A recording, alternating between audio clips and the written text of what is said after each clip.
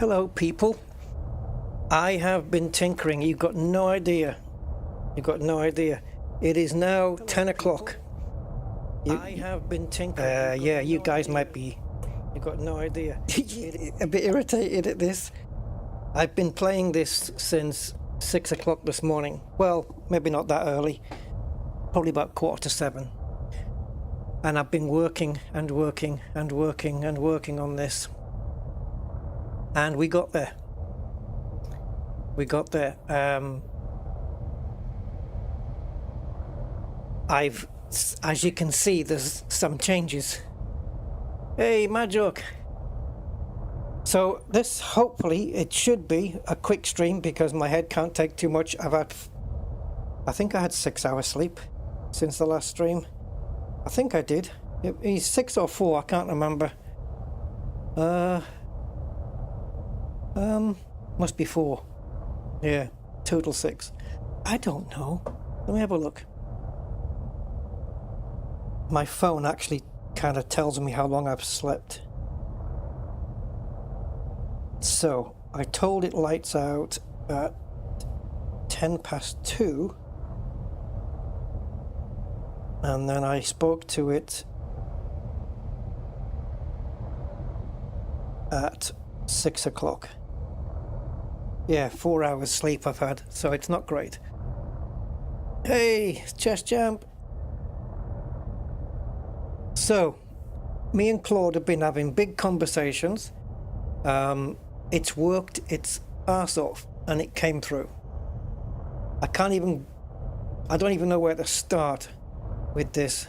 I've got one fungoider to pick up here, and I've got to find it in the mountains, and it's an absolute biatch. So I've got Elite Observatory Core running as well, but I don't have the widgets running anymore because I'm using my own. So basically, the ship information is no longer a panel on the left hand side. It's now running horizontally across the top. Something that came as soon as I woke up at 6 a.m. My brain said, hey, how about doing it horizontally across the top and removing information you don't really want? The jumps remaining is not there because it needs to plot the route again, so I can do that. There we go. We've included gravity now to 3 decimal places. We've got nomad fuel. Oh my god, what it took to work that out. Because it doesn't know about the nomad because it hasn't got their information, so we had to scrape it off the files, and I had to give Claude my status.json file.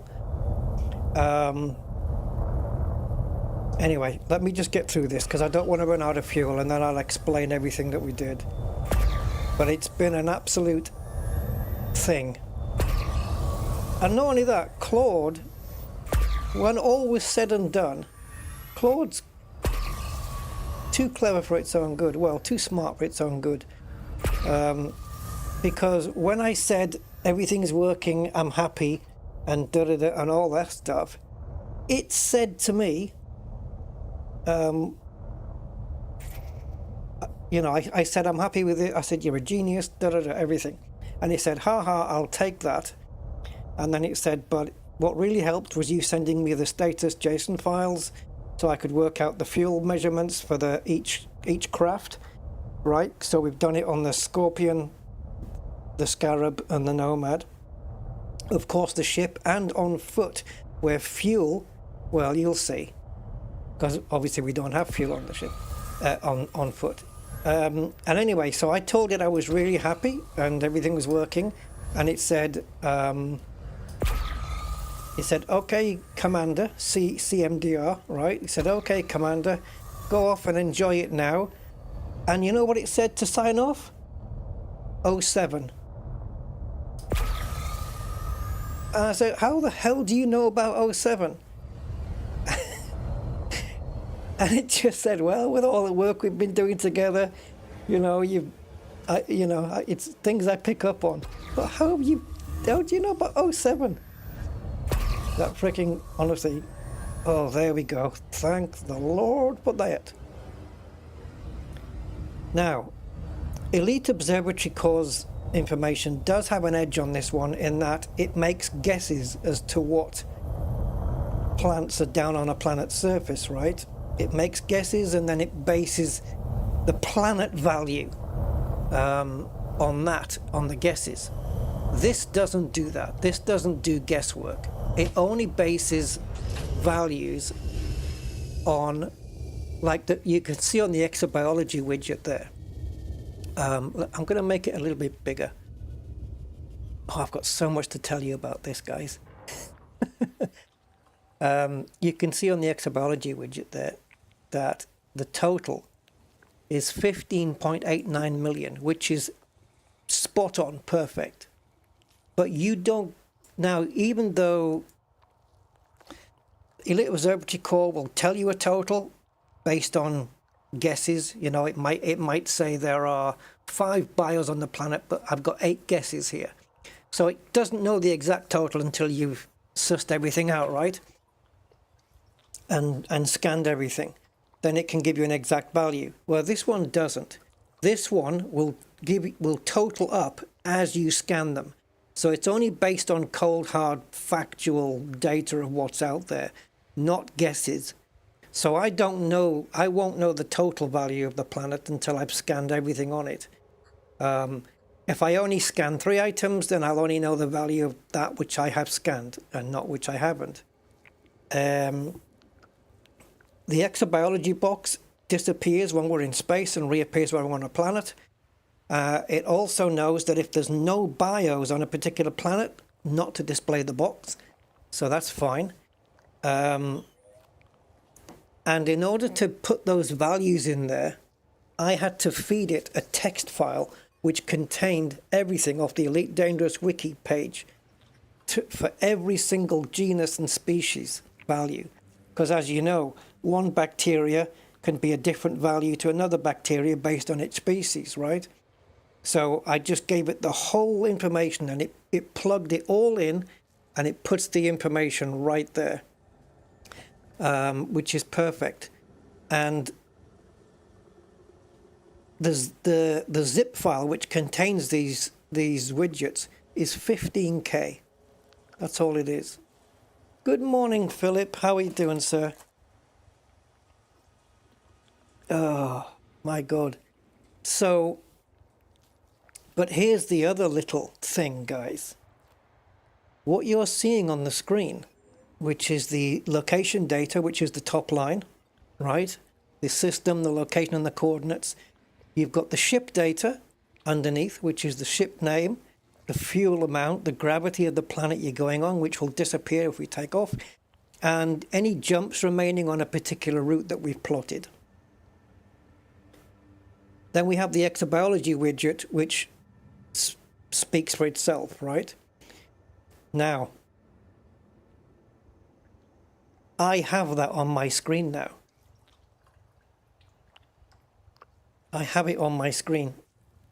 It's exactly the same. What you're seeing on your screen, I'm seeing the exact same.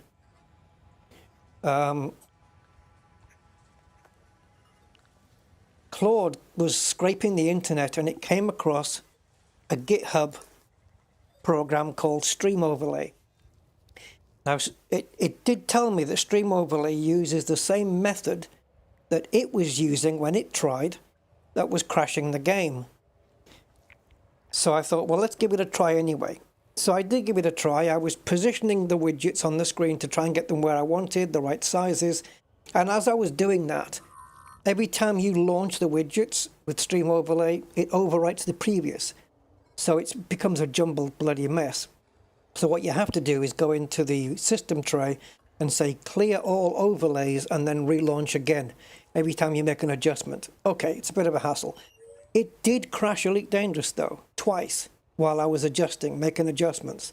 Doesn't do it every time, but it does. So I thought, okay, let's make all the adjustments I need. I haven't got the top, you guys can see the top 2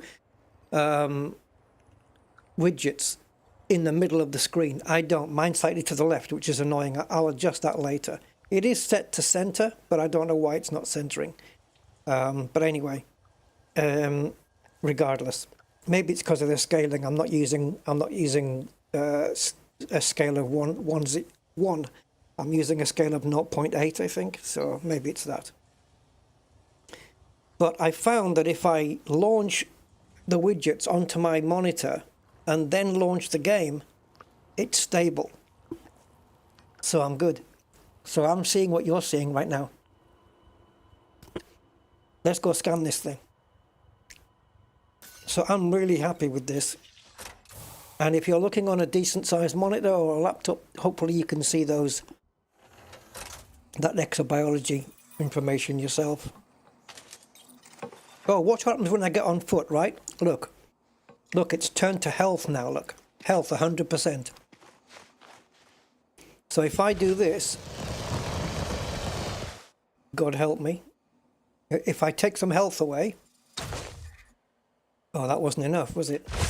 Yeah, there you go, 97.8 health, look.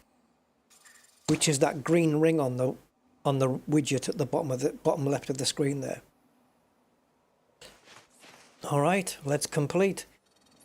And instead of one to 3 and one of 3 and 2 of 3, I changed it into yellow and green circles on the screen. They start hollow, and then once you scan one, it goes to yellow, and then once it's complete, it goes to green. And that is a completed planet. I've been on this planet all morning. Yeah, I've been on this planet now for about 3 hours, 4 hours, because I've been working with Claude the whole time. But how freaking cool. And also, when I told Claude to change it from, you see at the top of the screen where it says Nomad, Fuel, Gravity, Jumps remaining, that line there, because those top 2 lines are separate widgets, right? So the bottom one,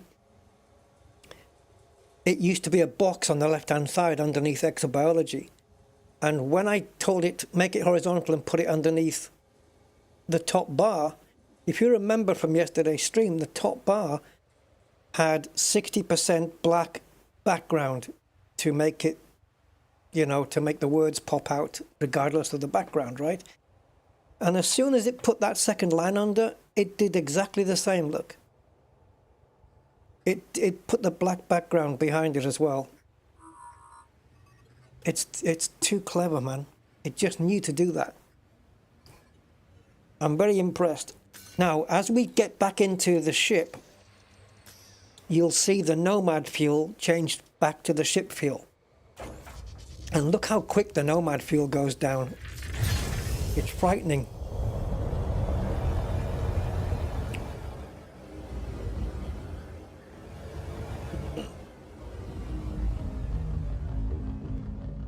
Using AI for overlays, already got a plan to completely. Yeah, I mean, AI is brilliant with it, honestly. Yeah, and this Claude is. I've used a few AIs. I am actually subscribed to a few of them.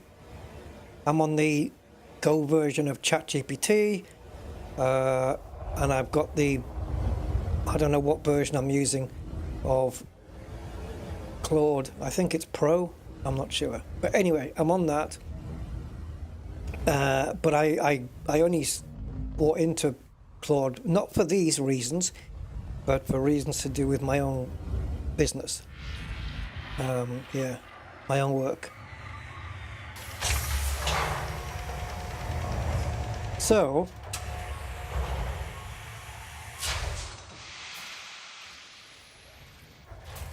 I've used quite a few. Gemini is pretty smart. I haven't used it for doing any apps.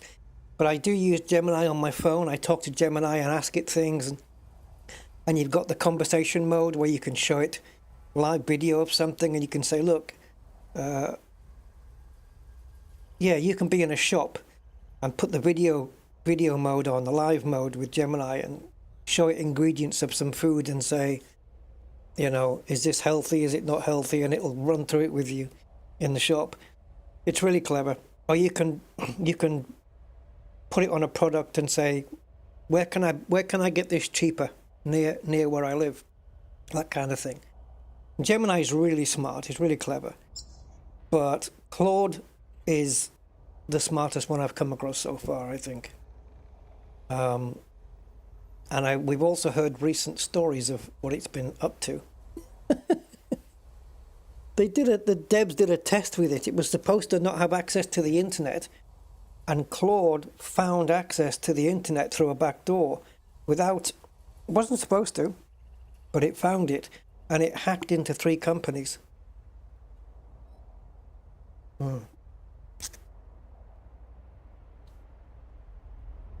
It's yeah, Skynet is coming.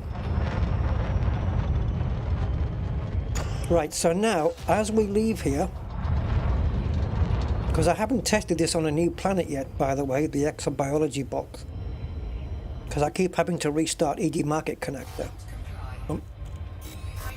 So, when we leave the planet, the exobiology box should disappear.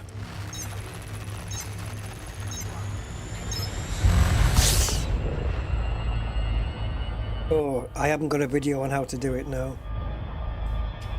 I just signed up to claude.ai, and then I just talk to it and tell it what I want. I just tell it what I want, simple as that. You just write it down. You just talk to it in normal English language, and just say, I want an overlay on the top of my screen that does this, this, and displays this for Elite Dangerous. That's all I did.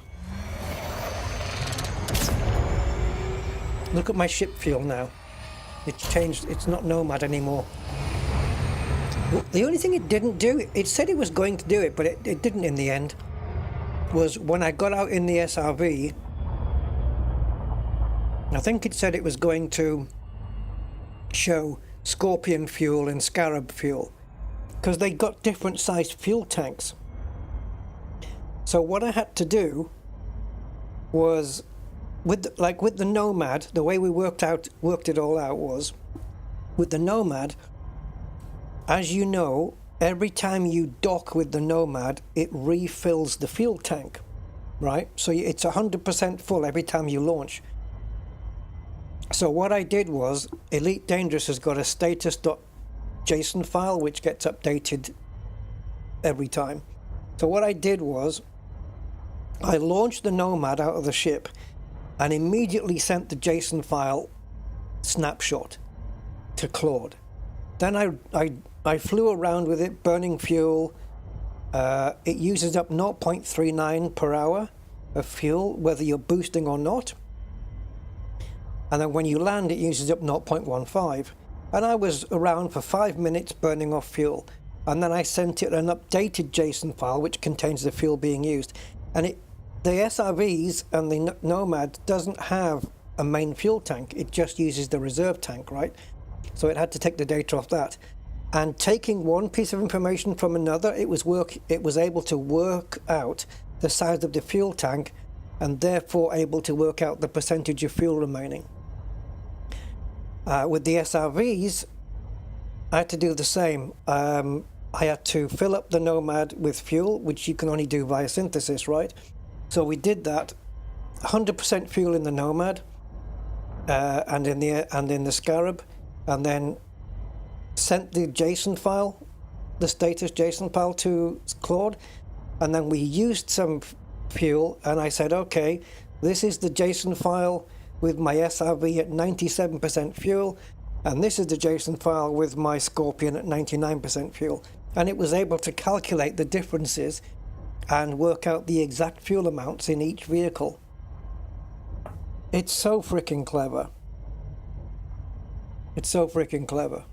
I want to ask a question to you about First Football, a bit of a change. Is First Football cool because it writes you into the game? Yes.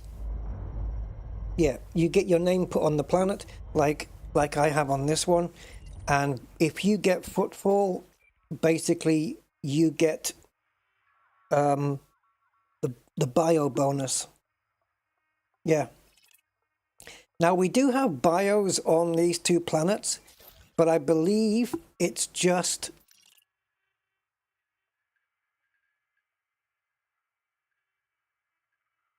Oh, okay. Forget that. I was going to say, I believe it's just bacteria, and it is. However, guys, this one, is this A7? This one only has bacteria. but it's the best bacteria. It's Informum. It's worth 8.42 million. So let's go.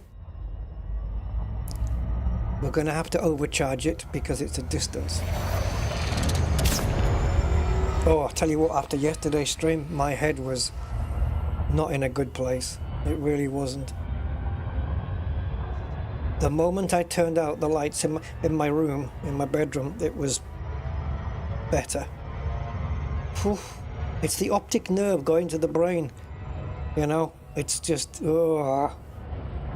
nasty stuff. So the thing I shouldn't have done this morning when I woke up immediately was to come to the computer and play Elite Dangerous, and yet here we are. But again, I come to it thinking, well, it's only going to take a few more minutes just to put a horizontal bar across there. But, you know, one thing led to another and blah, blah, frickin' blah. Now here we are. It's 10:40 in the morning. And yeah, I didn't stream the first 3.5 hours of this, but there you go. I was just fiddling. I don't think you would have wanted to watch me fiddling with all of the stuff anyway. So the overlay that we're on now is version 28. I started at version 12 this morning. It's on version 28 now. So yeah, we worked for it. So apparently the exobiology thing works off the FSS scanner, but we've already done that in this system. And it also works off the DSS. And I've also told it to make a little caveat so that, let's say you land on a planet, maybe you're not exploring, maybe you're going to a settlement in the bubble, which has happened to me on a few occasions. So let's say you don't FSS the system, let's say you don't DSS the planet, right, which is a surface scan, right? Let's say you don't do any of those things, and you just land on a planet without any scans being done, and lo and behold, you land right next to some plantage, right, some bios. There'll be no exobiology data showing up on the screen because it's not aware of any. And the moment you make that first scan, then it'll pop up on the screen, the box, the widget will pop up immediately. So it does cater for that. I've tried to build in every contingency. And because I'm now getting it on my screen as well, I'm just thinking, would this work? Yeah, you don't even need OBS for this. You could just run ED Market Connector, which is depending on this. Or this depends on ED Market Connector, this information, right? So all you have to do is run EDMC and then stream overlay, and you can have this same information on your screen too. Right, let's map and see what it says. I know what's on here because Observatory Core's already told me. I don't know how it knows, but I don't think Claude can make the same determination. It doesn't want to do guesswork. It just wants to focus on what is there. So let's see what, if anything, pops up when we get 100% here. There you go. So now the exobiology is there. All it knows is bacterium. 500 meters, that's all it knows. No values because it doesn't know what the bacteria is yet. And it looks like there isn't any on the light side, so we're going to have to go over here. I tell you what, on the last planet we were on just now, I was looking at Fungoida, and I was facing the planet from space. And I went to the Fungoida map. You know, I just went here and I just chose Fungoida from the list there. There was no blue at all. I couldn't see any. And I thought, well, how am I going to scan it then? And it turns out that there was some, and it was at the top of the planet, back on the dark side. Right, gravity 0.306. Fuel 59%. I am gonna have to get some fuel in. This ship has been floating around for 4 hours in space while I've been working with AI.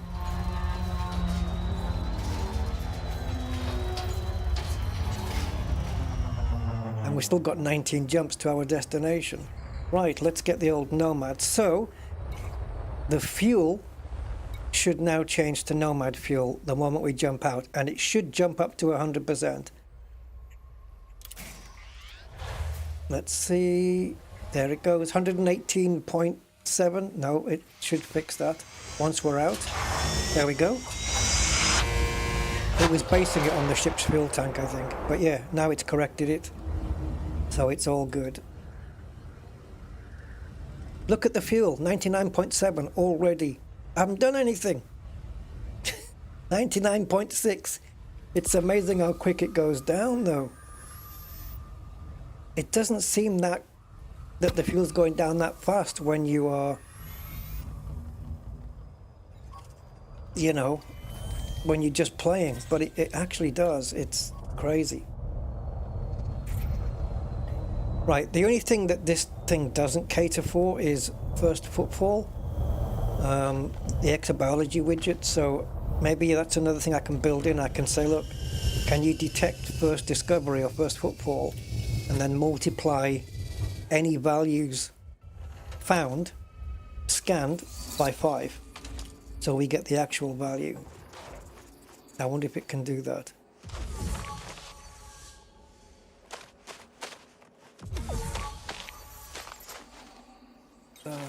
It was right there. There it is.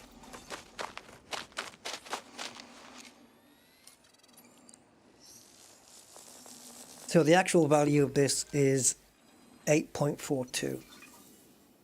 And there it is. And that's all we're going to get here.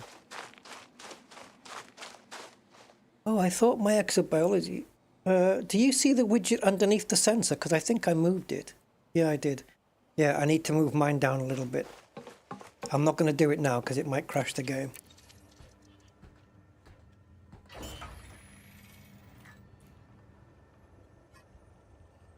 Yeah, I can get it to you, Bumblebee. I mean, you just need Elite Market Connector and then the scripts.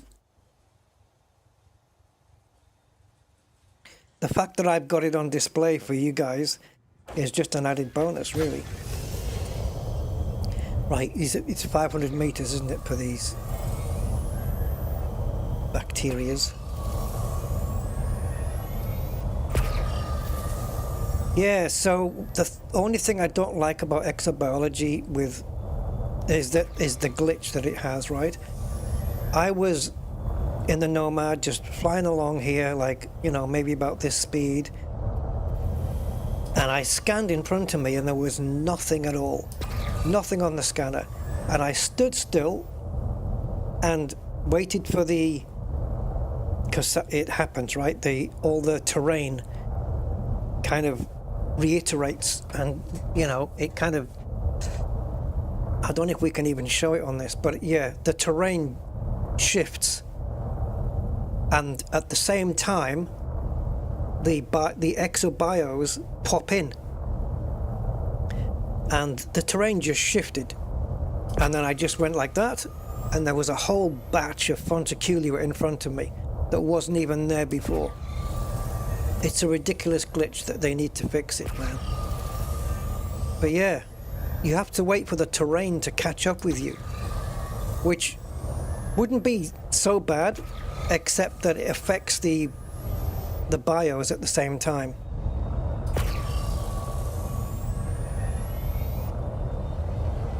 Which is not cool in the slightest, because you can easily miss something.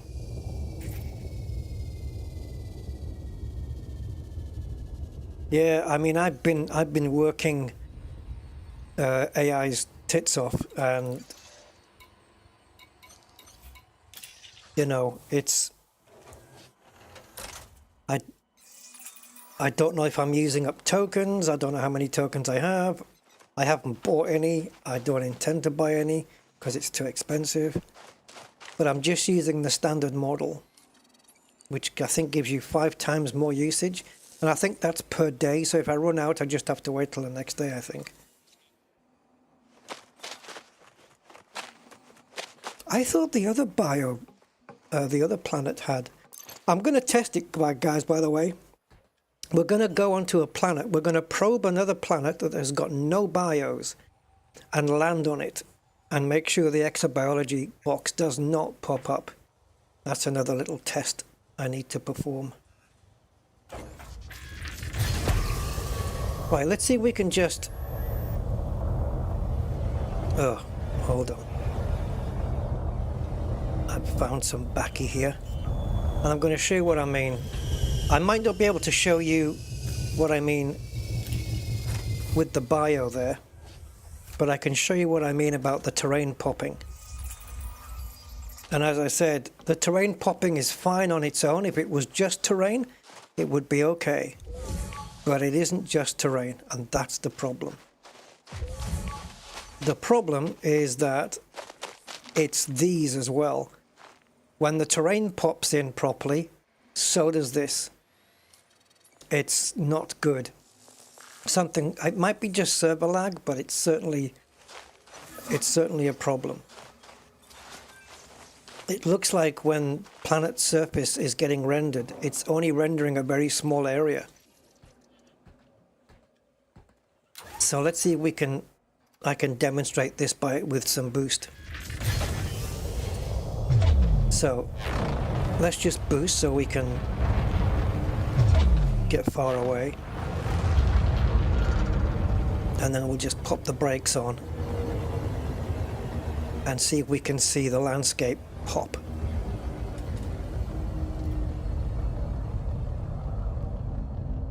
Right, let's just wait.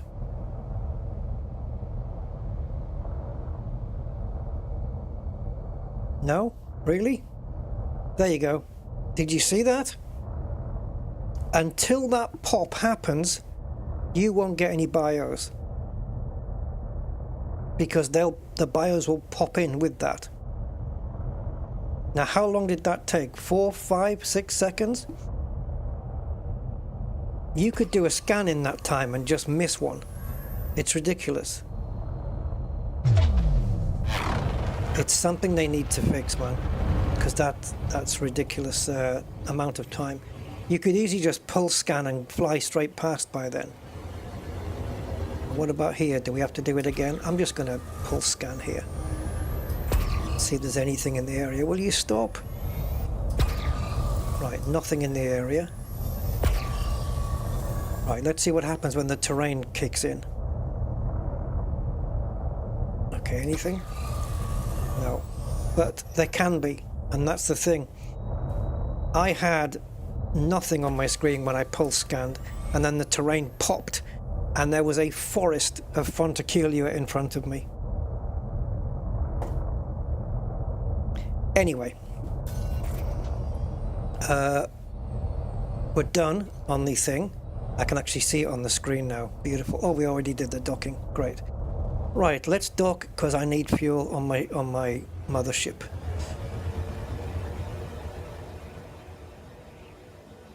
Right, okay, Rusty. Remember the golden rule. Do not dock with main engines. You tried that earlier today, and it was not a good result. I wasn't trying it on purpose. I just forgot to turn the engines off. Right, maneuvering thrusters in. Okay, that was too fast. My bad. That was too fast, actually. Will you go up? You want me to go do it again? Is that what you want?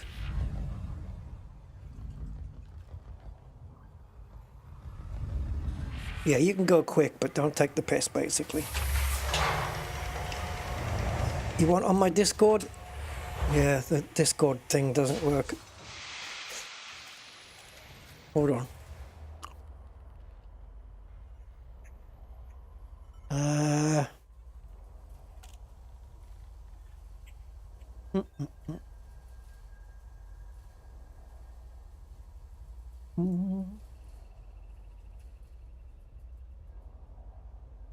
There you go.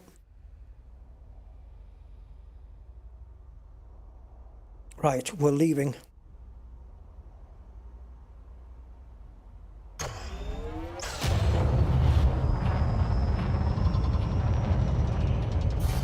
So I have made 15.8. Yeah, 24.4 million credits on these two planets. Multiply by 5. So we're looking close to 100 and, I don't know, 123, 124 million. It's not bad. It's just to get me to the elite status. Yeah.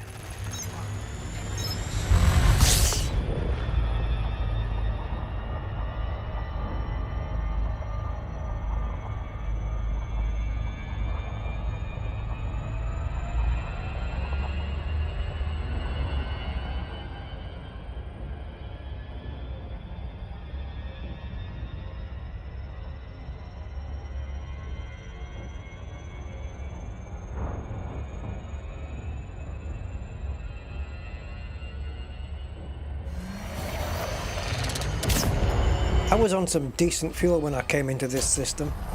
I think I had about 78% fuel in the ship, and I've got 57.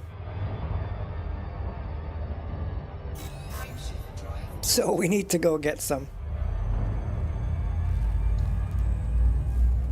19 jumps to get into the next sector. Yeah, so this stream is going to replace the one later today, because I've got a feeling that by later today I'm going to be my head's going to be so tired I'm going to need to sleep, so I won't be able to stream later. But as soon as I'm fresh, we need to do a Rusty stream, because that's what was voted for by you guys. So we need to do one. Right, let's see if the fuel goes up to exactly 100% on the top of the screen there.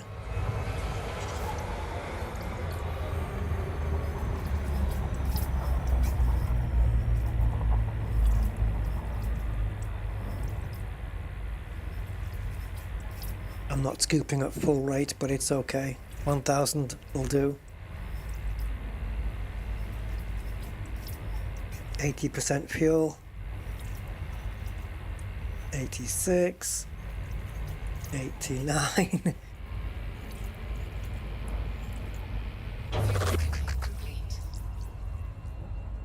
There we go. So, how much fuel percentage will we use on this jump of 80.1? I guess we're gonna find out. Jumps remaining 18. Oh no, wait, stop, you're right. I haven't. Thank you for saying that, because I need to descan this place. I was just gonna jump again.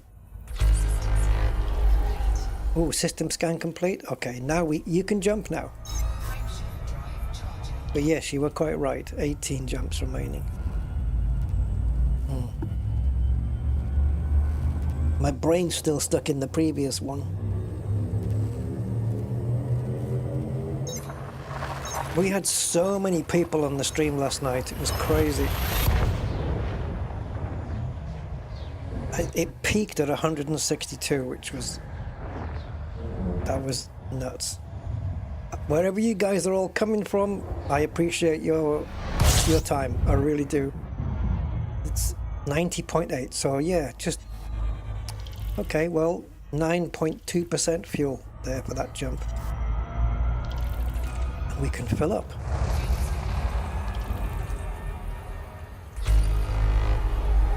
$25. Okay, have they been discovered or not? Not. Sweet. Right, let's jump away from the star a little bit.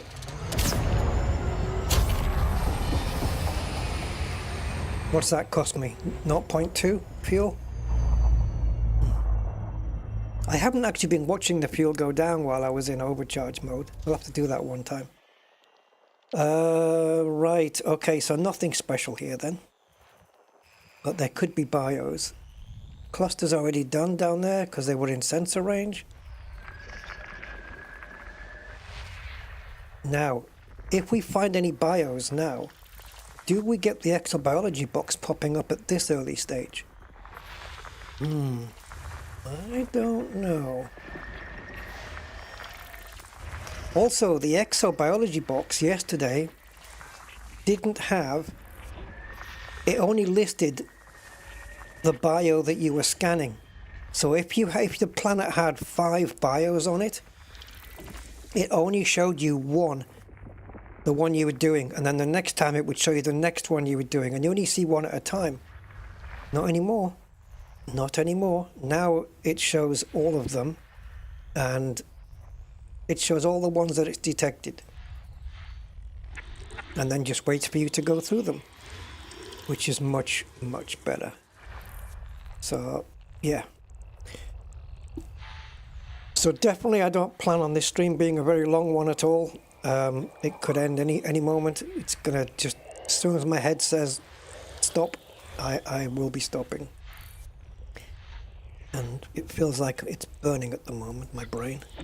It's hot. Bios 2. Oh, hello, there you go. Now, we don't know what they are, but that box is going to change if we find another one. There we go, BIOS 5.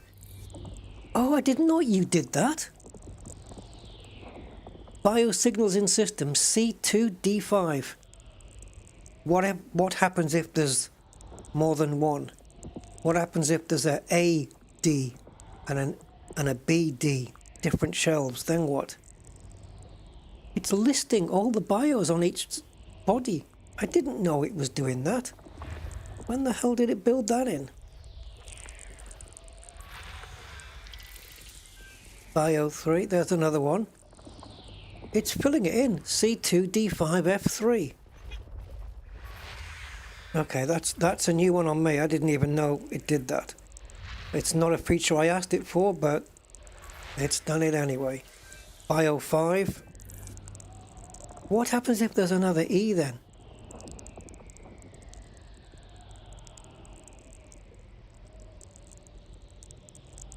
Okay.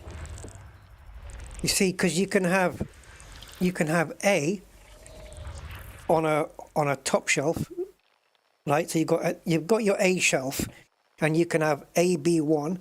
Then you've got the B shelf, and you can have like another. You can have BAB1, can't you? Anyway, I'm sure it knows what it's doing. We'll cross that bridge if we ever get to it. But there's got to be more than one shelf on this map. If you don't know what I mean by a shelf, I'm sure this system's got more than one, so I'll show you in a minute. It's basically how many vertical layers of planets there are. A's, B's and C's. You know the deal.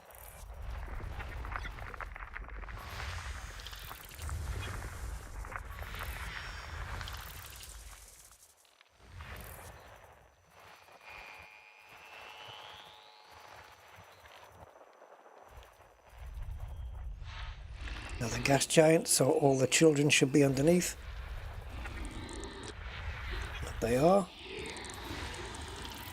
So now we come down to here, and all the little children. What it's not doing is geos. We haven't built in anything for geosites yet, but I can't think of any reason why I would need it. If I think of a reason why I would need for it to look for geosites, then I don't know. Maybe it can tell me maybe it can look at my, I don't know if it's able to look at my inventory and just say, hey, there's some geosites on a planet that has polonium and you're really short on polonium. Just letting you know, that kind of thing. Right, so let's see if there's any shelves here. There isn't. Okay, so this is a shelf, all of this line. Sometimes you get another star and then another load of planets. That'll be another shelf. So what happens if there's a 1A here on the A shelf? and then a 1A here on the B shelf. That can happen, right? Anyway, so we're looking at planets C, D, F, and E. I don't know what the... Okay. These, it must be these. So F has got 3, D has got 5, E has got 5, and C has got 2. I want to check out the 5. I'm so freaking curious. I could just look at Elite Observatory Core, but I'm not going to.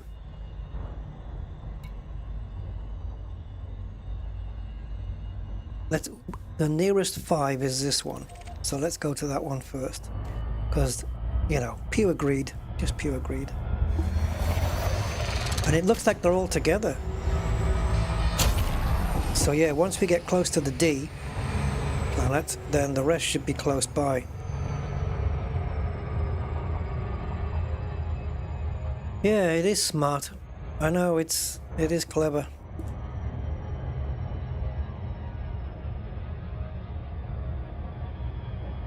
What it has to do is stay there and remind me. And what happens when I finish the D one? Is it going to cross it off that list? See, this is maybe I should have gone to a planet with... Yeah, let's go to the C planet. Because it's only got 2. Let's get those done. Because I want to find out if once I've done those 2 and completed the planet, does it remove C2 from that list? And if not, I can ask it to do it. Very clever. See, it's a very minimalist display, so it doesn't clutter up and take too much space up. I could easily have it list every single planet in its full name, like this, what you're seeing on the middle of the screen there. And then just say in brackets 2 after that. But it's going to be too much clutter. I have no idea if it's going to remove it, or maybe just turn it, not remove it, perhaps, maybe just turn it green as a sign that, you know, it's complete.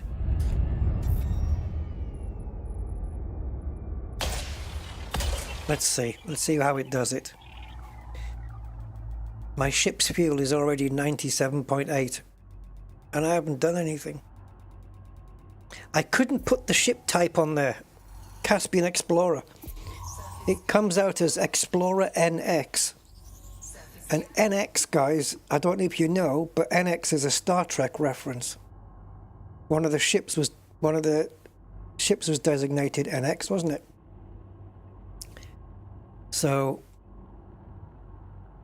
right, let's do bacteria first then. Yeah, NX01. So it was a Star Trek reference. Because in the journal files, it just has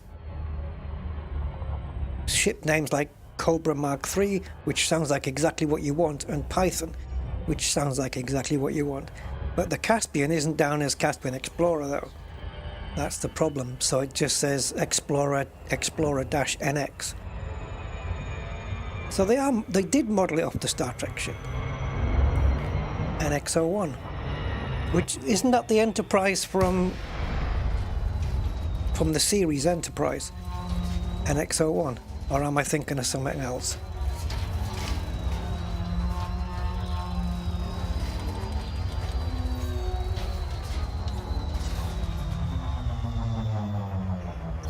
Right, we need to just focus on that flat area. Yeah, they know what they're doing. Explorer NX. You can't hide. It's all in the journals. Little Easter eggs in the journal files. Whoa. Right, so bacteria. Or any such other thing. Let's wait for the terrain to catch up in case it hasn't. Has it? Maybe it has, because we've been floating above it for a few seconds. Yeah, we should be okay here. Hello. My ship is actually pointing to one.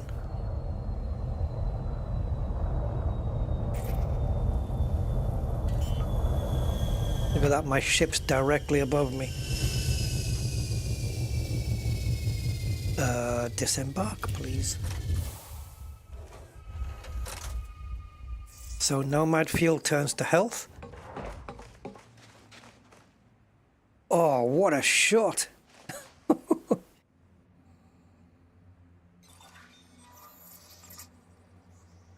Oh, that's a screenshot. Let me see if I can get it.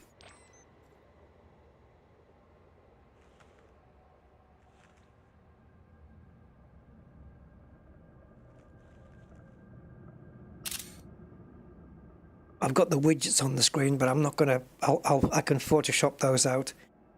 That's not a problem. That's a cool shot. Yep, you can stop looking up now. Wait. Can I have control back, please?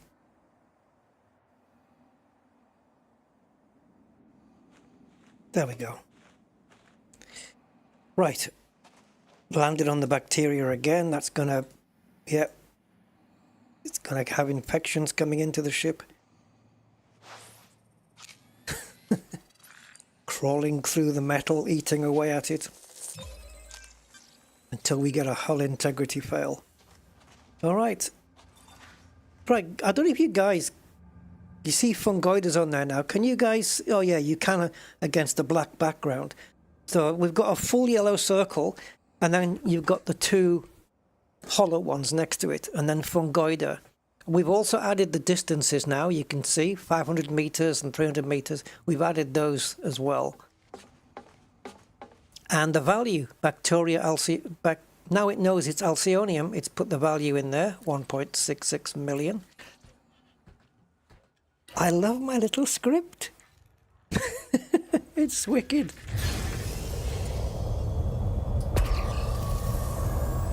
Right. We don't have a big area to play with here. This was a very small patch. So we're going to have to not go too quickly. And just try and stay... I think I've got one. I saw it in my peripheral vision.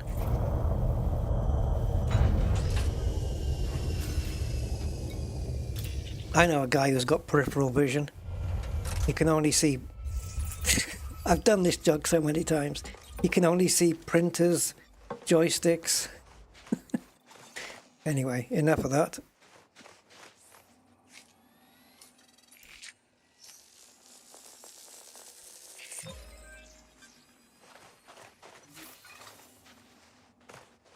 What's it with you and the tailgate? You can't get up. Oh, I've never noticed that decal there before. That's a new one. All right, one more scan, and then we'll see whether C2 disappears or goes green, or... If it doesn't do anything, it doesn't matter. But it'd be nice to cross it off. Maybe it'll cross it off. I wonder, how smart has it been? Maybe it won't do anything. If it does nothing, I can easily tell it to do something with it. I guess maybe cross it out or turn it green. Turn it green would be fine. Yeah, because that keeps a reminder of how many planets that I've done. So yeah, that'd be fine. It doesn't have to make it disappear.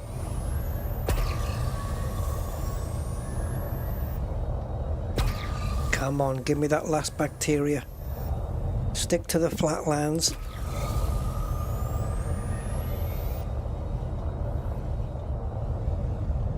We don't need terrain to catch up, do we? Yep, stones just crept in. Crept in? Crept in, yeah. Stones that were right next to me. This one. If you look back on the stream just now as I stopped, these things just faded in. So laggy, man. So laggy. Hello. Did I surface scan it? Oh, not surface scan it. You know what I mean. Composite scan. Right, let's see what happens now as the lights turn green.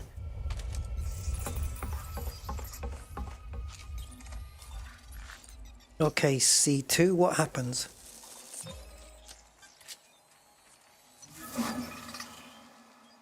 Three registered, it's got to turn green now. Now, nothing happens to it. Okay. All right.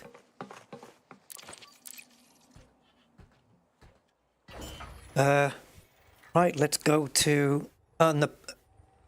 Oh, Fungoida's on here as well. Yeah, Fungoida. Different map though, right? I think different map, we have to go up. I wish the Nomad could go high enough. It can't. You'd need Super Cruise. Yeah, you need Super Cruise for it. So let's dock. Where are you now?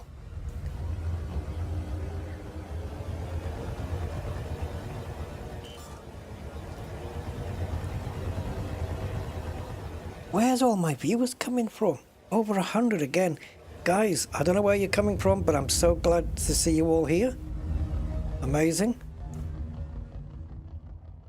Thank you so much.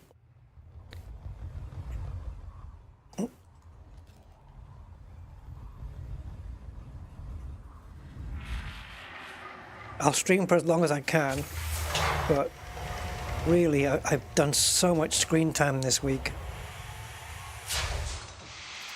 Yeah, I'm going to damage my brain more than what it is at the moment. Yeah, look at that atmosphere. That's the thing that it doesn't put on the screen, isn't it? The type of atmosphere that we're in on the planet. Let me have a look.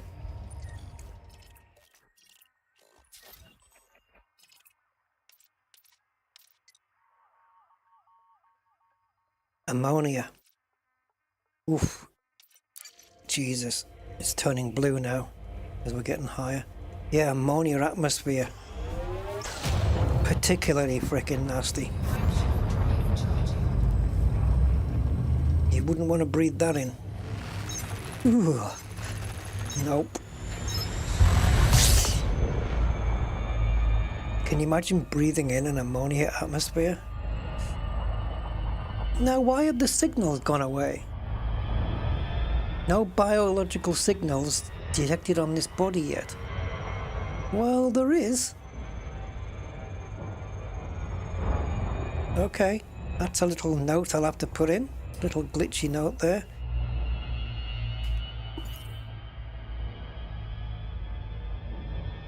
It should have stayed on screen. Oh, that's too close, isn't it? Well, not really. Just have to play it very careful.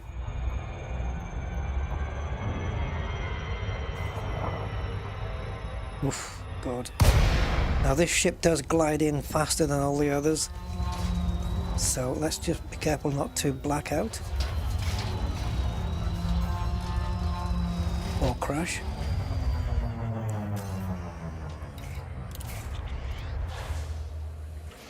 So it's just in between these two mountains then. Oh God. Right, so it's back on the screen again. I don't know why it disappeared off though. It's not supposed to.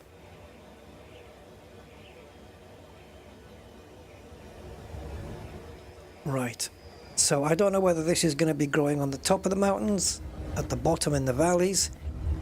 But what I do know is that I'm going to just slow down and see if the terrain needs to catch up. Because right now it looks like the cheese topping on a pizza.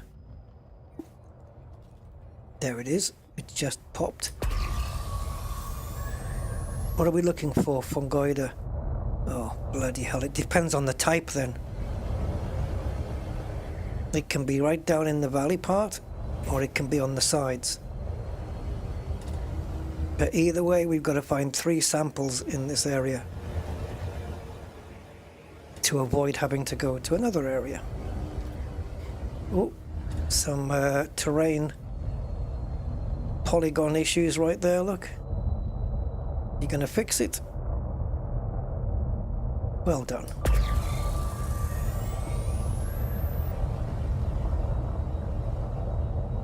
It would be nice to know the distance on these before we scan them. Yeah, it's cetacesis. It's fungoides. I can tell just by looking at it.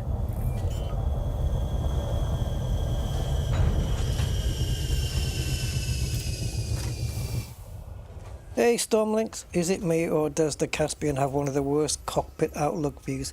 Oh really? You think so? With the bar running across the middle of the screen. I haven't noticed that so much. I've noticed it on the side windows of the Nomad. The middle bar, it's a pain in the arse for having a good view out. Caspian, I don't know. Maybe I'll notice when I get back in.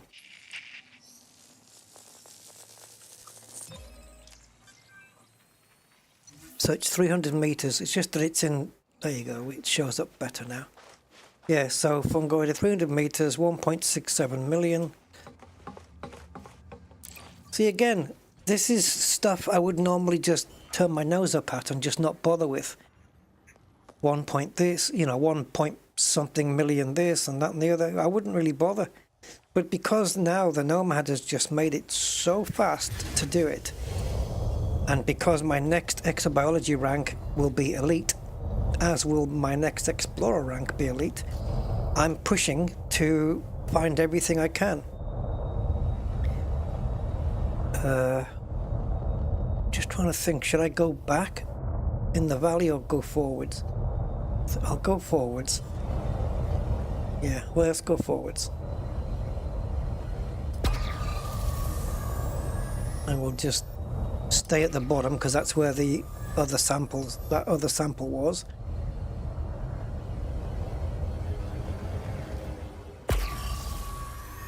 Can't go too fast either, otherwise the terrain will get out of sync and then you won't see anything. Like, I might even have to wait for the terrain now. Like, that's a terrain glitch, look. You see that?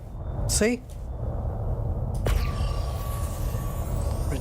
Ridiculous.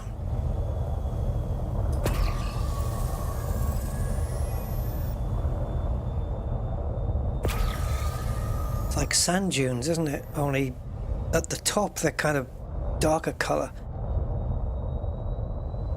Burnt. It's burnt pizza cheese.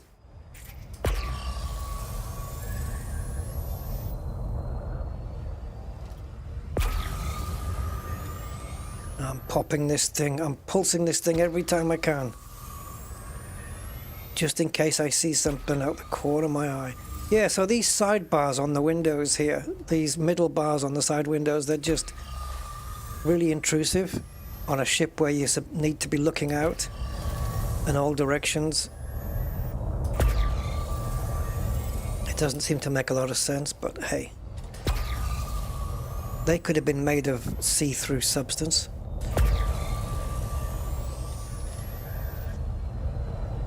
Let's try and go a bit nearer the rough bits.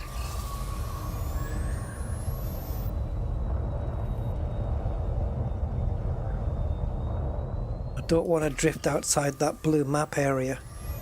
See, they just appear. And they're all... Yeah, look at the colour. There, now it's correct, look. Ah! We'd never had this issue like this before. Not this bad. I don't know why it's changed so much. So laggy.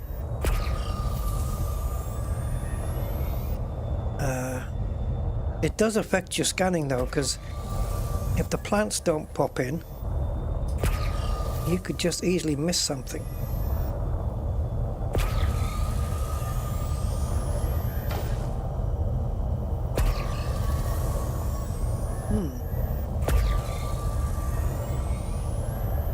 No other samples.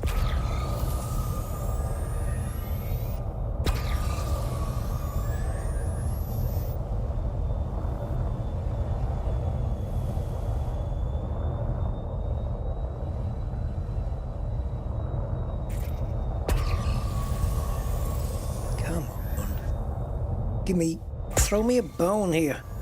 Throw a dog a bone. Even if it's a rusty one.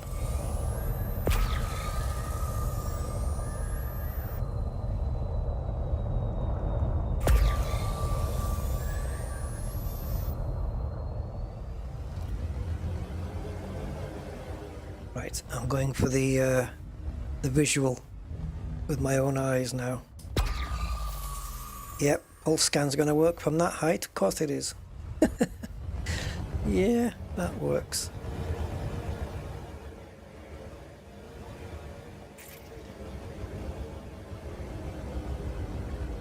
So, like, from you guys, like as a viewer point of view, are you finding the overlay useful?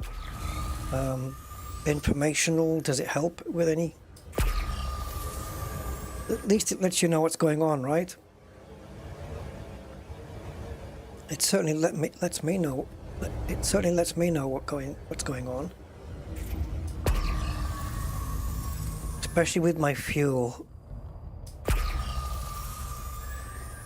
And that I can see the gravity without looking at the visor when you get out on foot.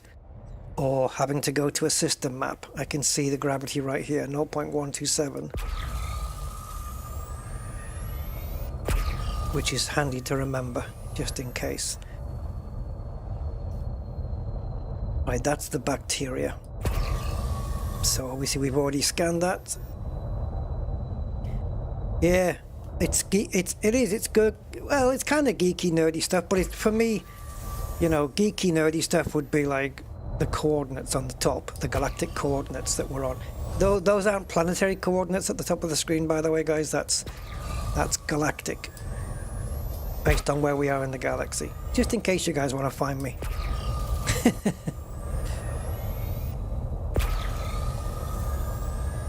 What does it say now? Minus 142887.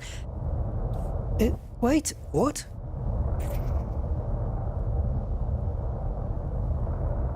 Since when has the distance been the first coordinate?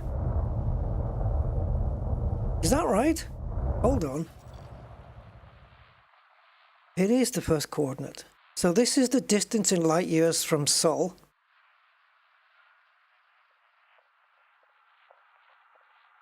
Okay. Oh yeah, it makes sense because it's this, isn't it? It's the Z plane. That makes sense. But then this is Y. But this should be Z. X, Y, Z. But wait a minute. 7420.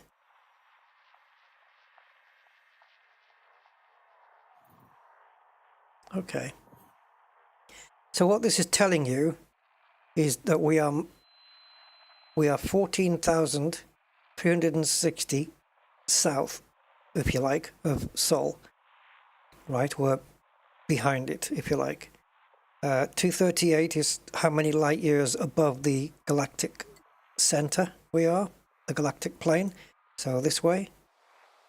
And the 4,740 here is the amount that we are this way. I don't understand what this is then. So this is an X coordinate. X, Y, Z is the distance, right? But then how is this an X axis?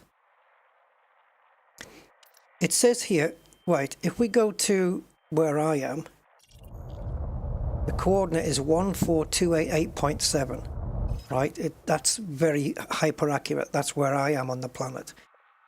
But if we go to Sol, it's 115,061, which is not really correct. The coordinate that we're at on the grid, because as you can see, Sol is 000, and this is 10 light years that way, and that's 10 light years that way. That's also 10 light years that way, And then there should be another -10. There it is. Oh, it's switching it around. See, now that makes sense. 0, 0. Yeah, XYZ. That's making sense to me now.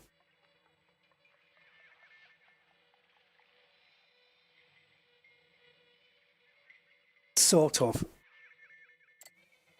Because each one of these boxes is 1 light year. But there's no way that I'm 4,760 light years away from Sol.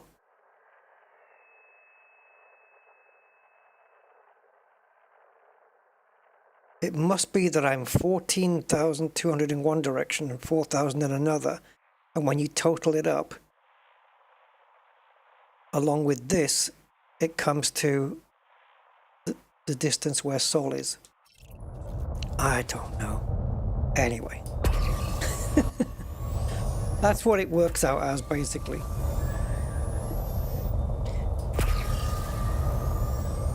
Do we... Okay, maybe we need to go down right down into the valley here. Because we're actually been climbing up, and I haven't been realizing it.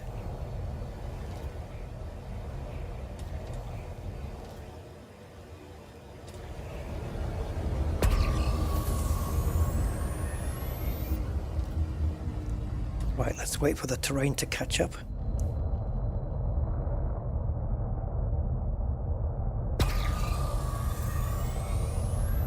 Yeah, I didn't want to put too much clutter on the screen. Do a bit of 3D Pythagoras and tell you how far exactly. Yeah, I'm not going to bother with that. If I haven't learned that by now. But yeah, I can imagine. I can imagine how it is. Because you can be like 10,000 light years in one direction and 3,000 light years in another direction, can't you? It's a combination of the distances in three different directions. Because you can also be 2,000 light years up or down on the galactic plane away as well. But if you carry on in a straight line, if the middle number was still 0, you should, if the middle number and the... Yeah, never mind. I was going to say if two of the numbers are 0, the other one must be the exact distance. Anyway, what do I know? I think I probably drifted outside of that frickin' map, but I thought it was all of this area. Let's come down. I think we need to at least be under 250 meters to get a representative scan. I'm not finding any. I think I might just choose a different area.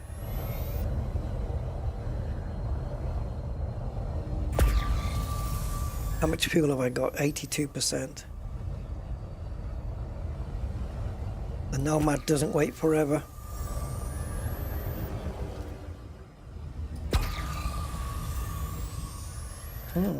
We found a great big batch of the stuff and then that was it.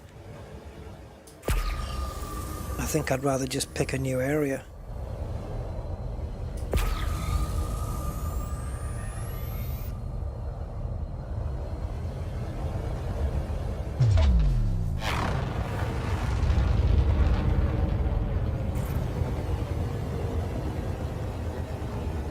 Okay, so we'll get to here where it's not quite smooth, but it's a little bit jaggedy as well.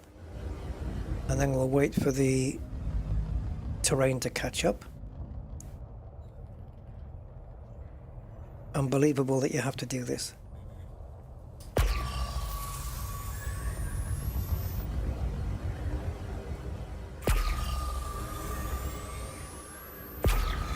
I was hoping that when it did that, it was going to pop a load of fungoida in front of me, just to show you that both things work at the same time. This is crazy that we're not getting anything else. Alright, let's go somewhere else, guys. I'm fed up with this area.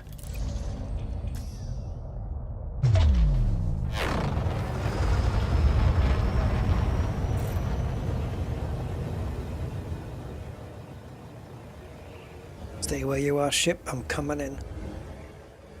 We're coming in hot, baby.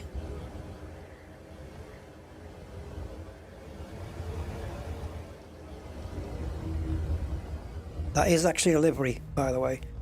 It looks like the default, but it isn't. I actually went, I was boring, and I bought a livery with arcs, and I bought the grey one. Just, that's the one I wanted.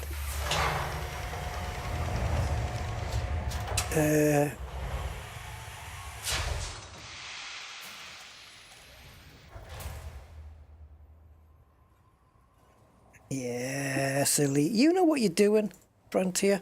Look at this, guys. Check this out. Let me just go to here, and here, there, and there. This is NX01. Look. Look at the front. Look at the front. Now, I'm not saying that's where the bridge is, because I don't think it is. I think the bridge is in the middle, I think the bridge is here. But look, all they've done is put glass here and made that the cockpit. They've used this principle, NX01. And they've had the cheek, they've had the absolute cheek in the journal files to label this ship as the Caspian as Explorer NX. Cheek.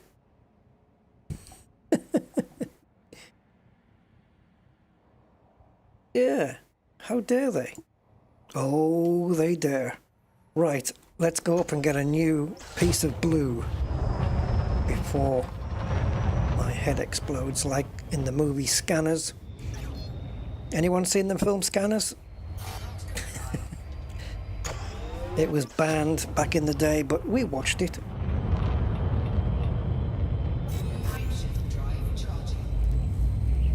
Do you guys remember those snuff movies from back in the day? Cannibal Holocaust, Cannibal Ferox, I Spit on Your Grave, Driller Killer. I've seen them all. Seen them all.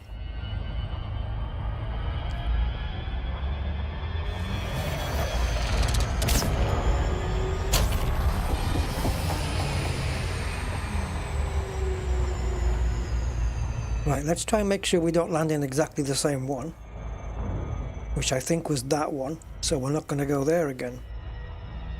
Are there any big splodges anywhere? They all seem to be on raised parts, don't they? Look. It's all on mountainy stuff. Uh-oh, that's an early drop from orbital.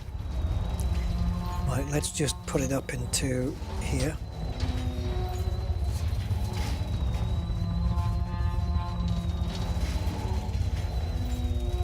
Boy. Maybe it's all on top of the mountains, I don't know. It's a good thing. It's a bloody good thing we've got the Nomad for this, guys, because where would you land? Where would you land here? Have we got clearance? Yes. I didn't know how close we were to the top. Yeah, I remember Driller Killer. Drilling holes into people's heads. Relax, people, it's only a drill. Okay.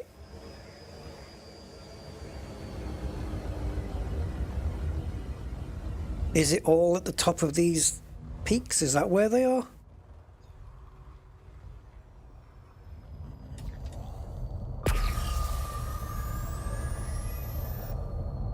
Because it seems that the map areas for this stuff is just on the hilly areas. So it's either on the top here or it's down the sides. You little bastard. Sorry, excuse the language.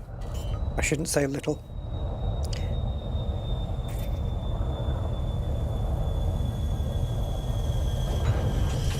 There we go. Scanning the second sample of testicles on sticks. or tomatoes for the family-friendly version. There we go.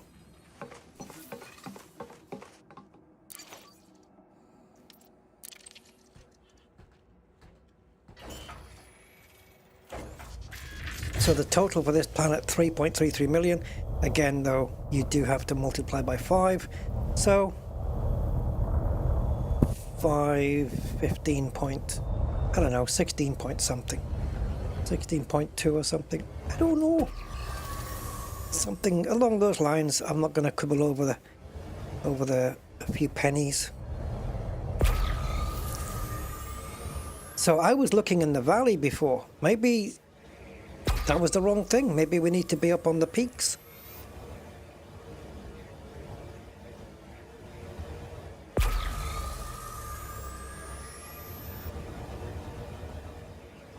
Maybe it just likes the sunshine.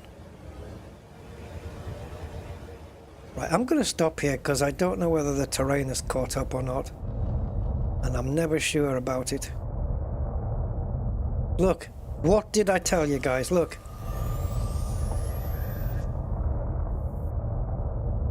Case closed. They weren't even there until the terrain caught up. Now there's a frickin' forest of them. Look at it. Look at them all. Why aren't they registering as well? There we go. It's funny how the back ones haven't registered, but the pulse is way, way bigger. That's weird. Yeah, it's a nasty little glitch, but I'm guessing it's just server lag or whatever. But it doesn't help exobiology because you spend enough time looking for stuff. And to miss things that are actually there, but you're just having to wait for it to spawn in. That's not cool. Look at them all.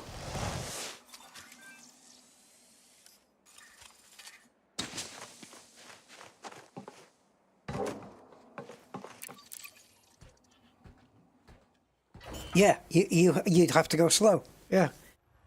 Exactly. Or just at a medium pace, and every now and again you just have to stop and wait for the terrain to catch up with you.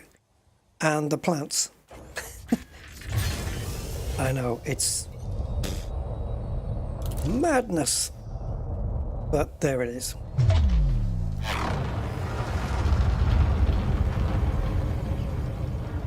It is what it is, I guess.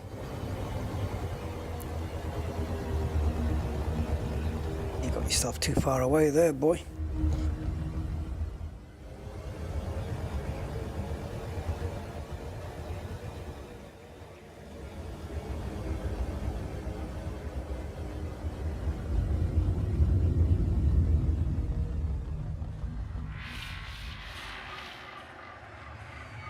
Right, so this is planet C, right? So what does that mean? Yeah, that was the planet with only 2 bios. On the remaining 3 planets, we've got 13 bios to do. Oh, God. We're going to be a while in here. The question is, what is on the planet that has 5?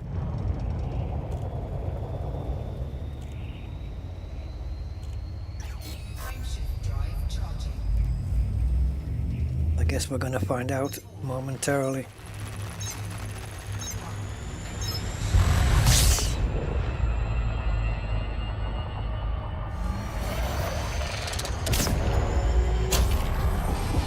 So we want D.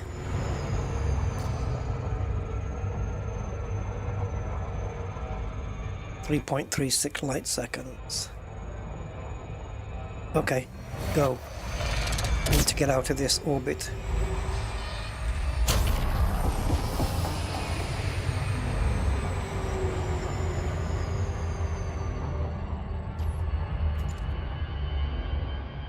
That's well gone now.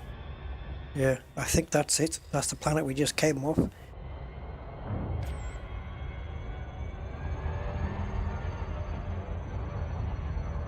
Right, 5 bios, I could look at Elite Observatory Core and find out what they are, but you know what? I like my exobiology tab. I'm prepared to be surprised when we do the probes. The probes will tell us which genus they are, but they won't say which species. So it might say stratum genus, but it won't tell us that the species is Tectonicus or any such thing like that. So how many probes? 4. I'll name that planet in 2. Okay, my little exobiology box. What have you got in there? Bacterium, fungoida, osseous, stratum and tussock. Confirmed. Stratum. It might be Tectonicus, it might not be, but we have to check first. Of course we do. It's the law. Stratum first. Actually, isn't there... Which one is worth 20 million? Is it fungoida? There's a fungoida, or is it a tussock? One of them is worth 20 million. I don't remember which one though. Right, let's drop in here. Look at what it says on the top of the screen on location. It says approaching, and then the planet, and then once we're in orbit it'll say near, and then when we're landed it'll say landed. That's the first time I've noticed it say approaching though. How is it doing this? Approaching Fui... Pity I can't say the rest of it. Yeah, yeah, well, the space... I split them up into, like, stratum... what's the one that begins with P? Palentus or something? Stratum palentus is space cucumber, and stratum tectonicus is space cabbage.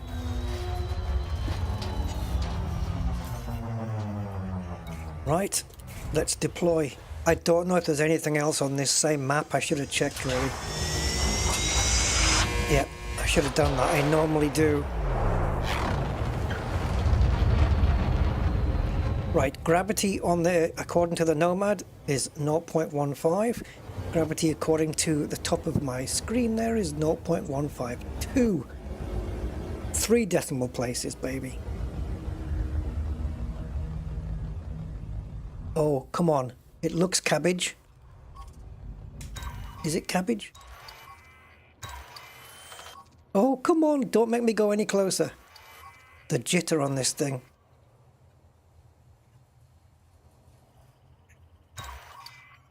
You nightmare.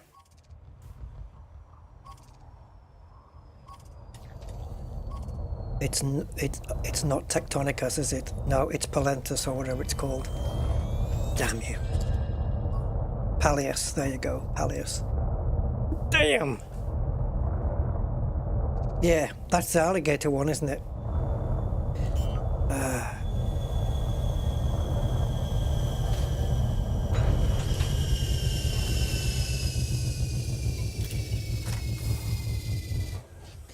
Oh yeah, I'm going to scan it anyway.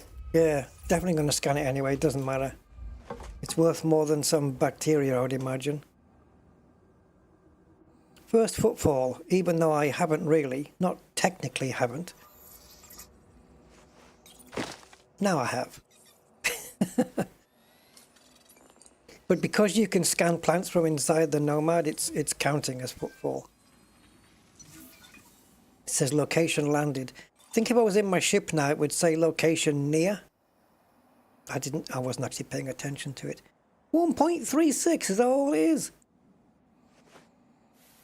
Not all stratums are good stratums. Anyway, it's all getting multiplied by 5, so what the hell.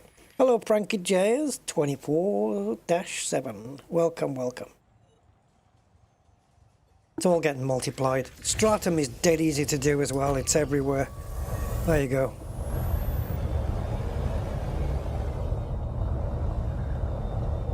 That's the one good thing about the stratum plantages, is that they're very, very easy to find. Can't park there, mate.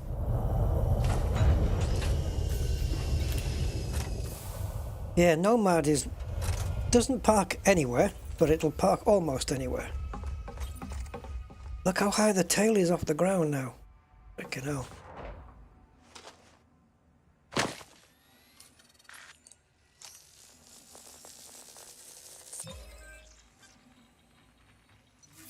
Yeah, well, when you park like that. I can't believe how many lights are on this ship. We've got a strip light there. We've got these here. Horrible type of lights. We've got spotlights at the back. We've got all these that light up the sides here. There's so many interior lights. And then the front, we've got two of these front ones. And then if I clap, I can put the headlights on as well. So you got those as well. And then, yeah, they're just everywhere. And look at the interior. Just strip lights everywhere. Horrible. Don't like strip lights. Hello, Andy. Good morning, sire.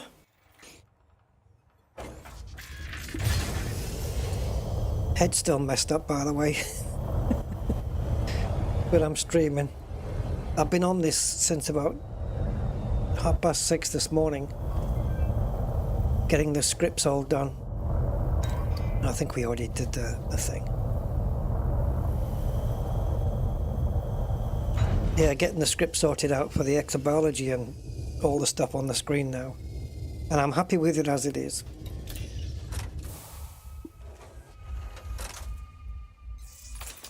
So I'll leave Claude alone for a while.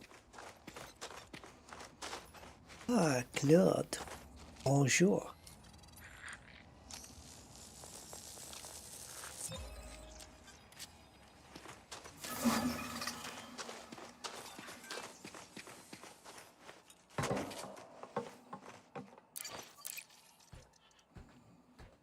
Yeah, I was saying earlier, Andy, it was just, I was chatting with Claude, right, working out these scripts, right, for the market connector plugins and everything that we're using. And when I was finally happy with everything, I just said, yeah, I'm happy now, thanks very much, and all this stuff. And Claude came back and said, you're welcome and all this, and then it said, enjoy it, Commander, and then it said 07. And I asked it, I said, where did you get 07 from? Ah, we do have another one here, look. And this will be... Oh, it's you. We've got two more species here. We've got tussock over there, and what looks to be a kind of osseous here.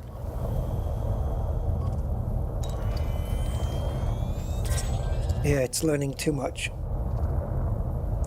Osseous fractus and tussock pennatus. I don't know which is worth the most. This is why I wish I had the information on the screen. Not that it matters, I'll be scanning both, but I think the tussock will be easier to find, which means the osseous, I think, will be harder to find, and therefore I should do it first, because I've got one right here and I don't want to let it go. But at least it's a good thing that we've got 3 out of the 5 species, no, 3 out of the 5 genuses right here on this map. So I don't want to lose that. And osseous is worth 4.03 million, and it is 800 meters. Now hold on, where are you situated? On the little rocky parts, right? You don't like the smoothie bits, do you? Okay.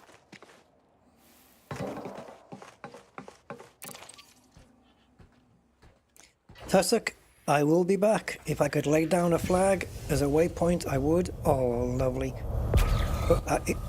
It's too, oh, brilliant.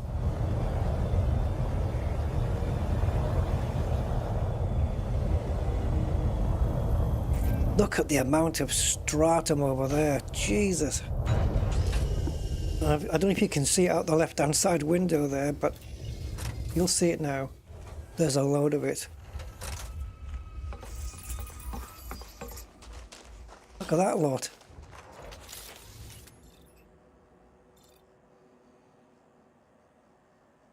Looks like there's a load of tussock over there as well. Good. That's going to make life easy.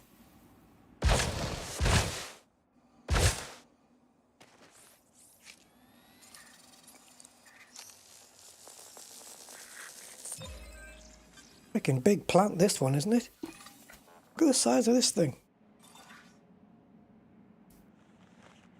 Jesus.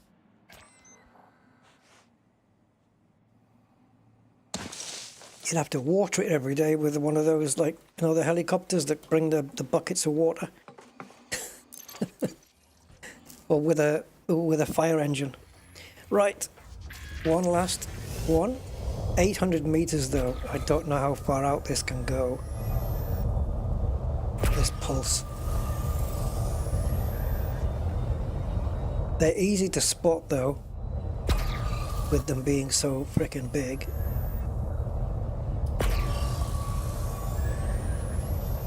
It's just spotting them. Well, what are you? You're green. Did we do the comp scanner on this? No. Yes. Right, now we'll double back and get the tussock.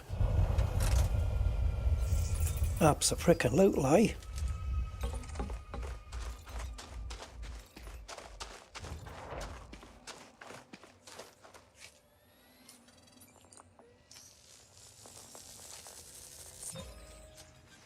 Sweet.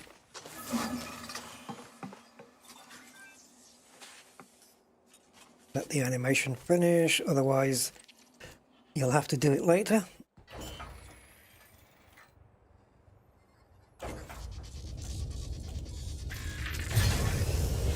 Right, tussock.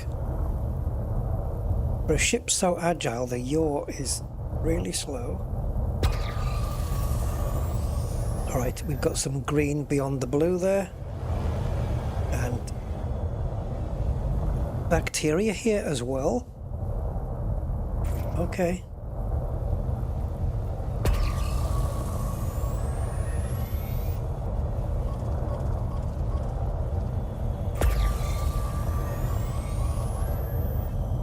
Yeah, bacteria here as well. So we've got confirmed tussock.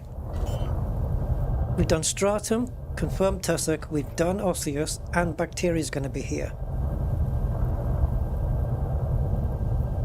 Okay. He doesn't want to sit down. Yeah, she doesn't like landing on plants. Certain ones anyway. Right, how much is this tussock worth?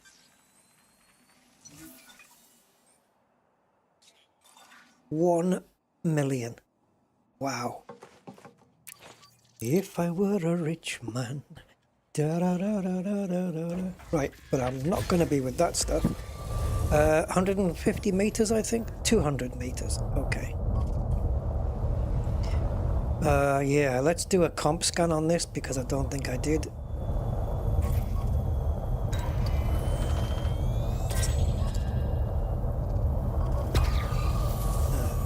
Oh, I just saw, did I just see some green? No, I didn't. So we'll go back. What color are you? Make up your mind.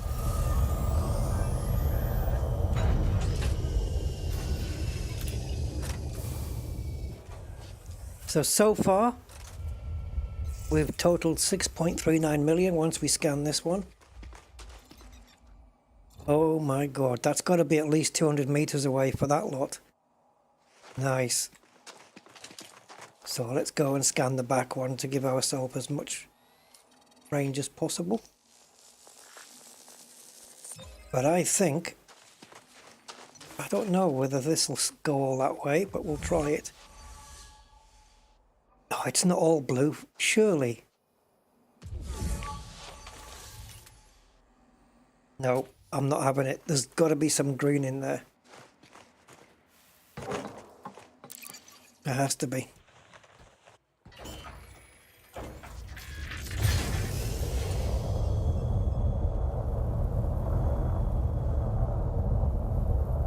It's not all under 200 meters, is it?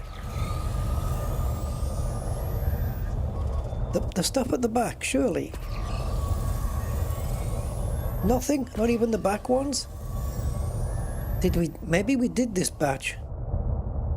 Yeah, maybe we did that batch then.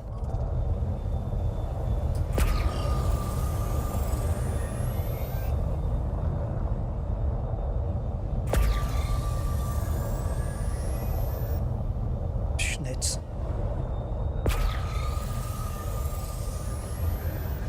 Oh, I just saw green. Right, you see the green dots there?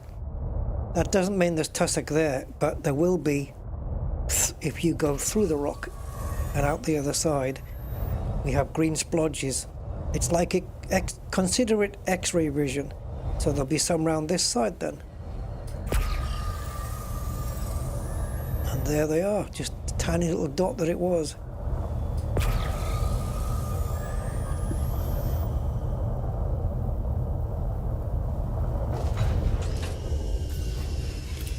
Okay, this is the tussock done. Which bacterium is it? I'll bet it's not going to be Informum.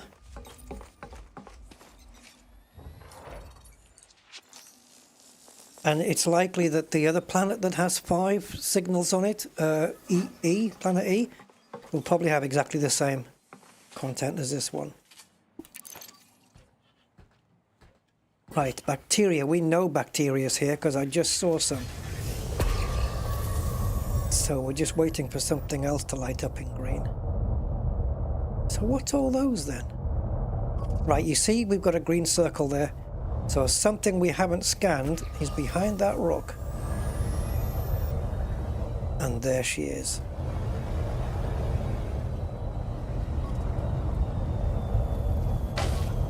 Oh, is that Cerberus?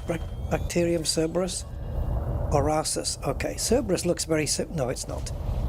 No, it doesn't. Cerberus doesn't look the same as that one. Oh, I think I've landed on it. Now, Cerberus has got those green splotchy... yeah, the green splotchy dots, like warts on it. I think it's underneath here. There it is.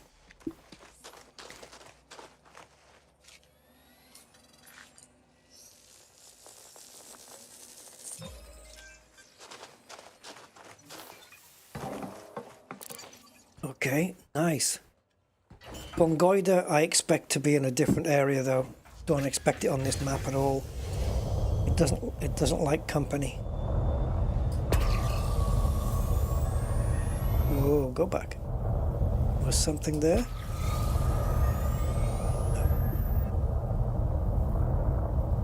Yes, you can sample through the deck of the Nomad, yeah.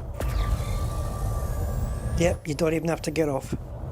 So there's no excuse for splodging your feet down onto bacteria and infecting yourself and the ship.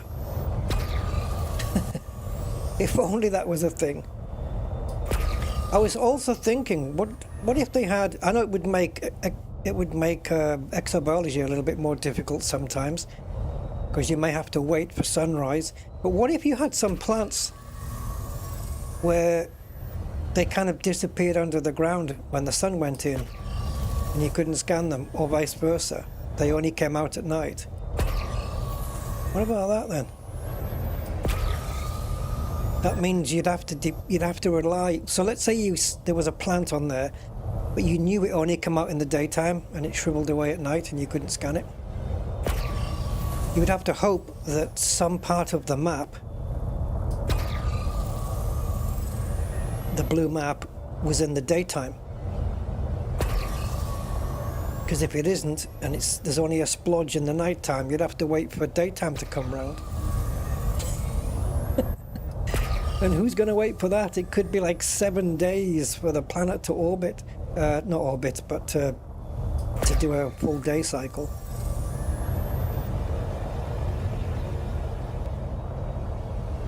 So I'm just saying there might be some plants you'd have to just say, well, I'm not waiting, forget it. Actually, we can request docking now. Doesn't matter.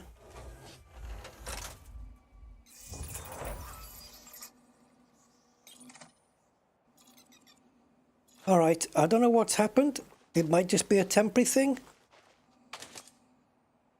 Jumps remaining 134. Did I plot a route to somewhere by accident?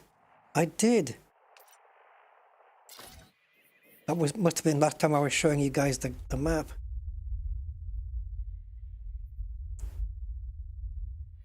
Oh, where's the route then? Where the hell is... I don't even want to know. All right, let's get back into the errant marches.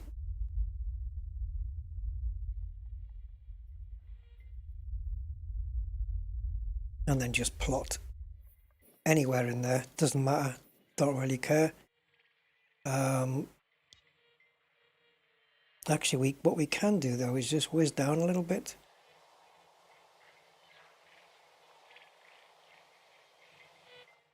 It might take us a few more jumps to get there doing it this way because it's a diagonal instead. Let's see. Yeah, 15, I'll take it. Because we're currently plus 200 and something on the galactic plane, and we're going to end up minus 200 and something. So we'll be going 400 light years down as well. Yeah. Get it scanned, lad.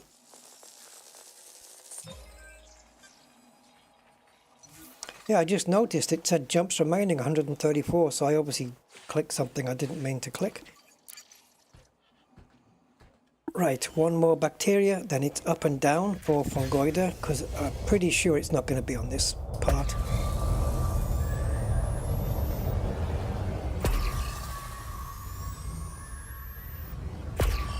So one more green splodge here, please.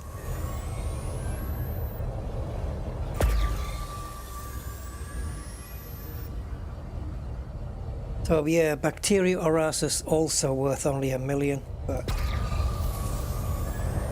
it all adds up. It's going to be 5 million at the end of the day, and it all counts towards my lovely ranking.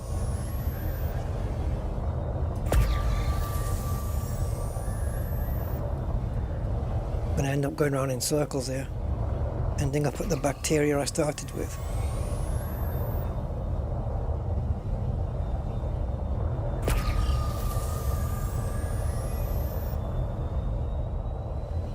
See, we need to find some flat areas. There we go.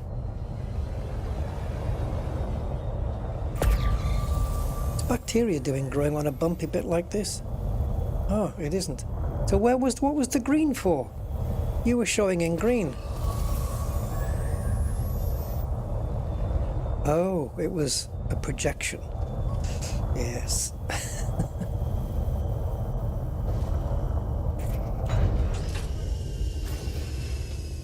Right, so that's the last one of those. Yeah, hardcore ones would, yeah, but so many would miss out though.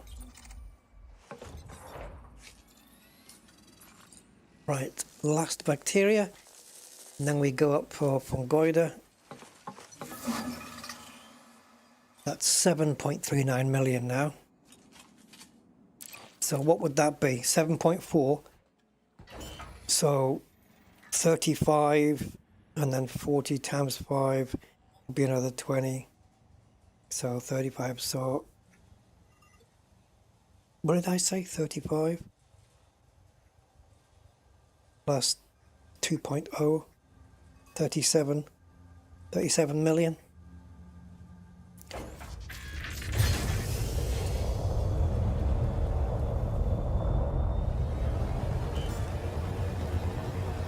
Right, we already requested docking, I believe. Where the hell are you? the hell are you doing all the way up down there? NX01. Oh, you know what we should call it? NXO Wannabe. That's a good name for the ship. NXO Wannabe.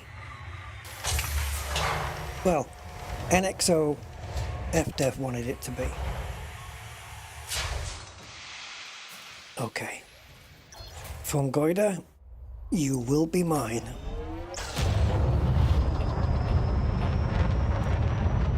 Because you're way out of line. What movie is that from? Not the Fungoida part, but you will be mine because you're way out of line. Give me the movie and the artist and the band. People will know. Somebody will know. Yeah, it looks like somebody's taken the middle part out of the NX01 and just chopped the middle bit out and then just put the back and the front together.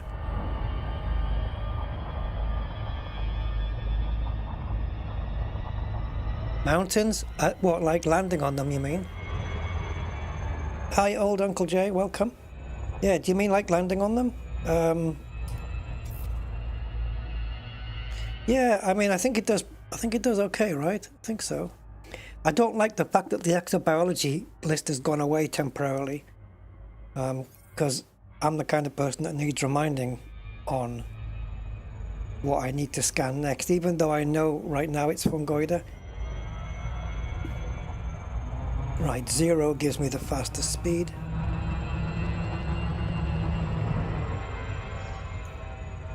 So anyway, for those who didn't know, You Will Be Mine because you're way out of line is from Terminator 2 and it's Guns N' Roses.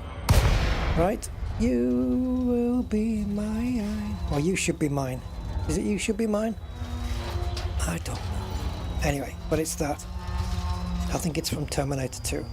Right, Fungoida.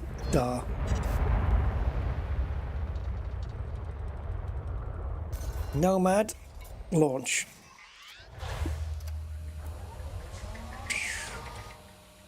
Yeah, no, it'll land virtually anywhere, Uncle Jay. It'll land virtually anywhere. Not anywhere, but almost anywhere. It's pretty good at that. She'll land on quite rough surfaces and whatnot. Right, I'm waiting for the terrain just in case we need to. I hope this Fungoid is not going to be as much of a pain in the as last time. First thing I want to investigate is whether it likes to be down in the valleys. I only need one sample to get an idea of where it wants to grow. Oh, that's a good idea. Squeeze through an unsqueezable gap. Sure.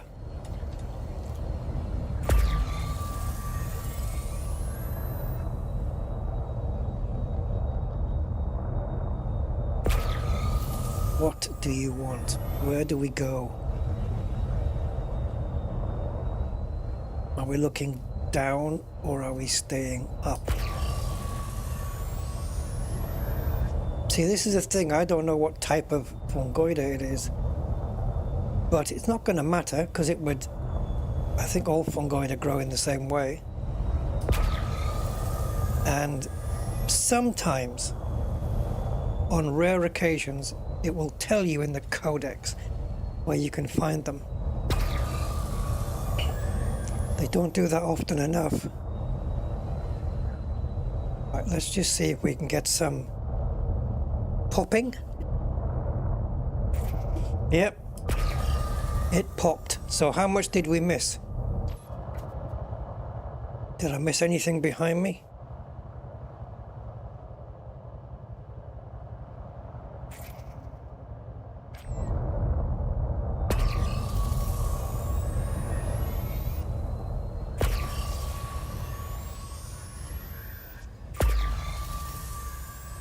Hello. Oh, well, look where you want to be.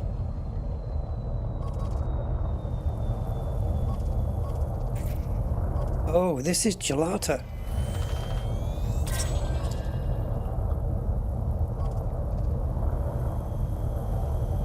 Now, it doesn't register on my exobiology until I actually go and literally scan it.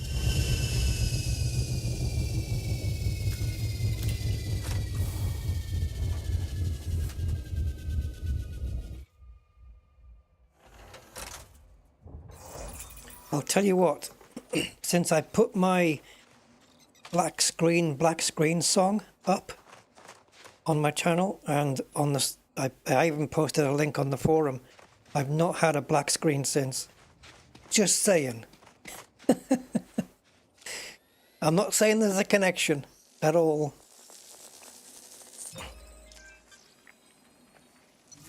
$3.33 million. Very cool, very nice. That means this planet is worth 10.7. So if you 7 by 5 is 35 plus 10, so 50. What did I say? 35. 53 point, yeah, close to 54 million then, I guess, for this one, which I will certainly accept with pleasure.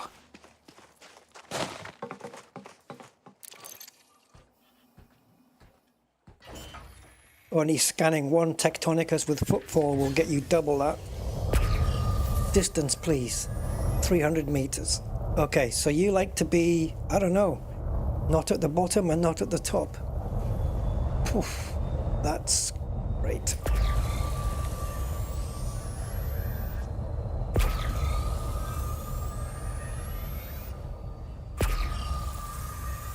So you could be anywhere, basically. You could be up here. You could be down below.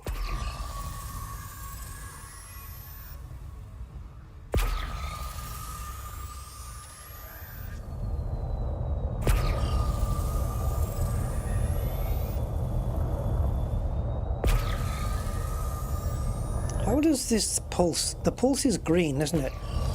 And so is night vision. Although night vision looks to be a little bit bluer. It's got a little bit of blue in it, hasn't it? I don't know how easy it would be to spot something with night vision on as well as the pulse. Let's find out. Oh yeah, no, it's easy. Yeah. Well, look where this one is. Can we get in that gap? Abso-frickin-lutely.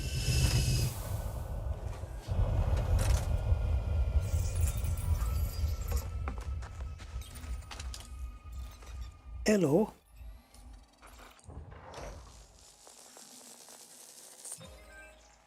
Oh, I know what it is now. It's you. You could be mine. Yeah, not should. It's you could be mine. Guns N' Roses. Terminator 2. Yeah.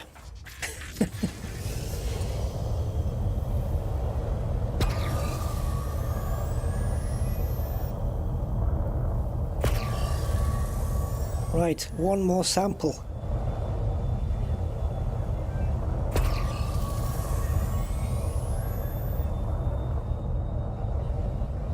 Wouldn't it be nice while you're up down here to know your ship's fuel as well? Just in case it starts to get critical. Because you don't want to be down here and then suddenly your ship blows up because it's run out of fuel while you've been down here, and then you're stranded. You're screwed. Actually, I think what would happen is your ship would get transported back to some place to dock, and then so would this. It would just go with it, I think. They can't leave you stranded here in the Nomad. That wouldn't be cool. Right? They wouldn't do that to you.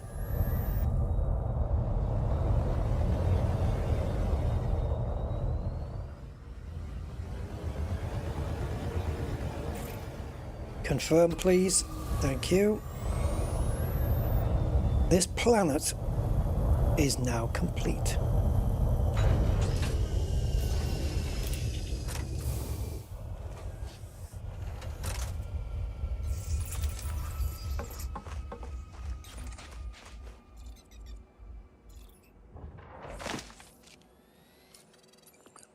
Yeah, imagine one of them on your dinner plate. Blood sausages. The food of the warrior.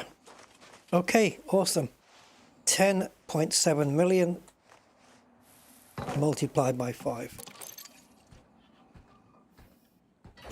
Sweet. Next destination.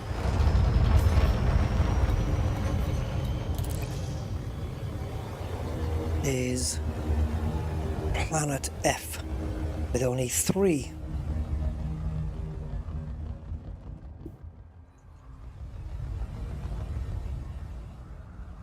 I'm glad you put your thrusters on there. Let me know where the back end was.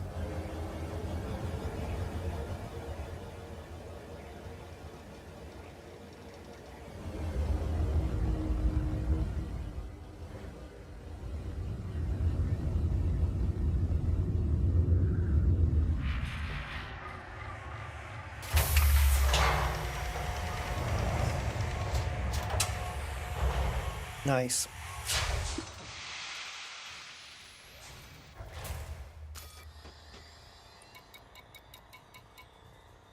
What's left anyway?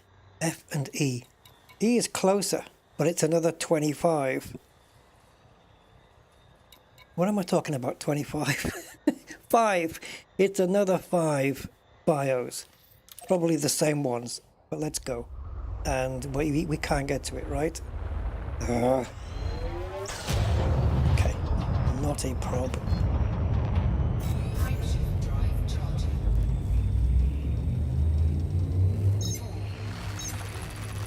Is that right? You just get left stranded? Oof. Should give you a warning in the Nomad, shouldn't it? Warning: mothership fuel low. And then you know, right? Let's get back to it really quickly. Scoop and then come back.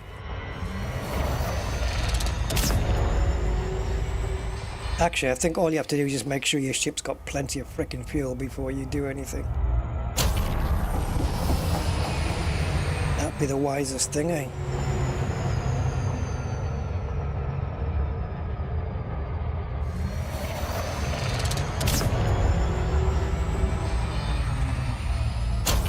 Right, so 3 bios here. Probably I don't know, 3 out of the 5 we just did right now. Fuel 92.5. Interesting to note.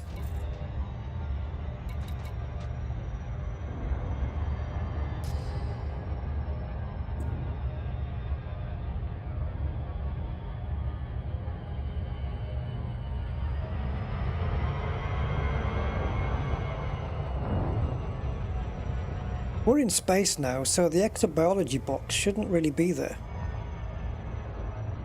I'm not sure why it still is. It's supposed to disappear when we're in space.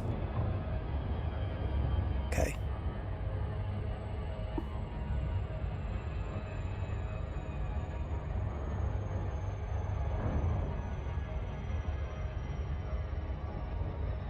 Is it hanging around because we haven't finished all the planets yet?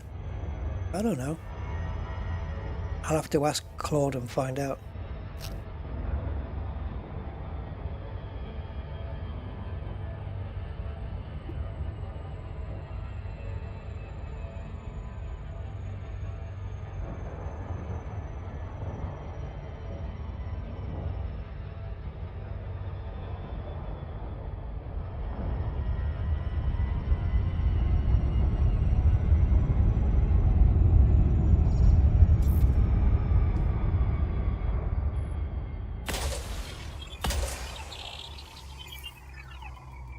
Oh, actually, we need to be in that screen to see what the plants are.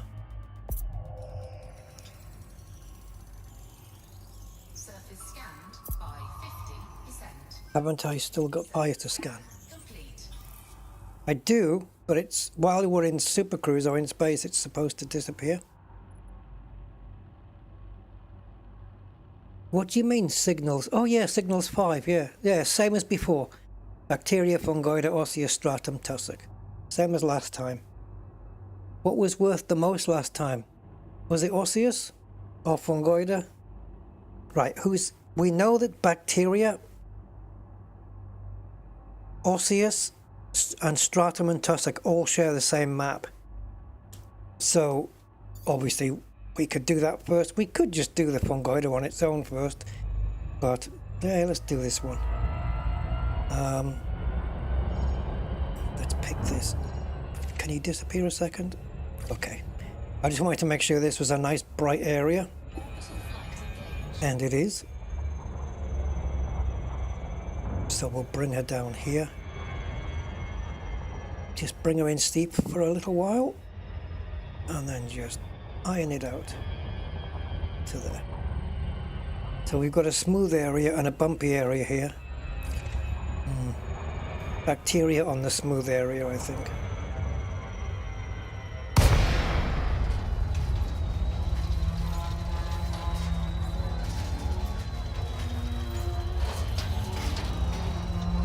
Pull up.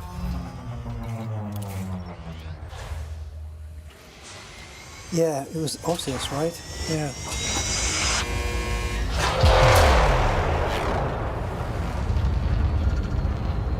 I love this. I love the audio during that launch. It's just every sound effect is really, really cool.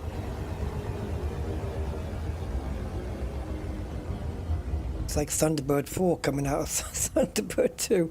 Right, well, there's the easy one. Stratum. I don't think it's going to be another color, so to speak. So...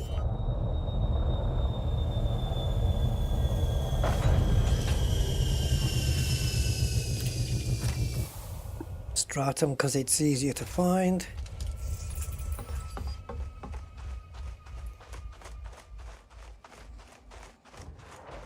Who wants to be scanned? You? Okay.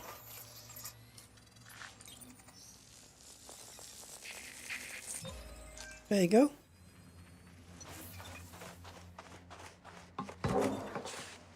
They've probably never seen another life form in their lives. Maybe never will again.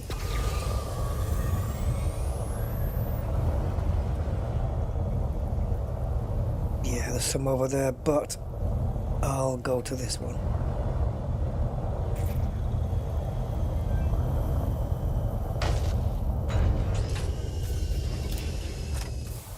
Tussock around here as well.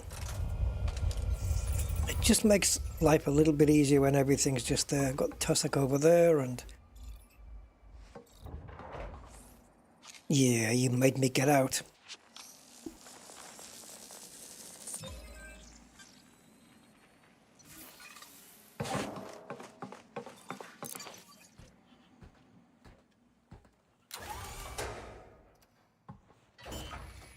Right, one more. Let's see if we can... instead of getting too far away from all of this lovely juicy plantage. See if we can find any in the vicinity. Oh yeah, baby.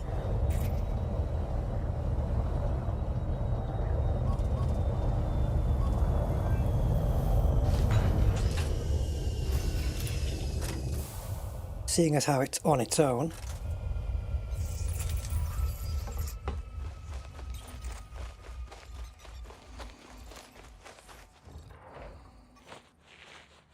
Hello. Yep, please. Thank you.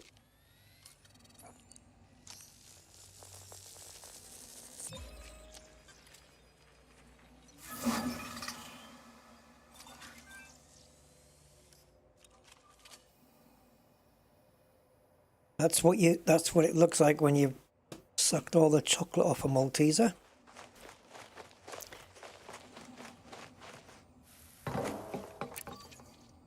Right. Tussock. As we know, it's in the area, as well as, well, whatever comes first. I think there's a couple of things. But whatever lights up in green first. Hello.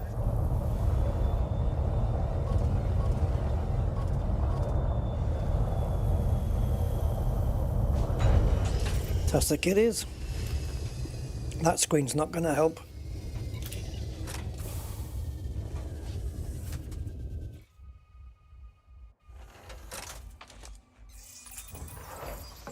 Oh wow, okay.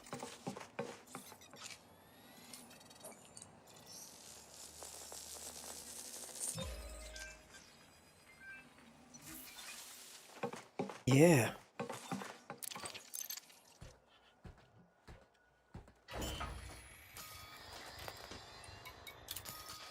No, wrong screen. Try again.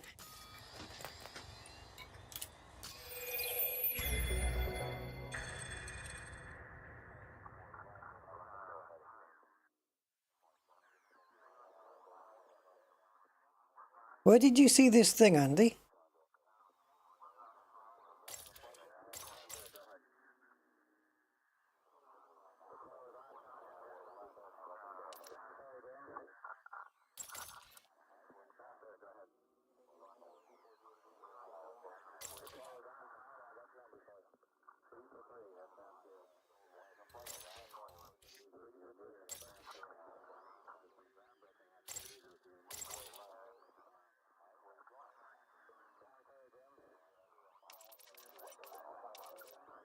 Hmm. Did you say it was on Galnet News?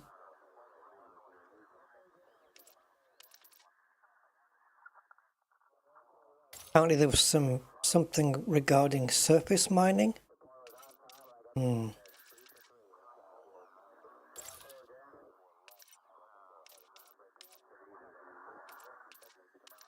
Can you imagine if they bring that into the game? Wow. That'd be freaking awesome, especially for exploration again. This is old news though, this stuff. This is the newest one at the top.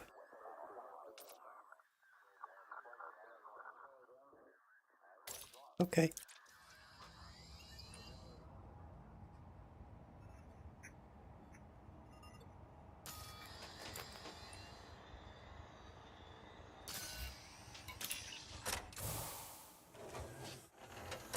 I'm lost now whether we scanned this one or not. Yeah, we did. Okay. It's like a crocodile. Stings like a bee.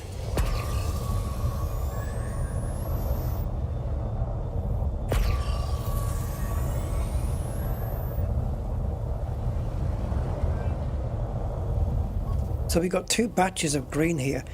If there's 200 meters between front and back, we might get both scans in.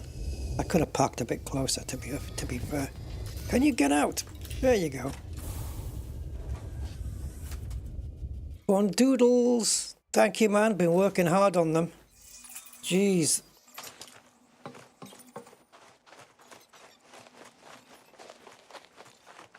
I've been clauding it.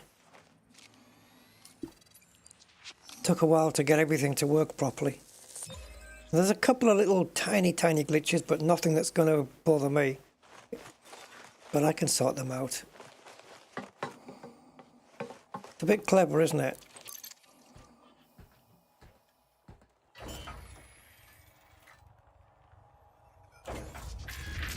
Now, can we get one right at the back? Come on. Yes, baby. Yes, we can.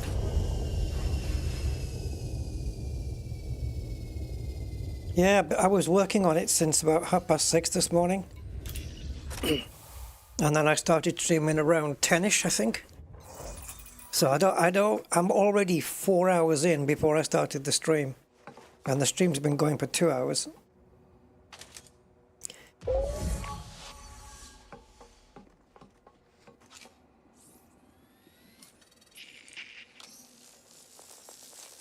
And last night where it all started off, yeah.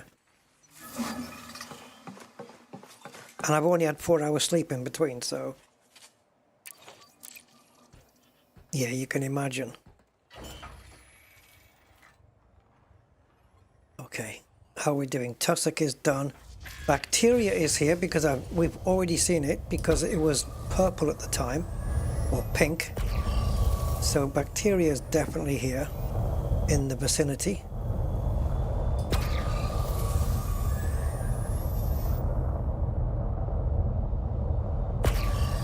It's a question of where was that vicinity when I was in it.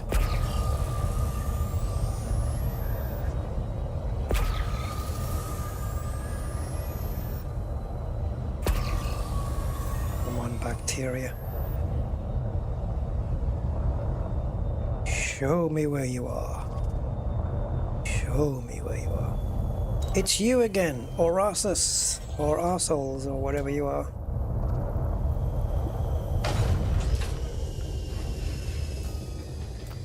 Stop. Keep pressing the wrong button. Hello, Oliver. Don't fall asleep while you're in the no. No, definitely won't do that. Well, I hope I won't. Have I popped on top of it again? Oh, I can just about get to it.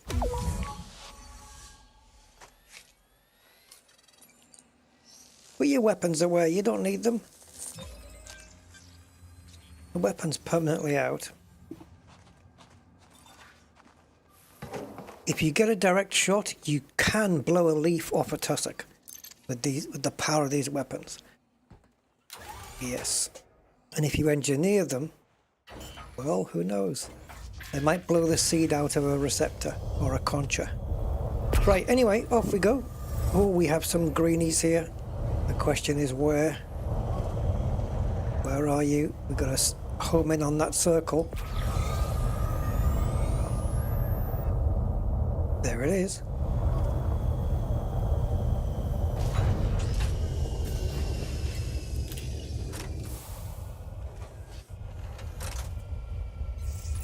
$800,000 of biodata. What, you lost that, or that I would be at risk of losing it?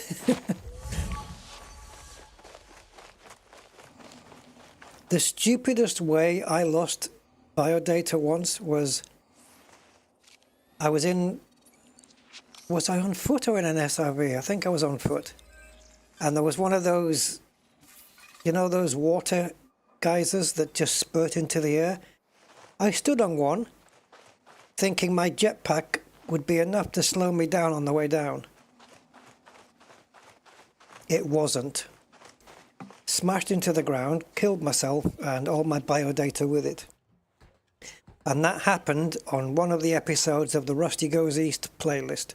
I don't know which one it was, but if I did know, I probably wouldn't tell you. That was infuriating, to say the least. I don't think I was in an SRV, because an SRV I would have at least had a chance at survival. But I actually did it while I was wearing a suit, which wasn't smart. You know, while I was on foot, I should say.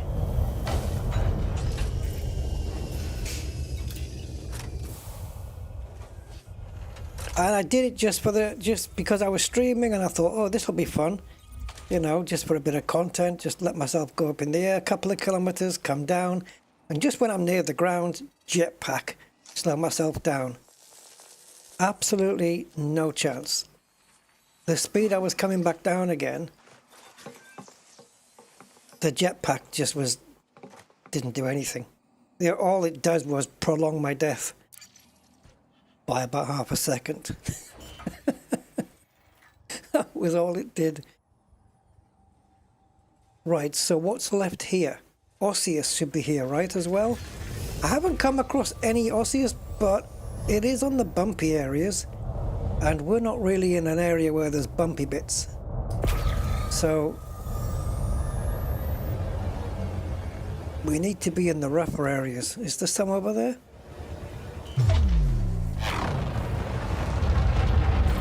I don't think Osseous is going to be on this. I mean, it can be, right? It can be on the... You see these, the rough parts here, the brown bits? It can be there.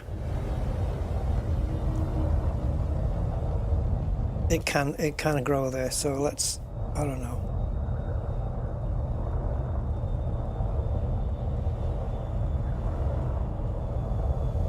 Let's just wait for the terrain to pop, because we have actually boosted.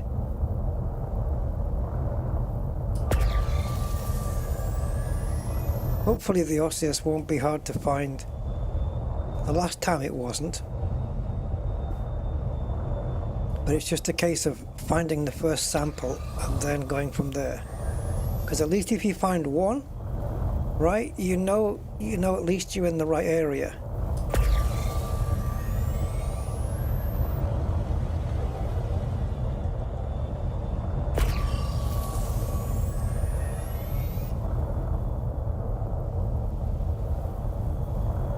And this is the one that's worth the money. There we go. That's one. See, they only grow on the rocky parts. I nearly used it as brakes. Comp scanner not working from here? It's the same ones as last time, so we're not going to get anything out of it.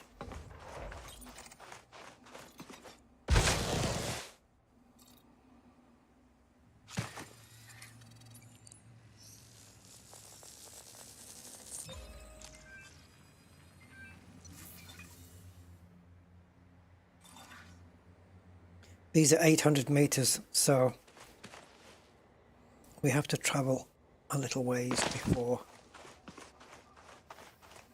Yeah.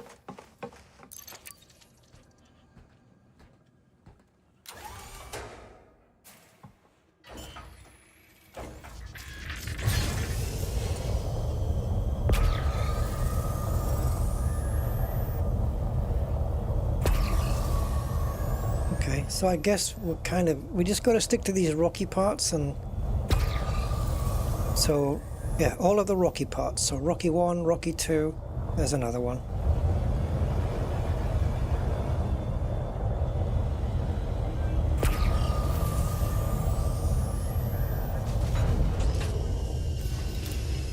See, she's landing anywhere basically, except on top of plants and on top of certain plants it won't land, like that one, it's too big, and on top of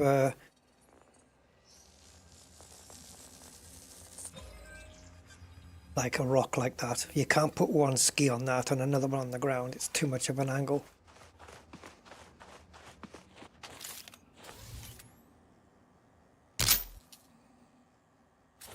It would never reach.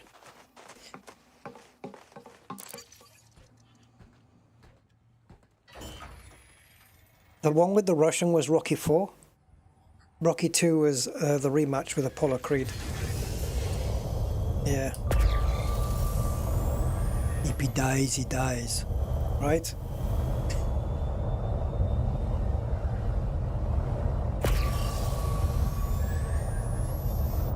What was the guy's name? I don't know why I've got Durango in my head. Drago. Drago Unchained. Oh, hello. I just saw some out the side window, but you'll do.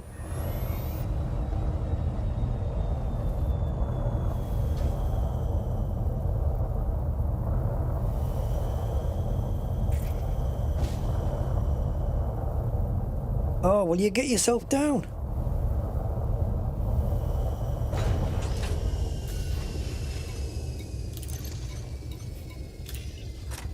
Get the docking ready.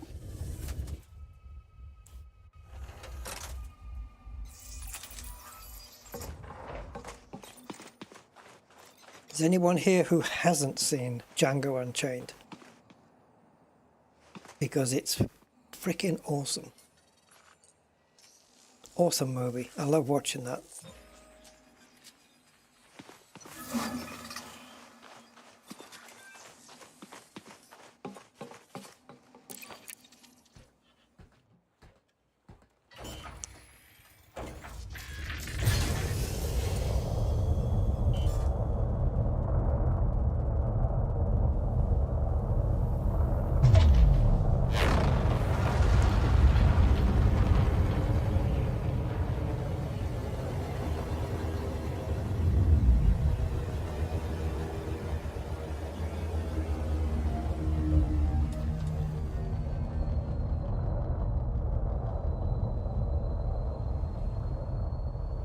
See, I'm vertical thrusting all the time and it just doesn't want to do it. So I have to just release all the controls and then reapply, and then it does it. Yeah. Why were you going in so fast? I didn't even apply that much throttle.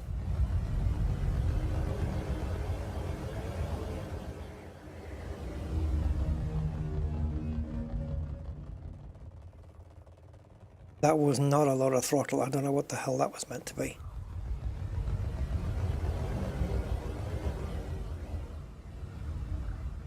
I've certainly gone in faster.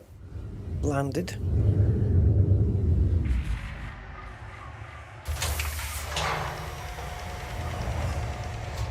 Yeah, I was just about to say, yeah, DiCaprio was amazing in that film. Was Bridget Nielsen in Rocky IV? I think so. Yeah, I think so. Yep. Yep, I believe she was. Right, we are fungoidering.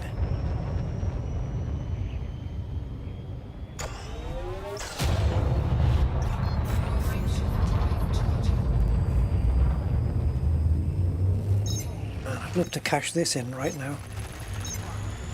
We may already be elite in exobiology.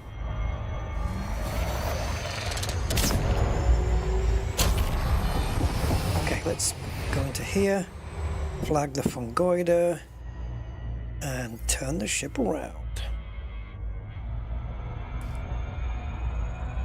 Oh, nice. Okay.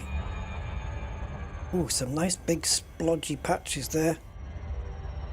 I was going to go to that one on the side, but you know what? I think I won't.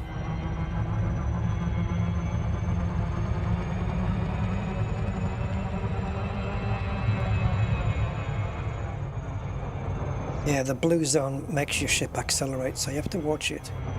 Right, so we're going to come down into this big blue splodge. Got to be careful because we're near the drop zone. Perfect. Just, can you get it down to 40? 40-ish?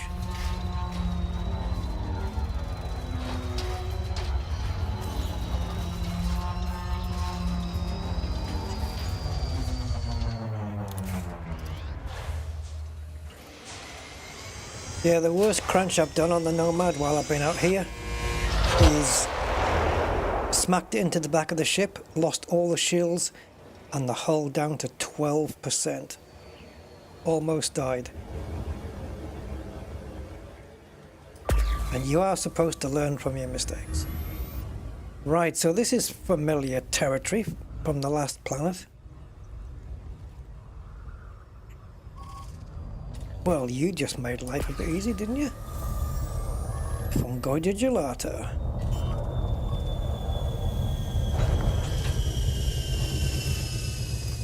The best a man can get.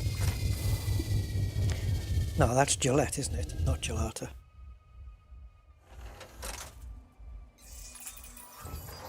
Yeah, I haven't killed a Nomad yet.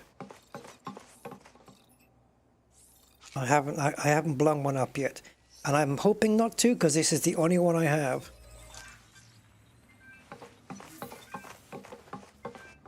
Right, so Fungoida is 3.3 million, 300 meters, and it's another 10 million. So we're looking around for this, just for the last two planets that contain 5 each.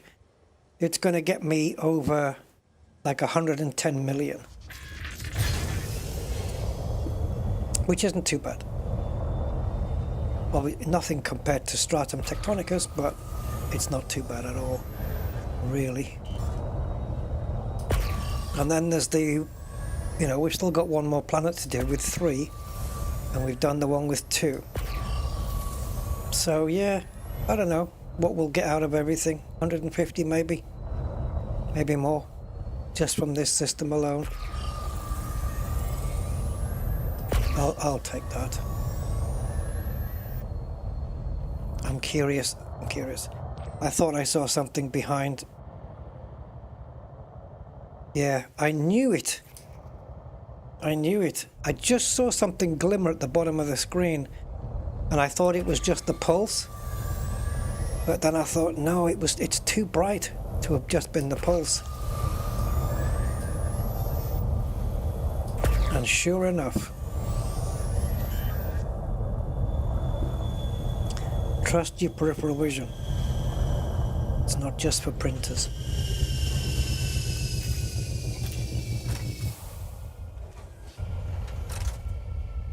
You did your second on-foot mission. Bloody on the dark side with no lighting and no night vision. Well, you've got your torch. In case you're wondering, you know, whether the Nomad can park in weird spots. I mean, yeah. It can park in some weird places. Oh, this one's not quite ripe yet. It hasn't gone all red. That's a nice little touch. Gelata's normally red, isn't it? Unless, of course, it's Fungoida Gelata green. That would explain it. The other one was red. Okay, so one more scan and this planet's done. That's the two big ones out of the way at least. Gelata.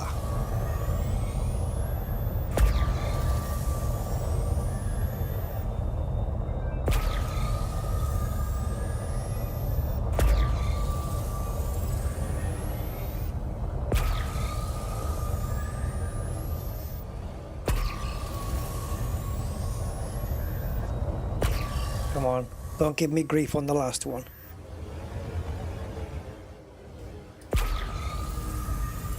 Alright, I'll wait just in case the terrain needs to do something. As the ship flies past me.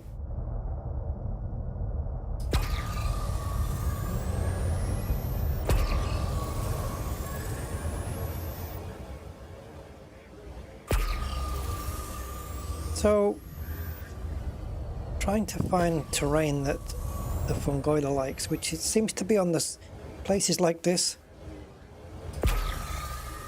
on these hilly, bumpy bits.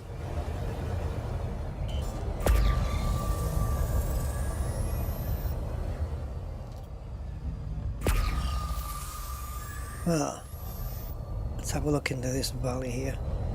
Oh, it's not really a valley after all. Come on. Yeah, all that bumpy area down there. This is where we need to be, I think. Right, let's just make a quick move.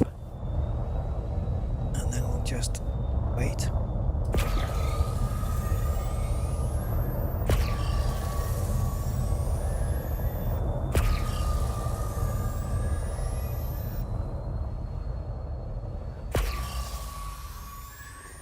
Sweet mama.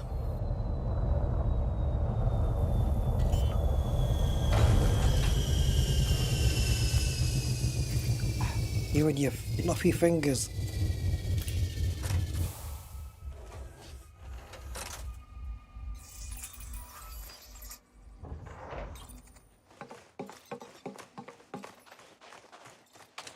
Okay.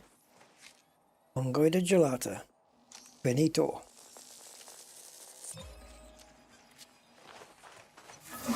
One more planet to go.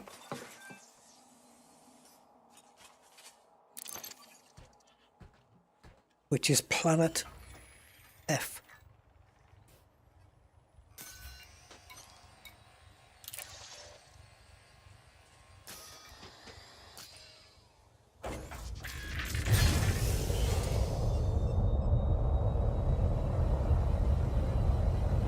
Oh, this is risky.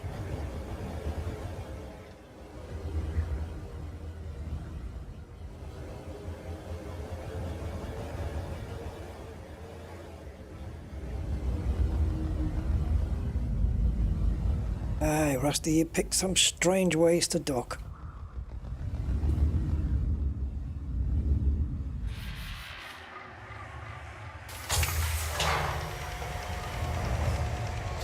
Nomad fuel 93.8. That's not too bad. Ship fuel 90.7. Fine. We're good. And now we're going to... Oh. 1.53 megameters away.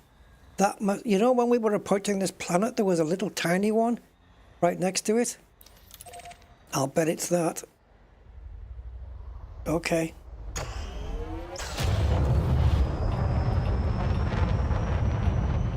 Nice view out.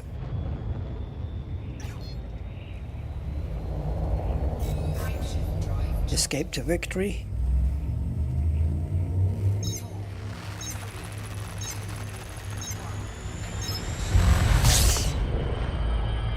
Now, planet E is down a bit, so let's overcharge.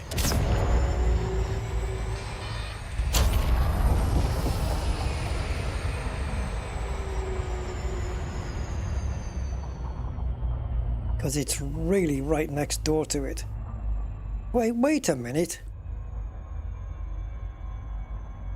Oh, it's F we need. Sorry. F, yeah, I was, okay. I was not paying attention there. Okay, it's behind something. I'm gonna go to the side.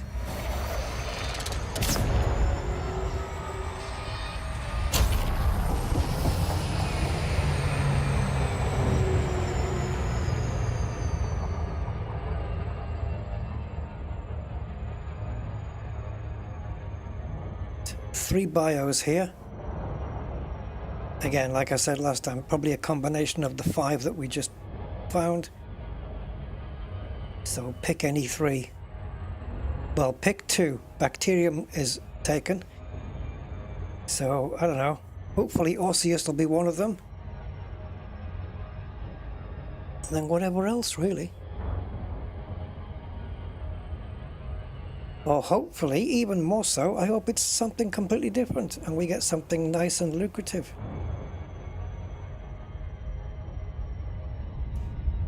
Right guys, I've got 123 people watching, which I would consider you are all humans, and 21 likes.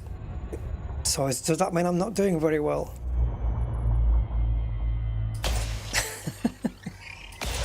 That's a bad ratio for me, I guess. Oh well. If 1 in 6 are happy, that's all right. So bacterium, stratum, and tussock. Well, okay. They're all on the same map, though, which is really freaking handy. So if we can just find a nice big bit. A nice big chunky piece. Okay. What about that bit over there?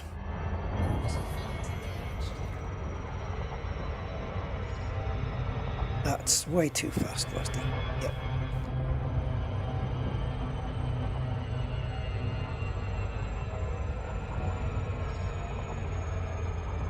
Careful with the drop zone. That's fine. Human meat bags. So, yeah, that's not a very nice thought, is it? Bags of mainly water.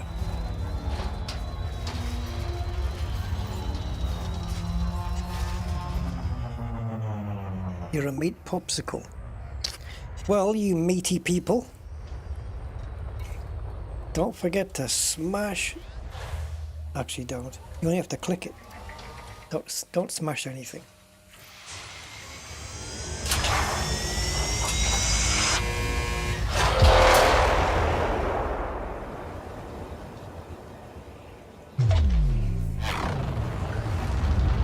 Okay, whatever comes first. Don't care. Bacteria, stratum, tussock. Stratum's going to be the first one, isn't it? Really, let's face it. It's just going to pop in and be right there. Space cucumber to the rescue. We're not seeing any at the moment, but I'll bet if we wait, the family will turn up. Ooh, there we go. Got some on the left there, and we got some over here. I'll take this one. And there's Tussock as well.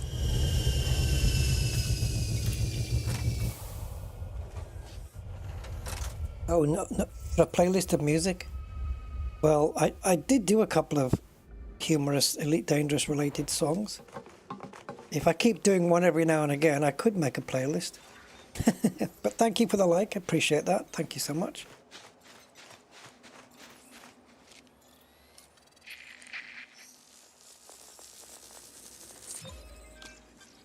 Just lets me know if I'm doing the right thing or not, I suppose.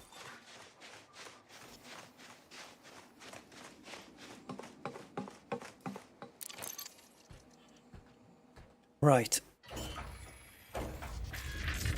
Stratum 500 meters or 500 metros. There we go.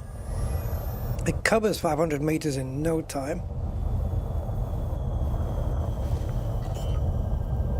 Oh, doesn't want to land there.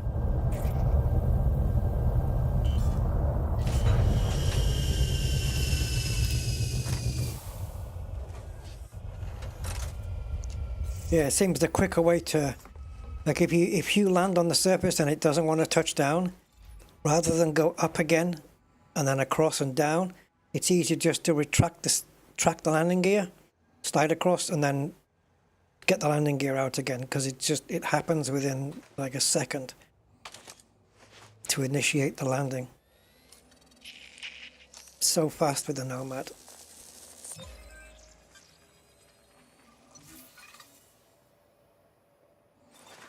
Yeah, no narration. I have done well, very rarely I do a stream where there's no narration, which tends to be when I'm concentrating on something, so if I'm sim racing or something.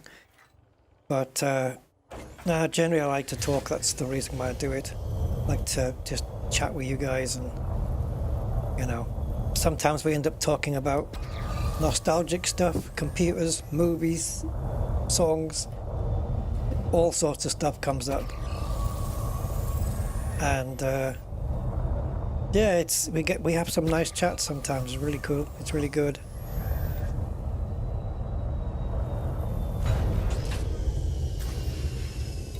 We've had so many conversations about like what your first computer was, you know, Spectrum, ZX81, Atari ST, Commodore 64 or VIC-20. Talking about the tape recorders and the thermal printers and the manuals that you used to get in games, all that kind of stuff. Good old nostalgic stuff that we've all experienced. Having a hard time working up the motivation to play. Did you burn yourself out on it or something, or is exploration maybe not your thing? Because this new Nomad thing is a nice little toy to play with. If you don't mind going out in the black. Commodore 64 with a tape drive, yeah. My cousin had a VIC-20, which I thought was brilliant. I loved the VIC-20 when it came out. I thought it was amazing. And then the 64.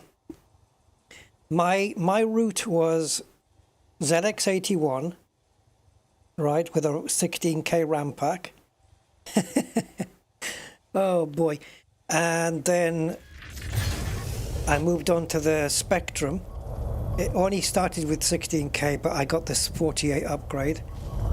And then bought that from W.H. Smith's when it used to sell good stuff. Yeah, so ZX81 onto the Spectrum, which I had for years, loved it to pieces. And then the Amiga 500, followed by the ever amazing Amiga 1200. What a machine that was. What was it? 3.5? No, what was the megahertz of that thing before acceleration? With acceleration, it was 50 megahertz or something, or 30, depending. The Blizzard 1230. But anyway, obviously its speed cannot even, it's nothing compared to this PC I have right now, right? It's just worlds apart in terms of speed. But when it comes to multitasking, I will guarantee you the Amiga 1200 will do it better than my PC will. I will freaking guarantee it. Because the architecture was so completely different. This doesn't multitask properly. It's got so many cores and threads, but multitasking proper? Nope. Nope. Not like the Amiga did it. You've still got your 1200. Oh man. I've got the emulators now. I've got the Spectrum and the Amiga emulators on my PC. Yeah, and then after the Amiga 1200, I got my first PC, which I think was a 286. And then I got a 386 and a 486, and then, you know, the Pentium 2s and all that stuff and all that. And then, yeah, just kind of built my way up. My first PC was bought for me by the company I worked for, because I had the Amiga, and because I was kind of the computer guy there in the company, they said, "Do you need a PC at home? So go buy one and we'll pay for it." So I did. Ended up getting it with those big chunky DVD drives and the IDE cables. Oh boy, oh boy. And because my Amiga had a hard drive underneath the keyboard, which is where they get stored, I went through 9 hard drives, because I used to have a bit of a temper, you know. And if I got annoyed with a game, I would smack the keyboard, and the hard drive was underneath, so all you'd hear is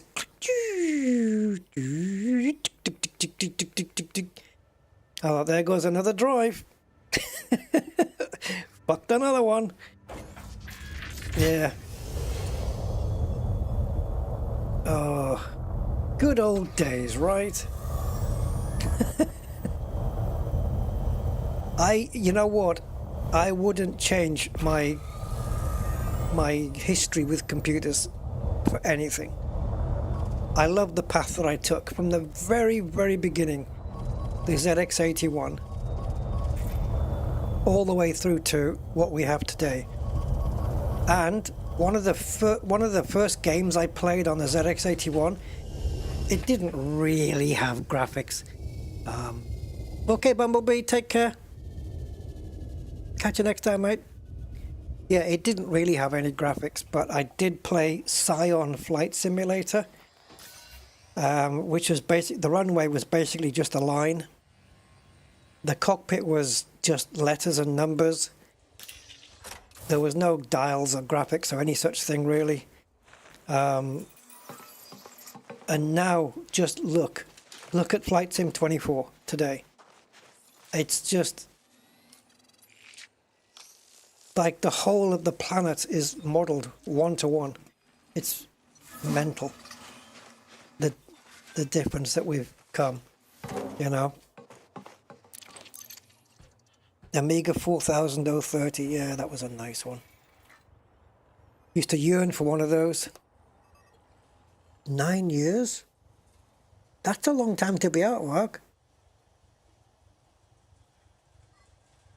Maybe the best motivation is to just load it up and get back in, and it might hook you. There's loads of new ships now. We've got settlements and, yeah, all of that stuff. It's changed so much in 9 years, man.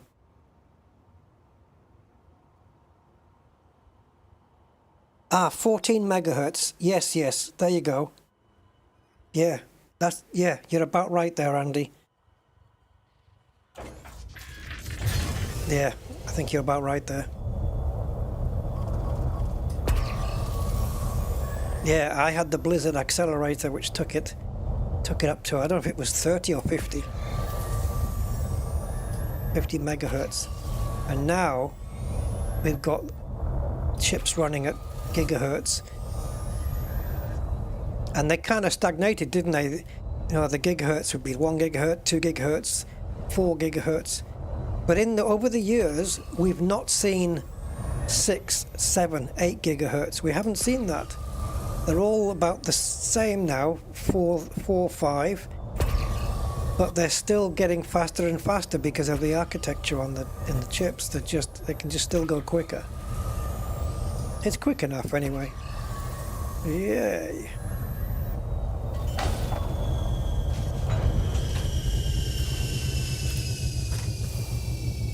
I remember when I was a lot younger, I don't know, I think in my, what I've been in my early 30s, I guess, late 20s, they were, back then they were talking about, the Chinese were talking about light chips, right? Which, if you think about it, if they could pull that off, because light chips, a microchip is basically those ones and zeros is just electric pulses that go through all the busways inside the chip, right? And it's just electrical pulses, right? And a pulse is a one, and the lack of a pulse is a zero, right? And because it's all electrical pulses in the chip, that's what makes it get hot, right? Because you've got electricity running around in there like so fast. But they were talking about using pulses of light instead of electricity, which would mean pretty much no heat at all and so much faster speed. So here we are all this way down the line. Why hasn't it been done? Why aren't we pumping light through these busways instead of electricity? It would, the speed increase would be enormous, and you wouldn't need a fan. You wouldn't need a cooling fan on the top of it either. Yeah, you get more cores. Yeah, I think I've got like, I don't know, how many cores have I got on my chip, Andy? Is it 12, 24? I don't know. Threads? I think it's 12 cores and 24 threads or something like that. But it will not multitask like an Amiga does. It just doesn't. I know. Just try unzipping 1,000 files out of a zip file and then doing something else without losing time or stuttering or waiting for it to catch up. Amiga would just do it in the background, and anything else you wanted to do, it wouldn't slow it down. You could just carry on doing whatever else you wanted at the normal pace. The Amiga 500 could do that, for God's sake.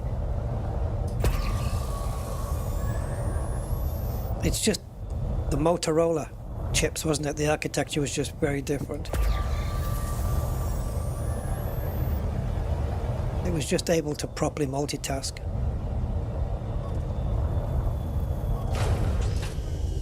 But yeah, I would love the I love the Spectrum and the 1200 Amiga. Remember the CD32? That was complementary to the Amigas, wasn't it?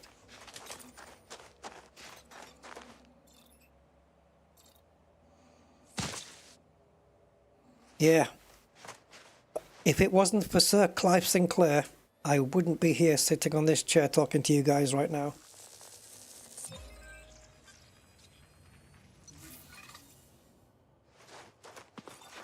Amazing.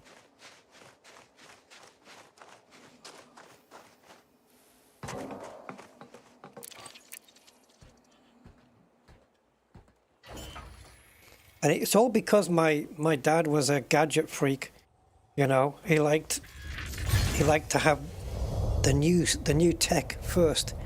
He used to like back in the day. He used to love he had the cine projector with that. He had a thing called a view editor, where you could splice the sound tape onto the film, and then you could splice and cut the film that you made. Like if you had a cine camera, and you took some film while you were on holiday, you could edit it, splice it together.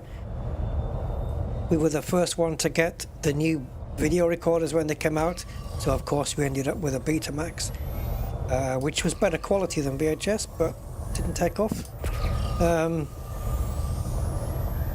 Yeah, he was always into the gadget stuff.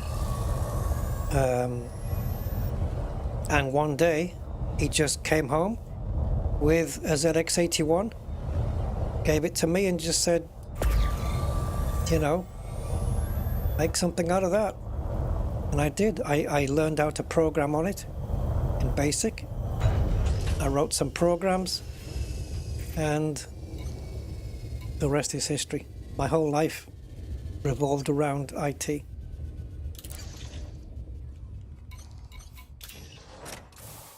And that's why I'm here in front of you guys on a YouTube channel, because of my dad brought that computer home all those years ago.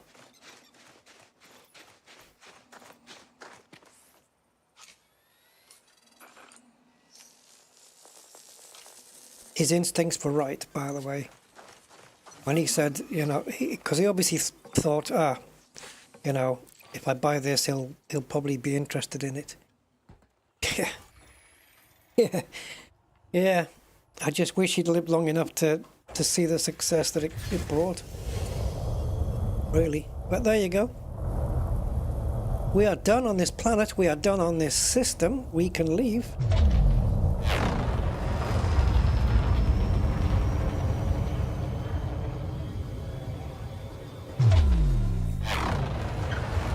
Oh, you're not a ship, Rusty. You're not a ship. Stop. You're not in the Caspian right now. Stop, stop, stop. Get the right screen up. Thank you. I keep leaving as if I'm in the Caspian. Right, I'll wait for you to come to me, Caspian. Oh, your shadow's over there, but you ain't. There you are. Is that where you were sticking? 2 kilometers? Finally, we get to leave this system. I don't know how long we've been in it, but long enough. How the hell have I, like from last night, the way I felt, don't know how I've lasted on this game for 7 hours today. It's a recipe for disaster. No good can come of this.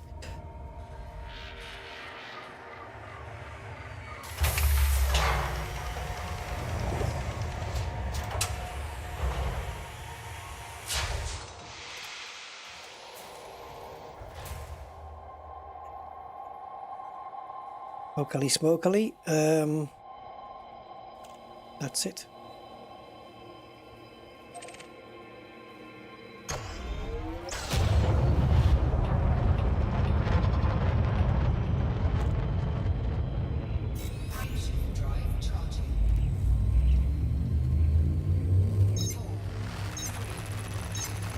Oh, the tool with the 2 bars. That's something I created myself.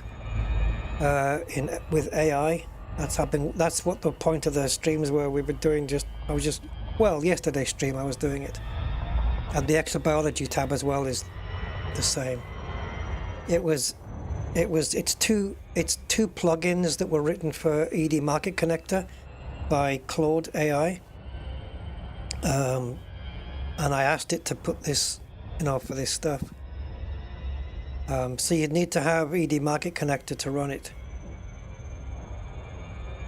Once I get it all sorted and neat and everything, I'll do a video on it, and then I'll make the files available in the video description of that video. So if you want to have it, you can. You just need ED Market Connector, and I'll have to write the instructions on how to install everything. And if you want the information, because the information that you're seeing is just on the live stream, that's what it was intended for. But if you want it on your monitor, you have to run another program called Stream Overlay. But yeah, you'll have to subscribe if you want to if you want to be notified of that video coming out.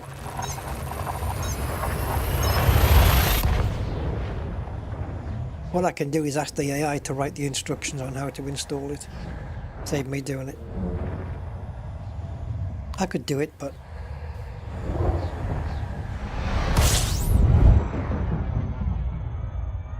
Yep, I do have VR, and I have played in VR, but it wouldn't really work on a live stream.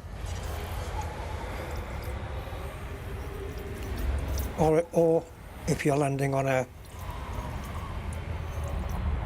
planet on foot, it doesn't work then either. It's like looking through a cardboard box.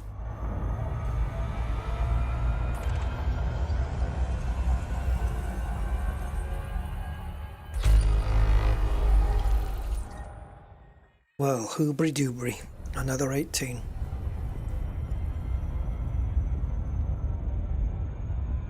I don't know if I can keep this going for much longer, but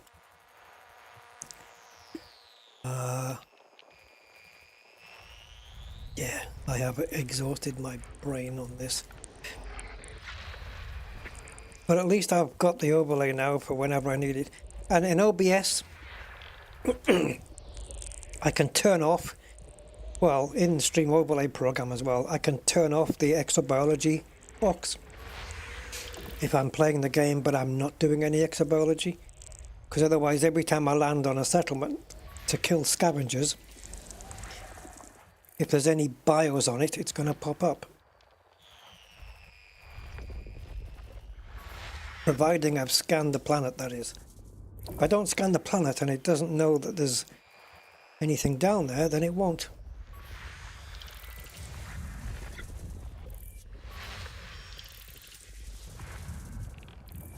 Yeah, no more coding. I know it's crazy, but yeah, it is going to be the future.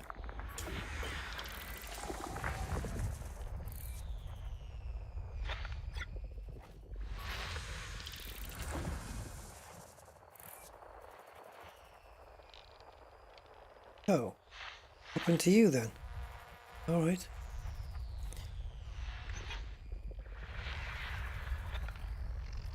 No bios so far. Geos. We don't respond to geos. HMC. His masters. Never mind.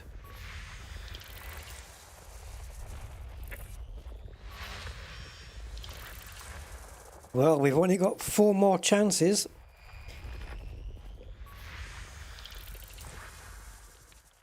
Three. Is it gonna be you?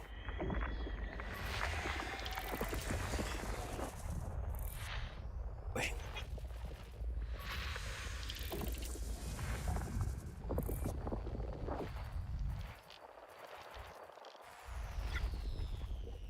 System scan complete. All right, guys, you on the chat. In your opinion, best sci-fi series ever, and it can't be Star Trek. Take that out the loop and go with something else. If you're you have to pick your second best. I don't know what I would pick actually if it's not Star Trek or a Star Wars one. Yeah, if we take Star Wars, Blake 7, yeah. Stargate. I haven't watched Stargate. I was thinking Space 1999 would be a good candidate. Each sucks in its own way. Not a sci-fi fan that much.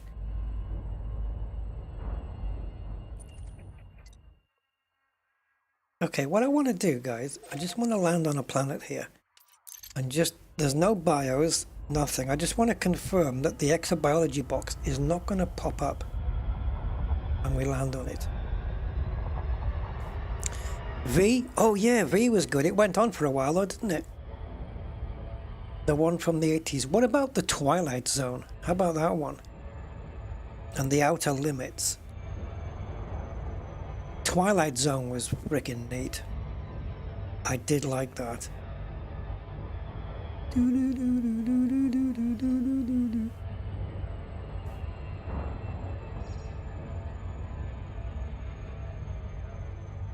Like if I had, I don't know. I'm surprised somebody hasn't popped in and said Battlestar Galactica. Red Dwarf. Yeah, okay. All right, you win. Yeah, but it's a sci-fi series. Red Dwarf is a sci-fi series. It absolutely counts. Absolutely. Yeah, Red Dwarf. Yep.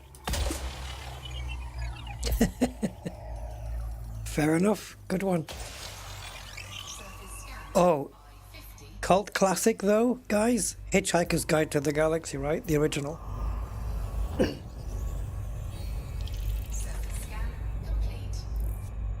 Right, I just scanned it just as a matter of principle. you know. Babylon 5, still to watch it. That was created on the, all the effects on that were created on the Amiga. Babylon 5. Oh, Farscape.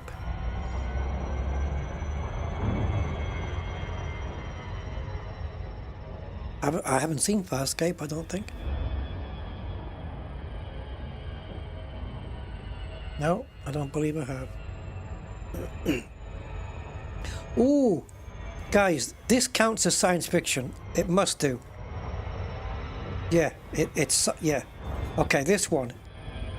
I'm not going to argue it is science fiction, period. Quantum Leap. Quantum Leap. That was, yeah, that's freaking awesome. That was genius. Farscape. I'll check it out. Can we count Thunderbirds? Yeah.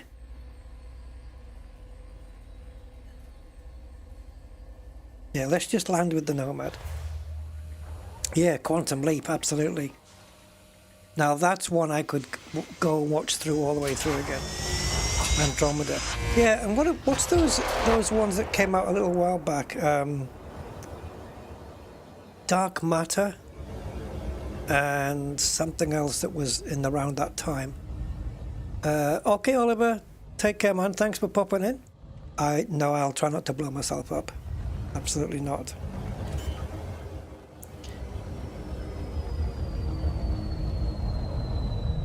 So yeah, but because we haven't, I did surface scan this place, but there is no known bios here whatsoever, and we've got no exobiology box popping up, which is exactly how it was supposed to be. Good. Test successful.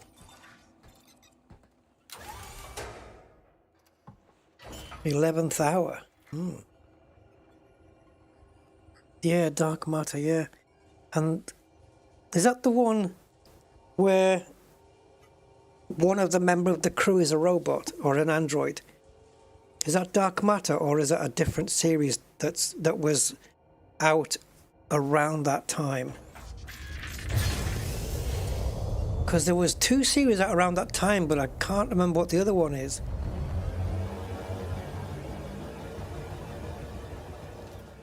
Andromeda. Yeah, I think it might be that one. Yep, you might just be right there, Andromeda. Yeah. I started watching both. One of them got a little bit too, like, I don't know, like I couldn't follow the story too much anymore after a while. It might have been Dark Matter, can't remember. Did they get cancelled or anything, or did they finish properly? Because I'm pretty sure they're not still going on. But yeah, I would put in a vote for Quantum Leap and Red Dwarf and those things, yeah. But I mean, for me, Star Trek would be it, but that's why I cancelled it out, because it was Star Trek was too easy. Yeah, Buck Rogers in the 21st century. Yeah. What's up, Buck? Yeah, Space 1999 I liked. I kind of grew up watching that. That and Thunderbirds when I was a bit younger, and...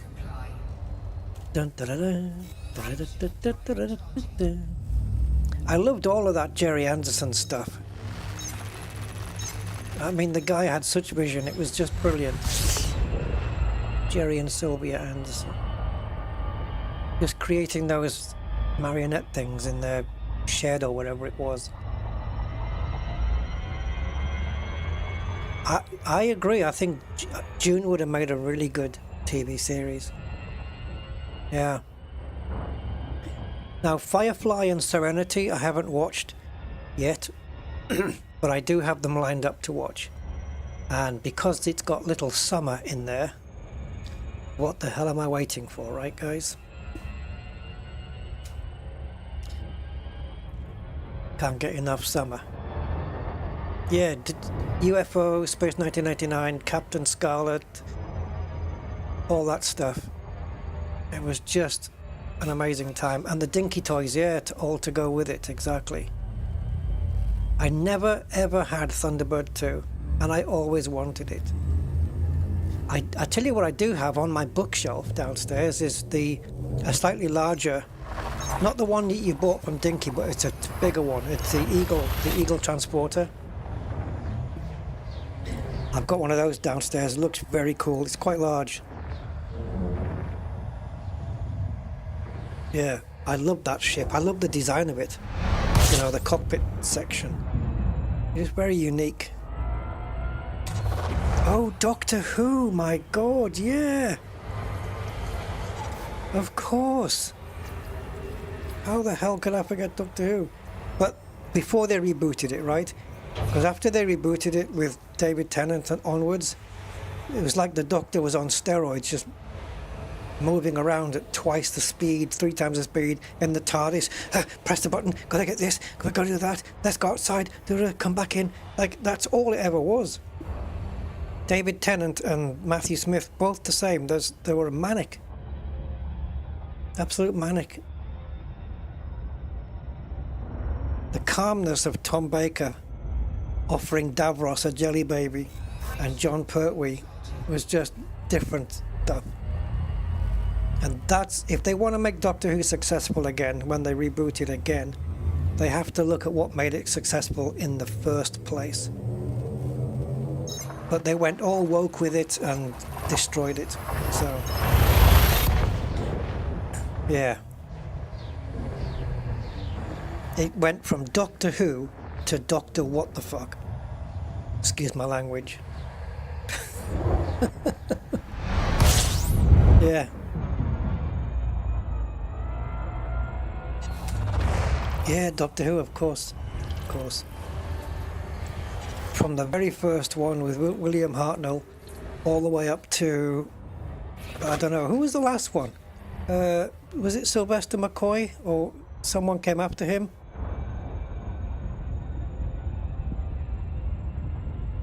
Who was the guy with the curly blonde hair and the red long jacket? Colin Baker, right? Yeah, Colin Baker. And there was Sylvester McCoy who had Ace. That was actually decent. I didn't mind that. Yeah. Yeah, I suppose it would have to be Doctor Who. Just because of, you know, how many series there have been. I don't mind watching the rebooted one from David Tennant onwards. David Tennant was okay. And Matthew Smith was okay. I just found it very manic at times. Why am I in here? Like they were always, oh, stop it.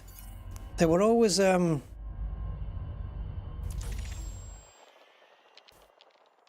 around like their arse was on fire.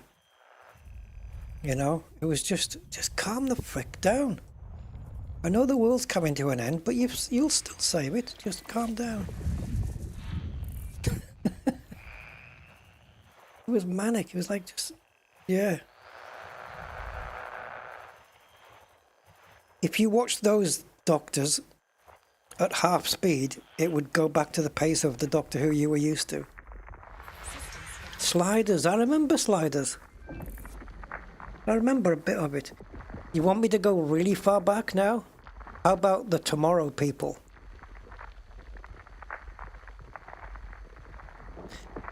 Showing your age, Rusty. The Tomorrow People. Yeah. Oh, there was no BIOS on there, was there?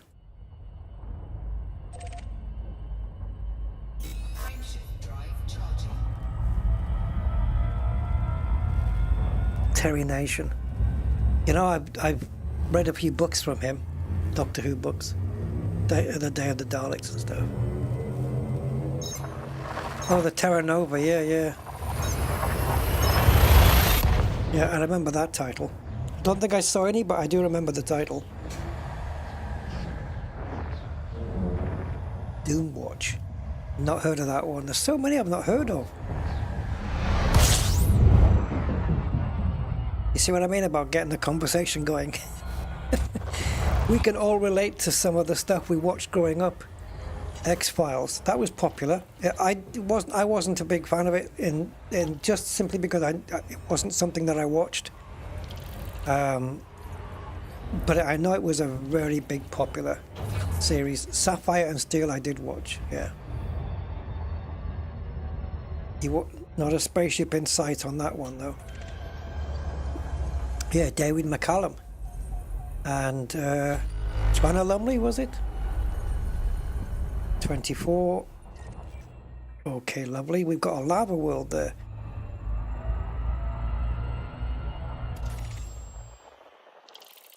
And not much else.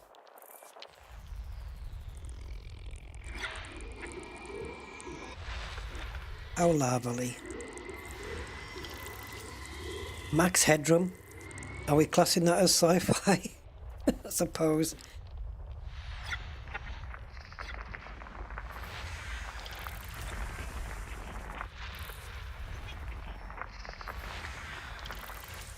Right, so geos, we've got 3 places with geos. 4 places with geos.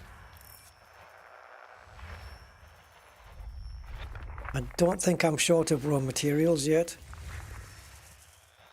When I was testing out the script with Claude there for the SRV fuel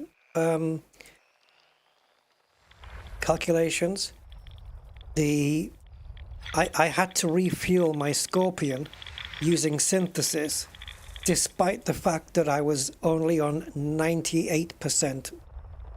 I had 98% fuel left and I had to waste the synthesis because we needed the data on what one of the elite system files was showing when we had a full tank of fuel, and I couldn't do that without filling up.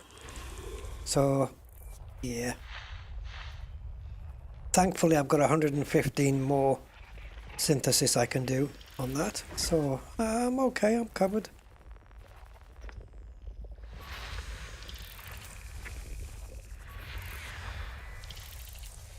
Space Above and Beyond. Didn't see that either. Heard of it.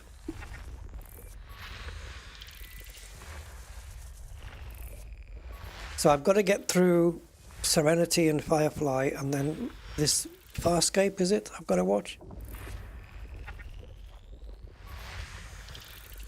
No calls for Battlestar Galactica? The original, perhaps?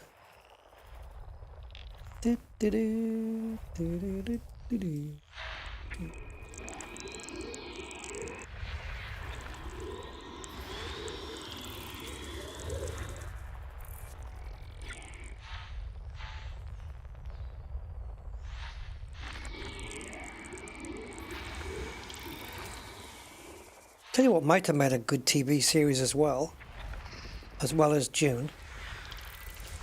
What about Mad Max as a TV series?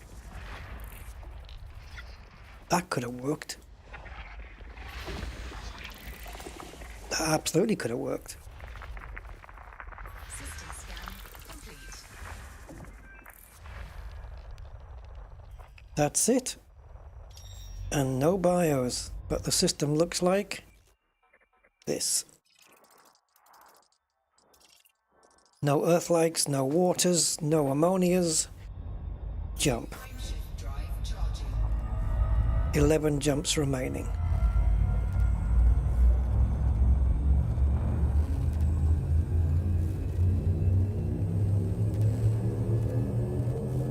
Yeah, V was mentioned, Trollish, yeah.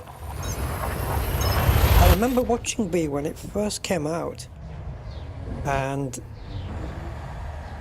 like nobody expected the twist when it came out.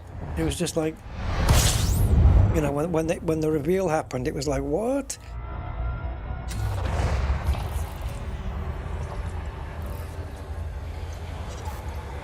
But something that has a lot of, for me anyway, a lot of, let's say, replayability, right, or rewatchability, is definitely the Twilight Zone. I could probably go to the end of the Twilight Zone, watch it all the way through to the end, and then start from the beginning again. I could certainly do that with Star Trek. And I have actually once started with episode 1 of the original series and ended with the last episode of Enterprise. And I just went all the way through. I had TNG, Voyager, DS9, Enterprise. I just went through the whole, I binged all of it in that order. It was brilliant. Took me a while. But then I've also binged through Doctor Who from the beginning. Up until the reboot. I stopped there. Yeah. Because I'd seen them before. The only Doctor I haven't watched through is... Well, actually there's been a couple. But I stopped watching before Peter Capaldi. I think I would probably watch him. But anything after that... I watched a couple of Jodie Whittaker ones. She was all right. But, yeah. I think Jodie was okay. If they were going to pick somebody for a Doctor, I mean, she kind of worked, didn't she?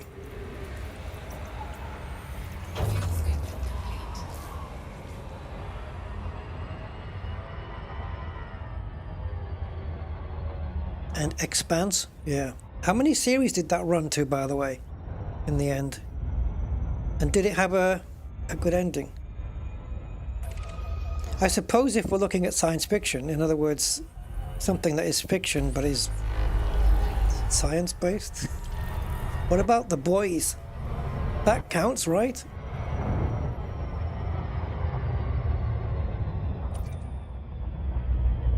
Just got through watching The Boys. It was brilliant. Well, I saw the last episode when it was aired.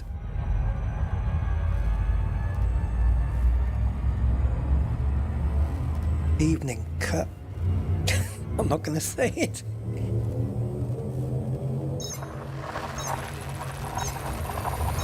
What an amazing villain Homelander made. Anthony Starr, man. Jesus. Didn't even have to say a word, just had to give a look. Just, he was one of those guys. He could just give a look and it said everything.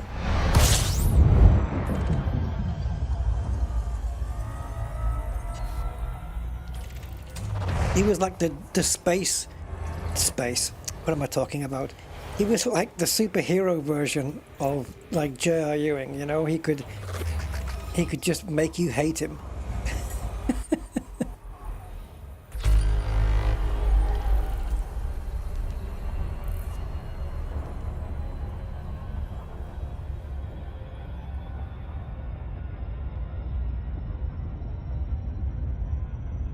Eating the mouse? Who ate the mouse? Are you talking about in... Was that from V, you mean?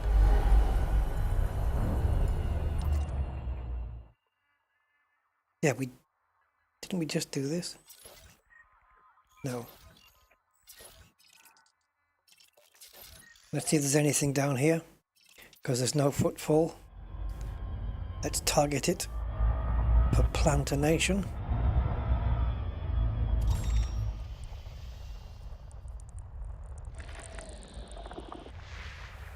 Well, it's one of you.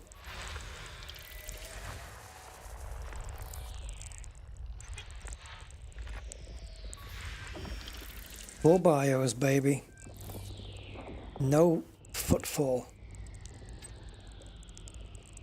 Let's go see, let's go check it out, and it'll probably be the last planet today, I would imagine, because I have to eat and whatnot. 6 seasons. Oh, did it go that far? Yeah, Dining V, yeah. Yeah, when JR got shot, I know it was a huge big thing, wasn't it? Everybody wearing t-shirts saying I shot JR. There was a time when Larry Hagman, who played J.R. Ewing, came to the UK, and he came, I think it was Heathrow Airport, and there was these old women waiting there, and they were hitting him with their handbags. They literally couldn't separate the real guy from the character. It's crazy. It just shows how much of a freaking good actor he was. It's one of the best TV villains of all time. Absolutely. J.R. Ewing. No question.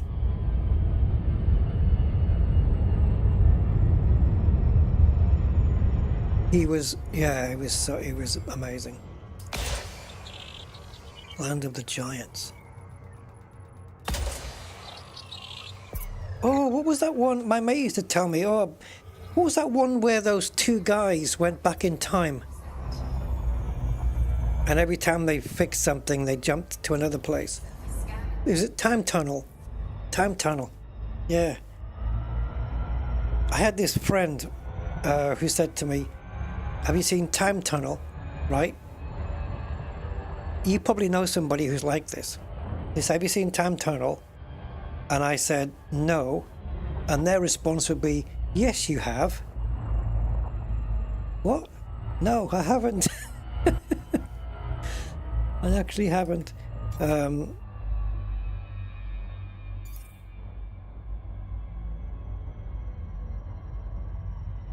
Right, I'm losing track of where I am here.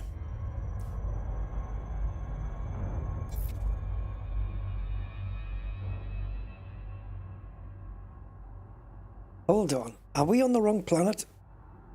Yeah, so I grabbed hold of Time Tunnel and I watched it all. Yeah, it's A4A we want. Yeah, and I watched Time Tunnel. It was actually pretty good, to be fair. Yeah, it was decent. I liked it. Yeah, they went through that tunnel thing, didn't they, in the lab? Went back in time and stuff. Oh, I know a sci-fi series that we haven't mentioned that I've watched recently. I watched it through. I hadn't seen it since I was a teenager. Logan's Run. Yo, that was good.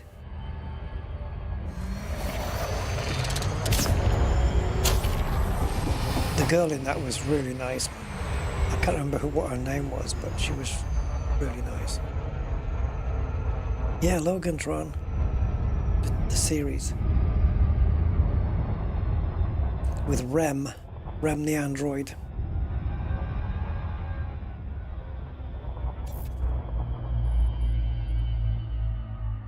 Yeah, that should have gone on for longer. Oh, can we map this in one?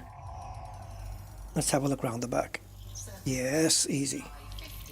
Right, bacteria and stratum and protexer and tussock and stuff and things. Right, stratum. You are my target.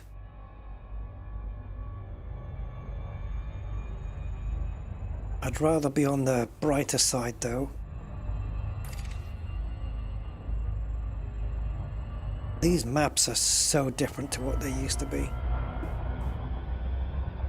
Stratum. Oh, let's go down there. There's a bit of a sizable patch, but it's bigger than the other ones.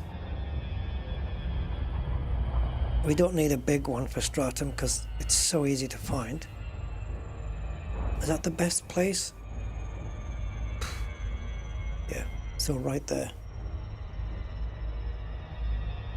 Automan.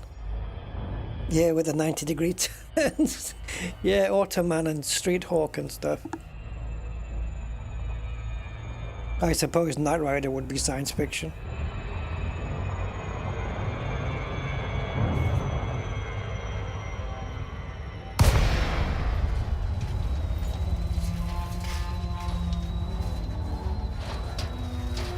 Yeah, didn't the guy who was a passenger used to get put up against the side window when it turned? I remember that. It was hilarious.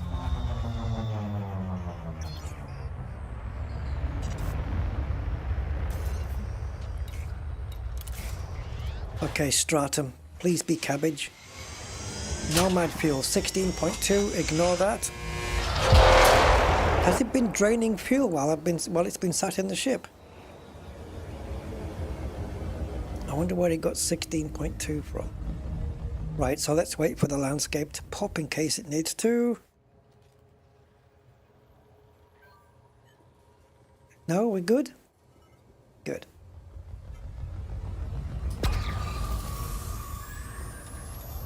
Cabbages?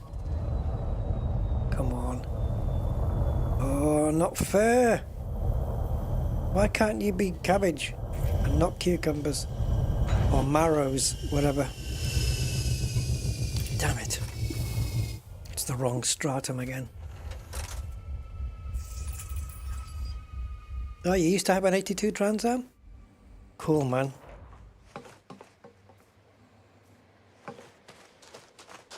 Yep, you should have. Yeah, if you still had it and donated it or converted it into a Night Rider car, they sell for big money now.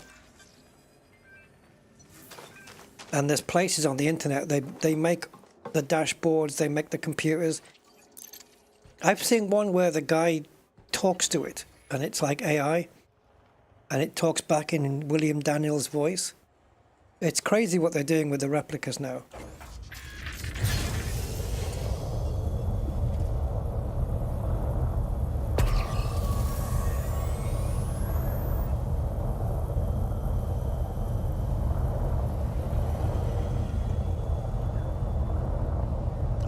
I think I saw someone who had one that he had it all so it could convert it into that super pursuit mode thing. It would all stretch out. It was either like it would either convert up to it or it would just be like that. I can't remember. And then you get people with car replicas as well. You know, KARR. Hey, Camp Crusader. Okay. See you, man. Yeah. Thanks for being around, man. Take care.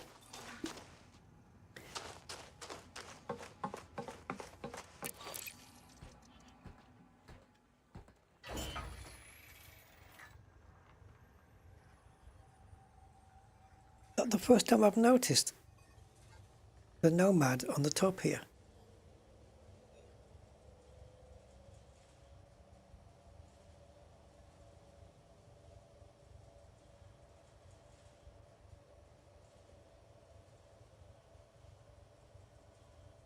Well, at least I've got almost a quarter of you guys liking the stream. So thank you for those who slapped a like on there. Appreciate it.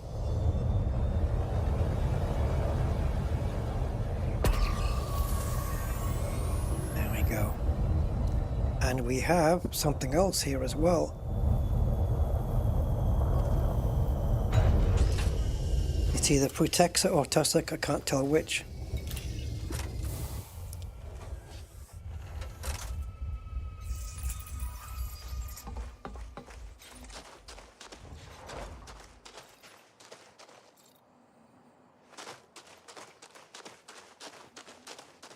Looks like tussock to me, but looks tussocky, but we'll see.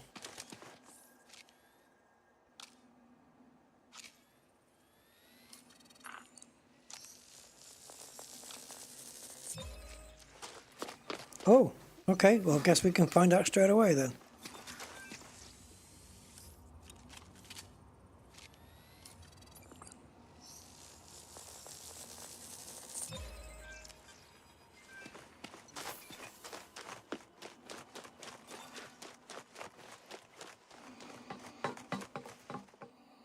Open sesame.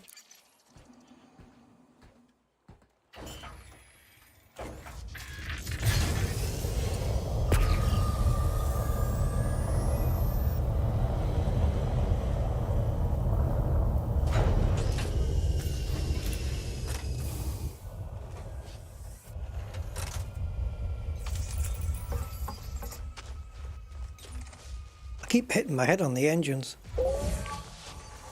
So you're not. Oh, you're okay. That one's still inside the zone of the other one, but the rest aren't.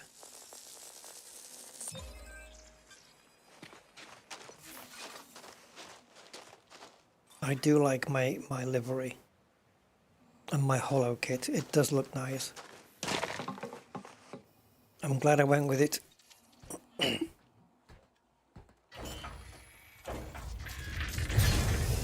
Yeah, exploration ship or vehicle is midnight black is not normally one I would pick. But as this one glows, I thought I'd be a bit different. So was everything on this same map? I'm not sure. Bacteria should be on this map, I think, but Putexa? I should have paid more attention when I mapped it. Didn't I say at the beginning they're all on the same map? Let's go with that. Okay, now we need bacteria or Putexa. Either one, I don't care which. Just bring it to me. Bring me a green. Give me a green, any green, any green. Any green will do. So we've got bacteria there. Is this also bacteria? It is. Okay. So Putexa then. I think I said that they were all there. All the planets look like a quarry.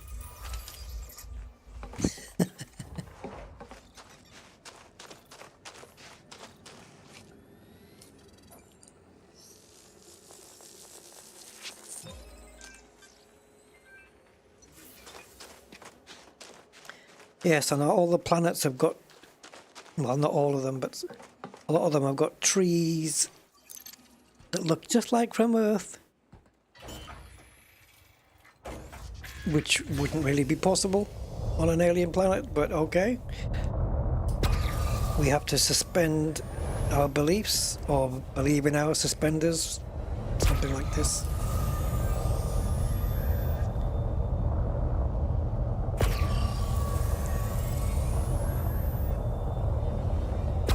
Come on, bacteria, the ground doesn't get any flatter than this. I see one in the distance, but did I not see one here? No. Okay, we'll get that one then.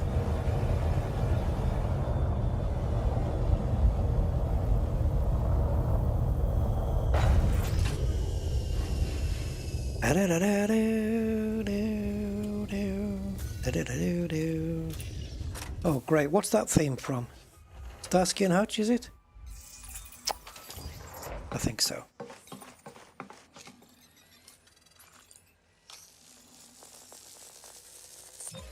Yeah.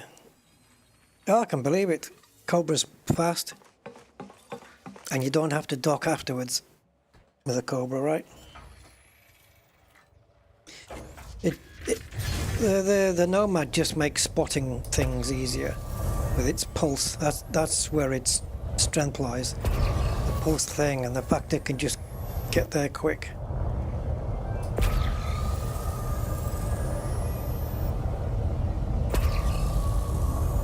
All right, but the only way you were showing up in green is because there's a bacteria nearby. Otherwise, you wouldn't be showing up. There it is.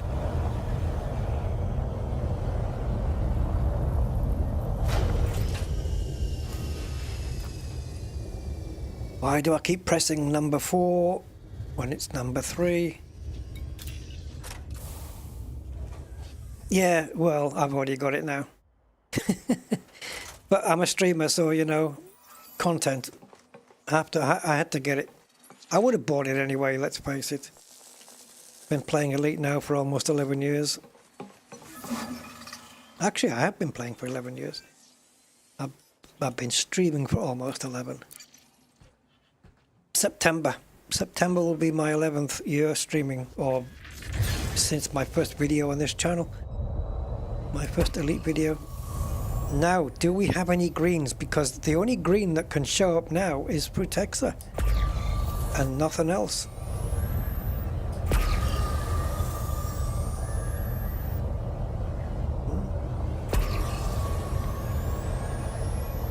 So, is there any? Because I don't know if it's on this map. I seem to remember saying that all the plants were on this one map.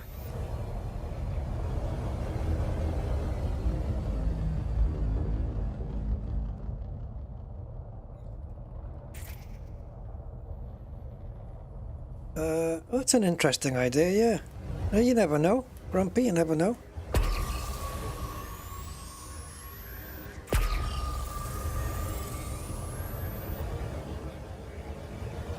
Where would Frutexa be? On the flat bits or on the high bits?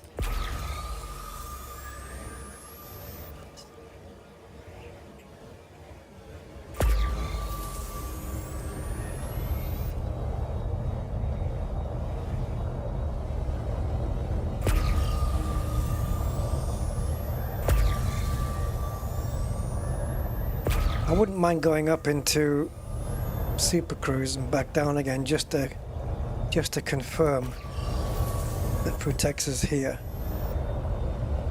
I may have to slow down actually.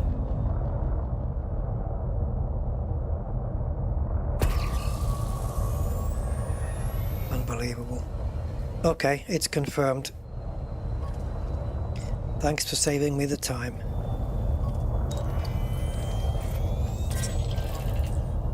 $50,000 Brutexa Ferra.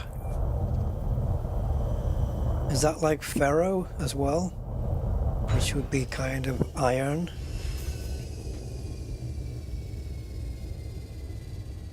You just started? What, playing Elite?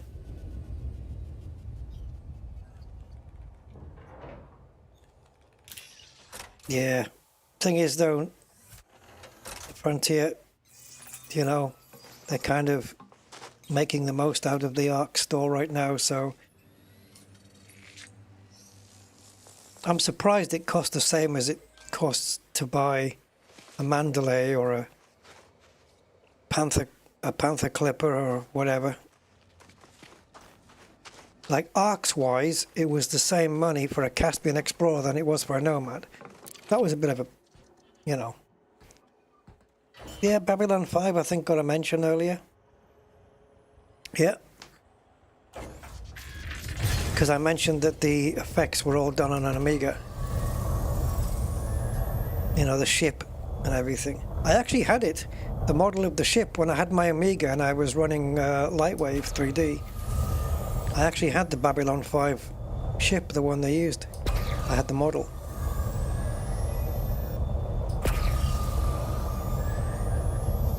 I've probably still got it somewhere. It might be on my PC, because I think every time I've upgraded Lightwave I've always kept the files, so I'm pretty sure I must still have it. What am I going to do with all the money? Oh, I'm not chasing the money. It's I want the elite ranking so I can get to Shinrata Desra. But I don't know, all credits can get you is ships and modules really. So I guess I'll be buying more. This isn't my Rusty account where I've got like 13 billion. Yeah, I've only got 3.6 billion on this one. But who knows? Who knows? I don't think I'm going to make too much money with this. Like, I don't think I'll be coming back with like 2 billion's worth. But I think future. I don't know. I was going to say future. I might get a fleet carrier for this, but I'm not sure if I will. It took me ages to convince myself to get one on the Rusty account. And it has come in handy. We've had some nice little trips with it.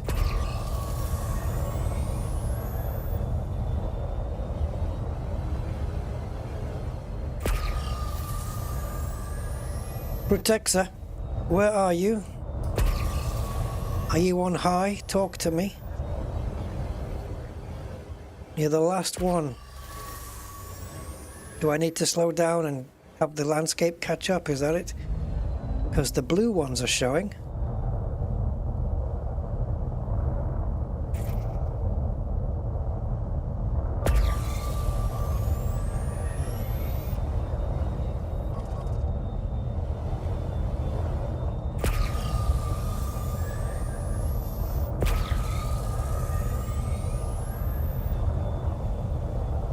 Where are you?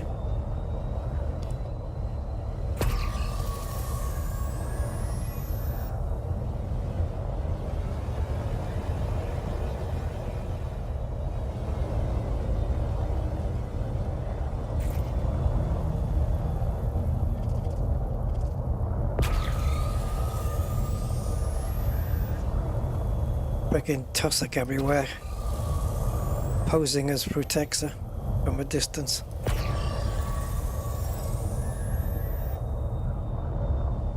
And as soon as I scan it and find out it is tussock, I can hear it going, nah, nah, nah, nah, nah. I can hear it doing it. Don't tell me I can't. I can hear it. It's taking the pee. Frutexa, where are you?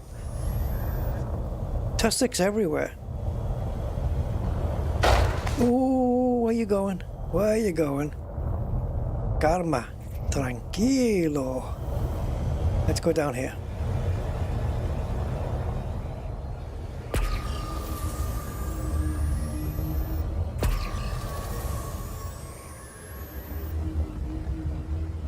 Maybe it doesn't want to be right at the top.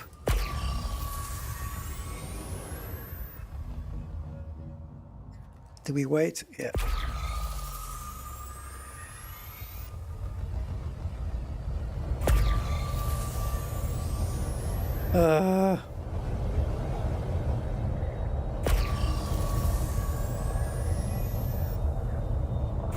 I wouldn't be surprised if we've drifted outside of the Frutexa zone.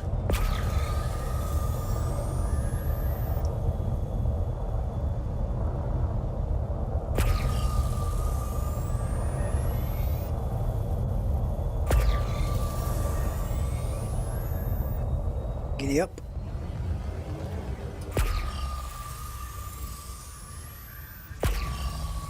Can you imagine finding some here? Like that and trying to land? Come on!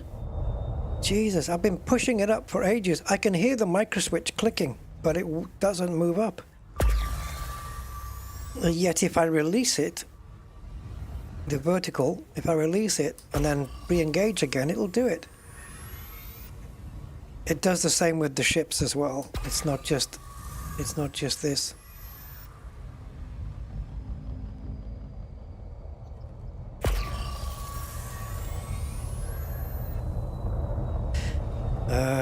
How much is the Frutexa worth? 1.6. Is it worth it?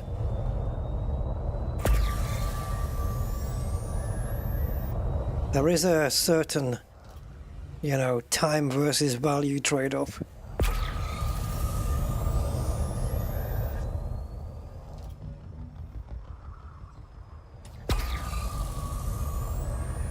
We found one. I don't know, maybe we've drifted outside of the map. But it was a fairly big splodge we landed in. But then again, sometimes you can be unaware of how much ground this Mandalay can cover. So I wouldn't be surprised if it has drifted outside. And we need to get our bearings again. Just finding another sample would at least tell me that we're okay. But we keep finding frickin' tussocks. Come on, just give me a bright green glow of plantage.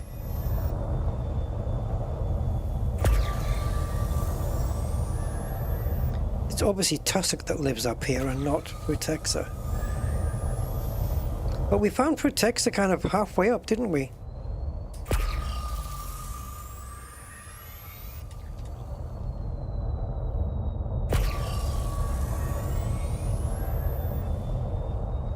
Tussocks everywhere.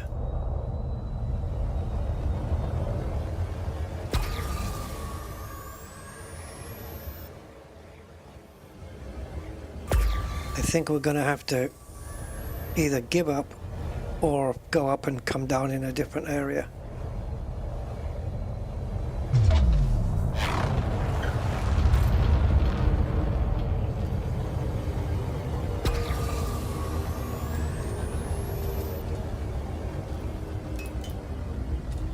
Use it as brakes.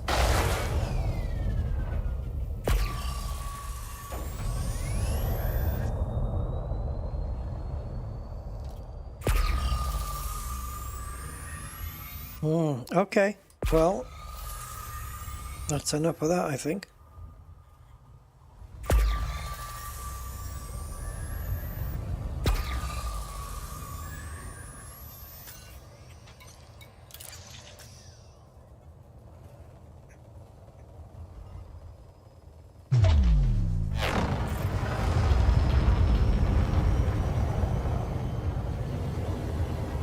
on, baby. Turn.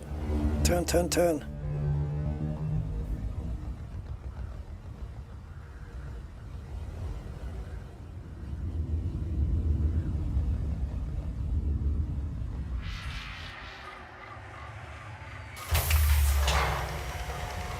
Utexa Ferra. 8 jumps remaining, eh? Wow.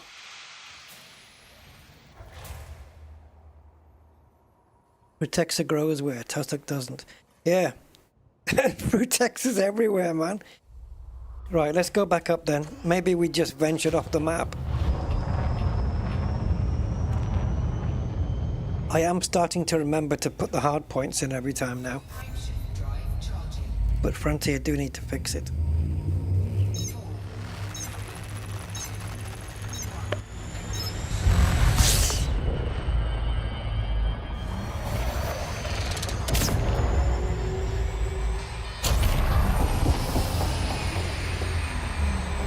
Okay, confirm we're on the Frutexa map. Well, we are now. I think everything was in the same map anyway, but if we stay on the Frutexa map now. Right, look for a big area in the daytime. That'll do. Oh, actually there's a bigger one there, but it might be the same one. Yeah. See, here's the Frutexa map.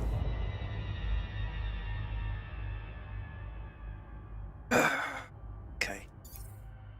It's opposites. Even though we did find one, we must have drifted out. So if we land here, heading 222, and carry on in that direction, without drifting too far left and right.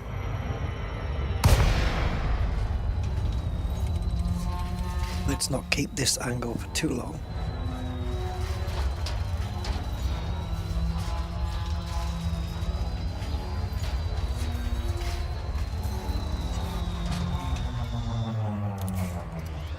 All right, looking straight ahead then.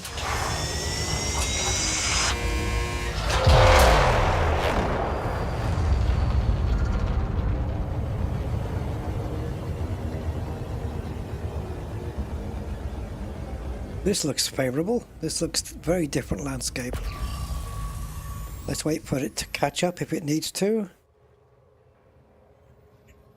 We should be alright considering we just launched from here. Because it's had time to render properly. Okay.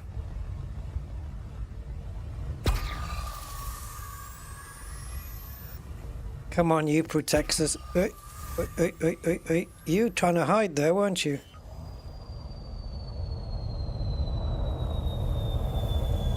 Yeah, we must have drifted off the map, I think. Although... Yeah, Craig, yeah. If you look back on my channel content, do a search, you'll see plenty of voice attack stuff. Yeah, in combat I used it all the time, back in the day. I've got a very nice voice pack that I did, which can, you tell it where all the modules are on your ship, scanners and whatnot, and it knows when you want to use it, it knows whether to hold it in for 10 seconds or, yeah, you can just set up your whole ship with it. It's really good. And it remembers, it's persistent, even if you quit the game and quit voice attack.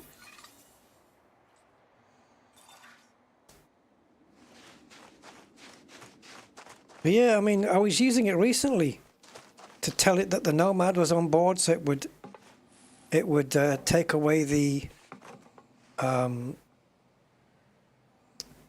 hard points before we took off, and I could request docking with the ship with my voice. I set that up on a couple of streams ago. But yeah, I use voice attack quite a lot. There's probably more stuff I could use it for that I haven't been using it for. It would be handy with flight sim. I could pretend I'm talking to a first officer and just say, landing lights or, beacon light on, and it would just do it. But to be fair, when I'm flying, I like to set up all that myself and do it manually rather than automate it.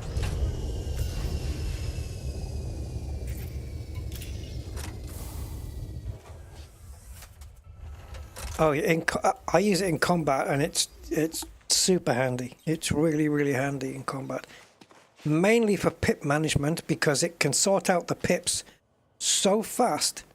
I just tell it, you know, I have a number code for the pips, so I'll just say 2-1, or balance shields and weapons or something like that, or I'll just say, you know, 1-3 or 3-2. And it changes it so fast, much quicker than I could. So you could just go full engines on when you want to do like a boost turn, and then just tell it to go straight back to weapon priority or shield priority, and it's a good voice back. That's it. Planet is done, and so are we. So request docking without crashing. Landing gear up. Find the ship. Boost. Oops, not boosting for some reason. Oh, okay. Fingers on the wrong keys. Tends to be a good reason.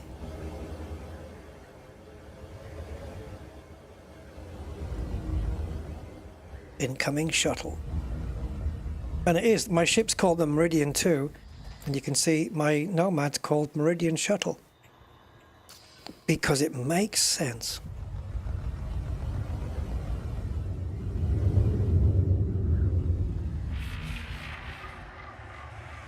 Nice landscape.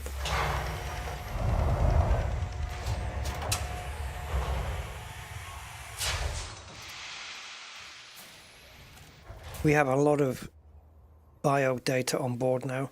I wish I could transfer it to the safety of the ship in a black box that can survive the ship getting blown up.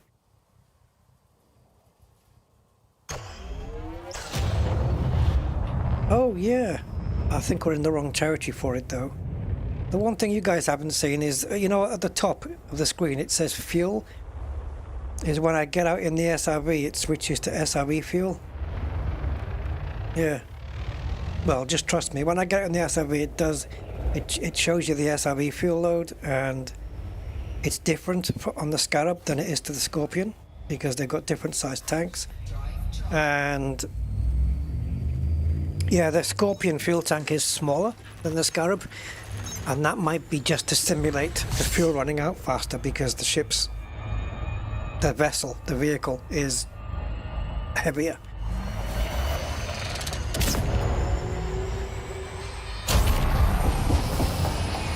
Jump, my friend, jump. I don't even know how my brain's holding up to this. It's gonna punish me when I come off the screen though.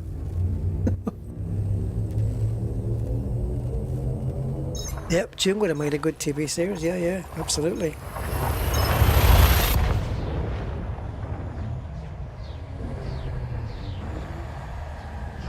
Yes, Sir N68. I know Andy mentioned it, but I haven't seen it on the Galnet news. I don't know which article to look at. I'm presuming the first one, right? But like I already looked, I couldn't see it. I presume it's in one of the latest ones. So is it? I don't know. I can't see it.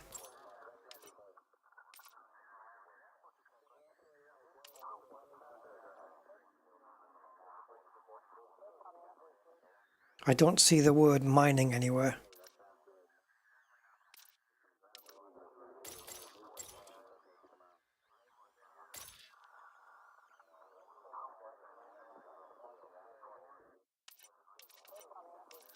Yeah, I don't know where it is. Surely doesn't go back to the 23rd. Oh, the spoken video? Well, where do I go for that? I have to press play? It doesn't play just read this though? Tell me where to go or what to do.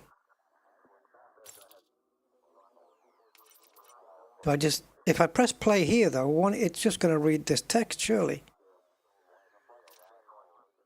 Oh, on YouTube. Oh, well, that's... I thought when you say Galnet News, to me it's this.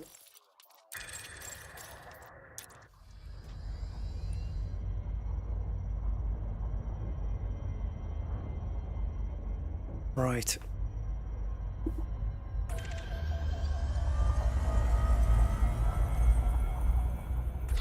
When we say on-foot mining, are we talking surface mining though? That maybe we could do with an SRV or something? Or are we talking about walking into caves or underground caves and stuff like that? Either of those I'll take. That'll be very cool. I've mentioned it on countless live streams that that they should have that in.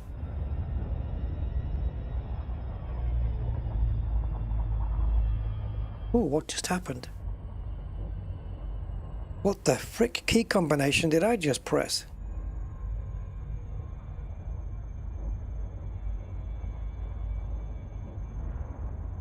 Where's Elite gone? I pressed something and every window on every screen just minimized. That was weird.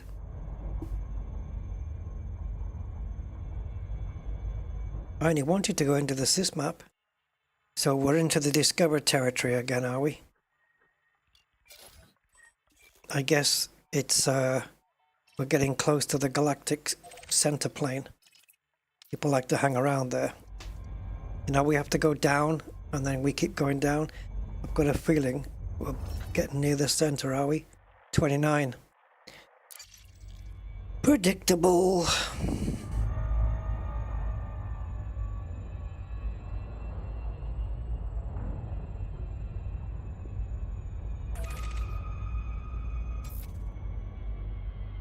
Nope, that's not going to help you.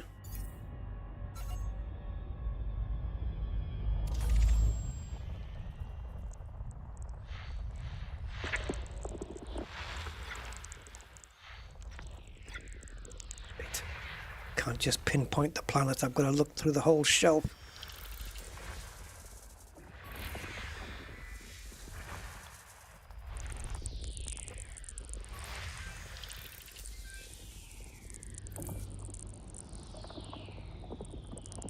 Right, I'm going to have a look at Elite Dangerous Observatory Core. Oh, thank you. One bio, and it's saying it's either going to be Bacterium Cerberus or Stratum Tectonicus. It has to be investigated. So yeah, we've got it marked. Yeah, it can be Stratum. That's the thing. It has turned up to be Stratum in the past. So we can't let it go if it is, because, you know, first footfall and all that. 2 bios. Oh, baby, my heart is full of love. Dee, dee, dee, dee, dee.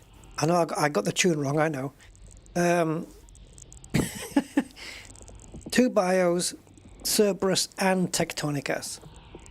So that's the one we're going to first, and then the other one, C3, is either Bacteria or Tectonicus. Gin and Tectonicus. Baby, my heart is full of love and it's love for you. That one. Oh, why did that stop the activation?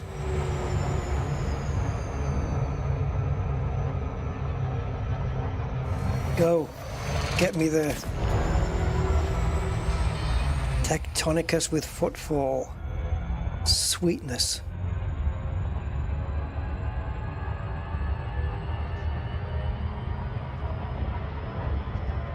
Better than a Sunday roast followed by apple crumble. Well, okay, maybe not that good, but still good enough.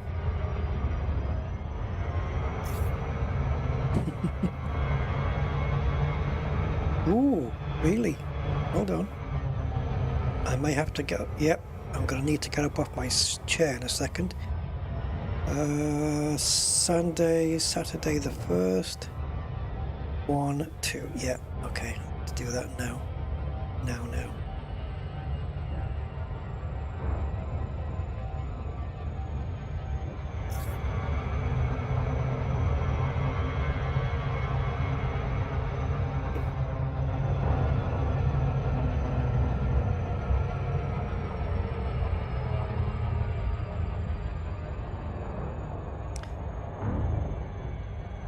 I'm just going to probe this, and then I need to just go AFK for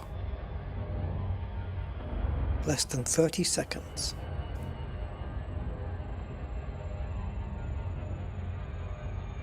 $29.5 to be precise.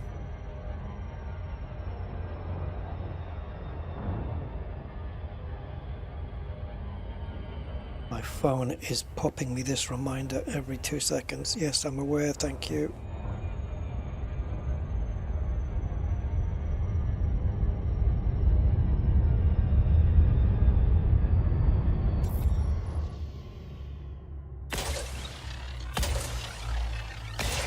Two seconds.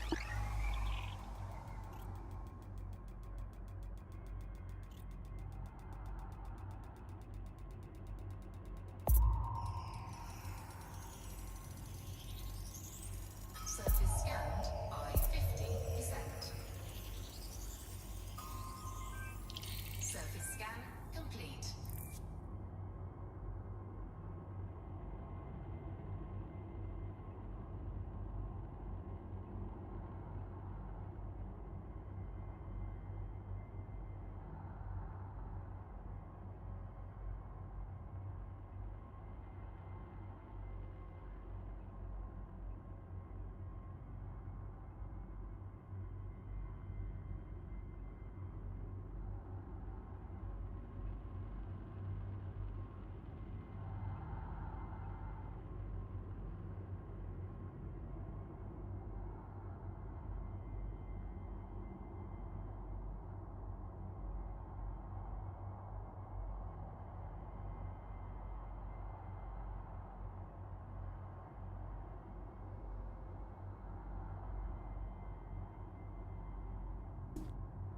Okay.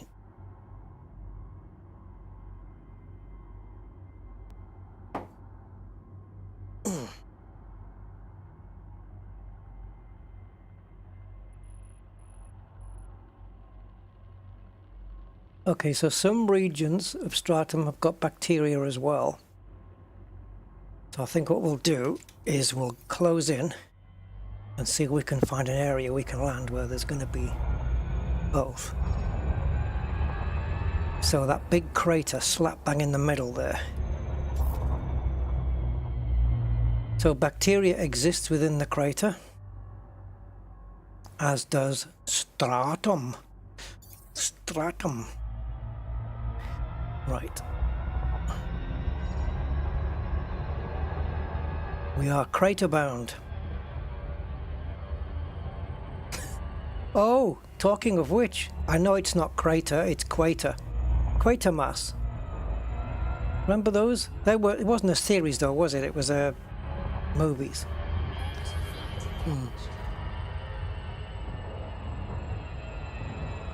Quater mass.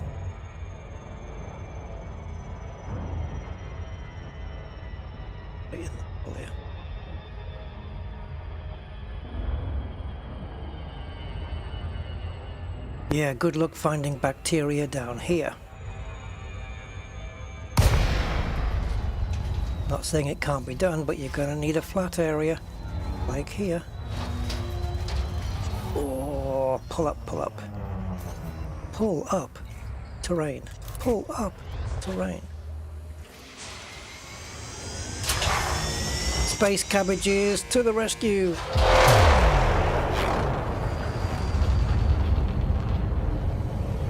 Come on, 95 million. Give it to me. I want. Because credits equal rank.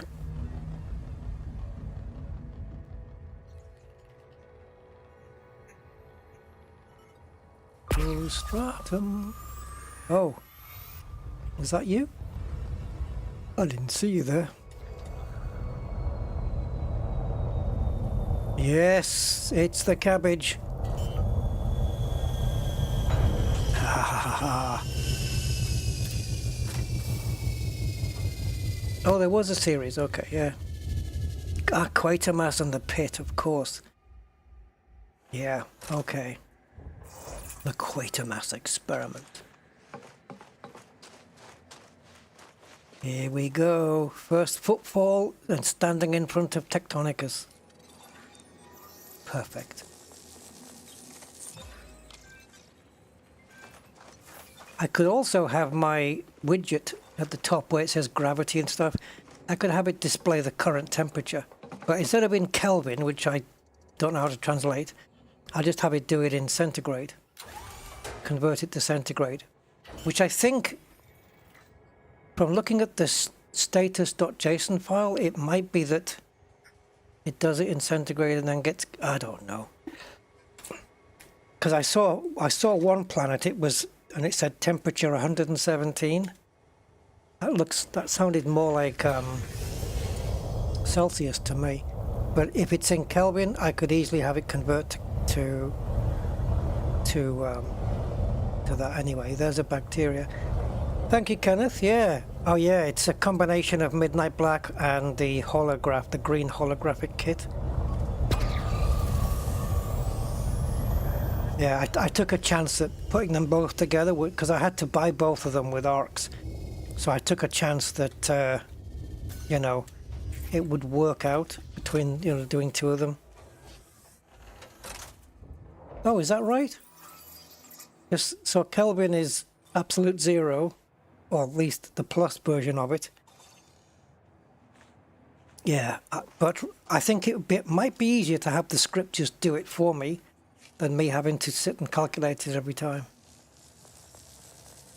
So I'll probably do it that way. Just say, yeah, just take, if it's Kelvin, just convert to Celsius and display it on the screen. I could do it right now, actually.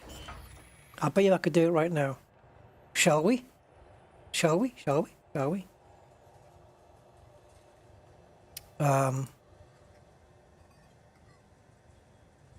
So right now, the planet I'm on is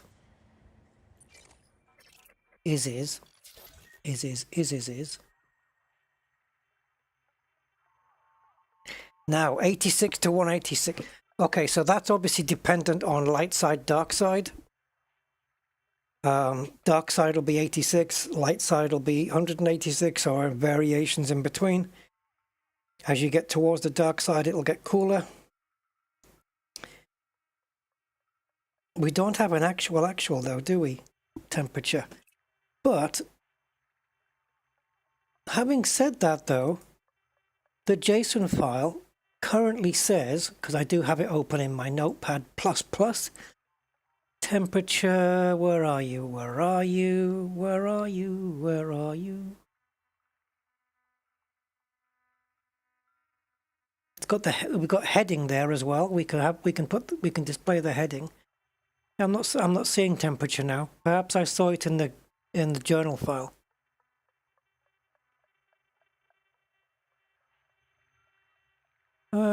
It doesn't have a lot of things in the status JSON file. Timestamp, event, flags, pips. Pips reading 480, so I think it just doubles them up because it's actually 240. The fire group that I'm in, the fuel in the main tank and the reserve tank, the cargo, the legal state, clean. So it'll actually tell me if I'm clean or wanted, I suppose.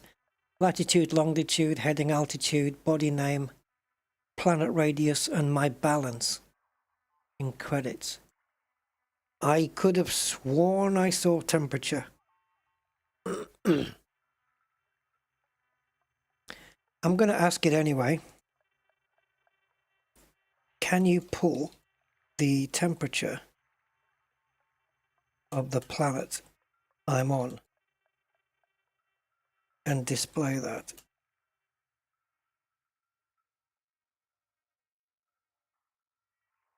In Celsius. And then I'm just going to tell it that Elite Dangerous.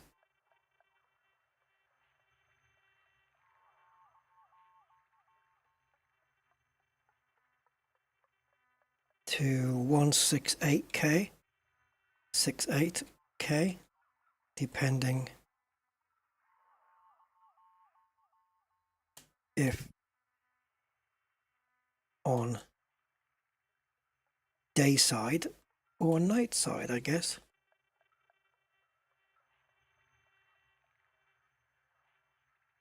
And I've just told it, I just mentioned just curious, rather than committing it to actually doing it because until it tells me it can actually do it, there's no point it doing it.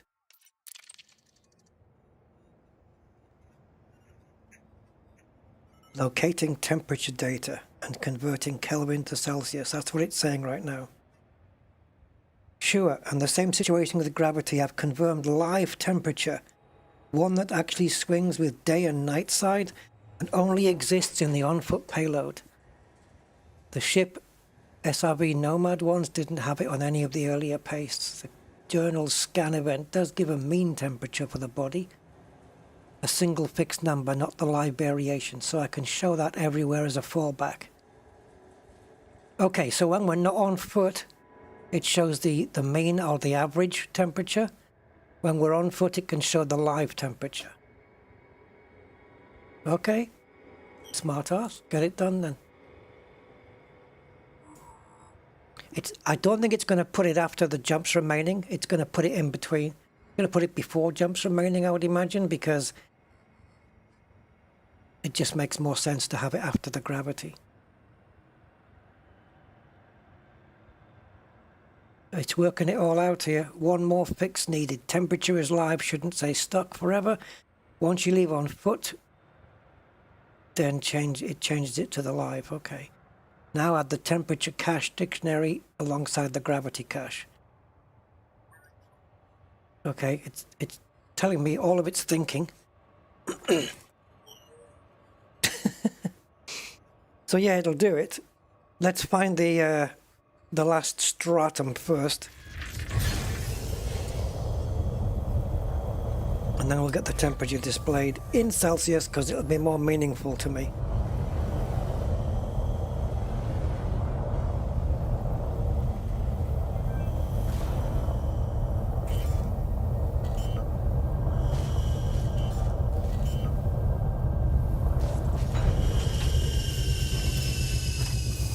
Yeah. It's interesting what you can do with this. Yes, reload it. How many times do you need telling? $6 million man. Yes, baby. Do do do do do do do do do do do do do. And every time he looked through his bionic eye, and the bionic woman as well. And then follow it up with the Incredible Hulk, David Banner. Don't make me angry, Mr. McGee. You wouldn't like me when I'm angry.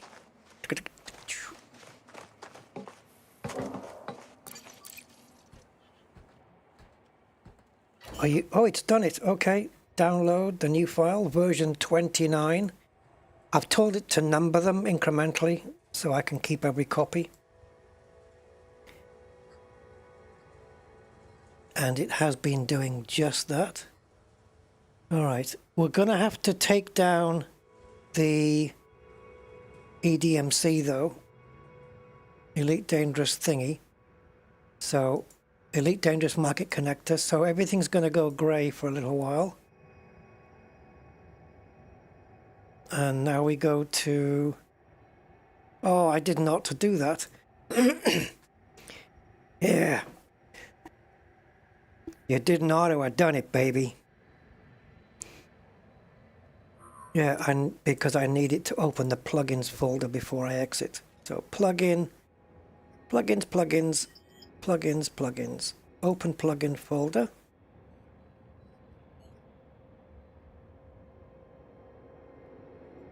Dankeschön. Now you can exit. So the exobiology overlay won't come back up until we scan again.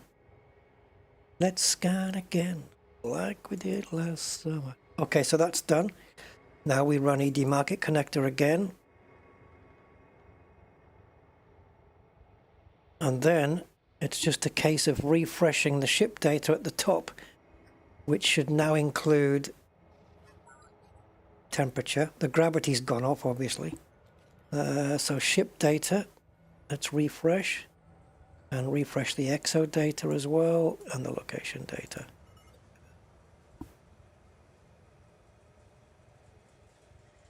Okay, so because we've reset and gone back into Market Connector, it might take a little while. Let's go find some bacteria.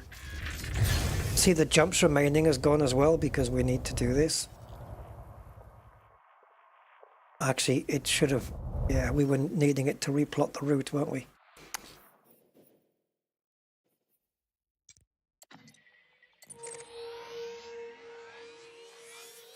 Okay, so we'll just cancel the route and replot. It should come back up on the screen. So we're missing gravity and we're missing... Gravity will happen when I get out the ship. Temperature probably will trigger at the same time. And there's a bacteria, so we'll find out. We'll find out right now. Assuming I've done everything right on my side. Exobiology's popped back up again. So disembark, there's gravity.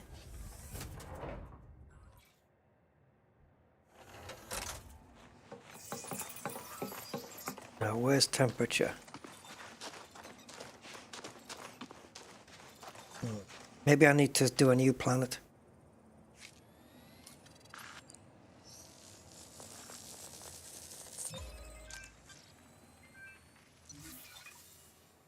Ow! Ow, ow, ow, ow, ow. Sorry, just got a pain at the bottom of my ear. Just behind it.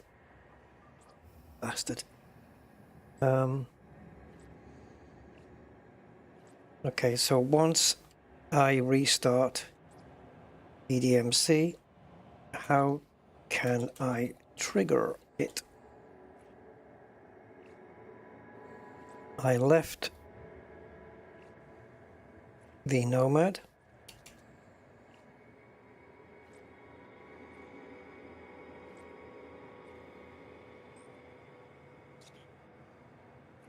Oh, it's there. It's there. Okay, it's me. Sorry. You're seeing it, I'm not, because I need to update my overlay. Sorry. Yeah, my overlay doesn't update dynamically. I have to actually cancel it. Okay. Sorry, guys. Being a bit dumb there. Right, so the program that's doing the overlays, this might crash me. It might crash the game. Close all overlays. And then launch. Please don't crash the game. Please don't crash the game. Please don't crash the game. Yes, click through. Okay. Don't crash me. Don't crash me. Okay, I'm seeing the temperature now. Right, minus 109.1. It does have a snowflake on the display. I told you it would put it in between gravity and jumps. Yeah. Okay.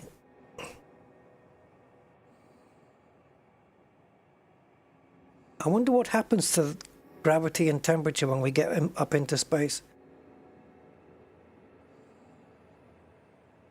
Right, so that's minus 109.1 was the live temperature, which it's kept when we've got back into the Nomad. Is that it?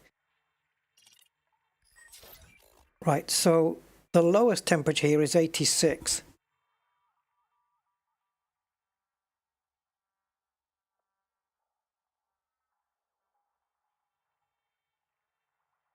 Okay. Right, let me just go online and do a quick conversion. So convert 86 Kelvin to Celsius or centigrade, whatever. 187 point minus 187.5. So how come it's showing? Oh yeah, 101. All right. Okay, and the highest temperature is 168, which is minus 105. So the warmest is minus 105 and the coldest is minus 187, and we're showing minus 109, so we're somewhere in between. Because we're not landed. We're on the day side, so we'll have the warmest temperature, right? But yeah, you can't trust this. It's the opposite way around. So it looks like we're on the day side, but we're not fully exposed. We're slightly up, going over to the dark side. So it looks like it's accurate then. Yeah, I can trust that. Fine. There you go. Simple addition. Getting better all the time. I wonder what happens to it when we go into Super Cruise. Will it just say minus 273? Right, 2 more bacterias.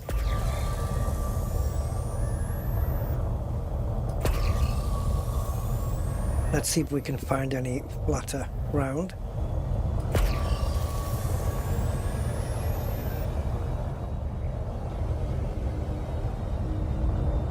So if it's live temperature then, if we're on a planet where the day and night cycle is happening like quite quickly, are we going to see that temperature moving to colder if it's going to get darker? Let's see if it changes at all. So it updates live again every time I get outside. Is that what it is? I don't know. I think the moment you get off the seat, you're kind of classed as being on foot. Oh, did I put it behind? Yeah, look at the temperature now, guys. It just jumped from 109 to 121. How did it do that? That must be a thing with Elite. I don't mind. I don't know where it got 121 from. Unless that's the live temperature and 109 is the average. Don't know. We'll find out when we get to the other planet with the one bio on it.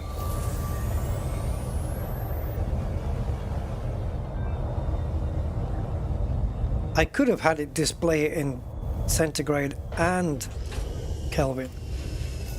I could have had it do both, really. Just put a slash 109. I like how it's done the little centigrade symbol as well, the little O. Yeah, I could have had it display that and then put a slash and then put the Kelvin temperature in as well.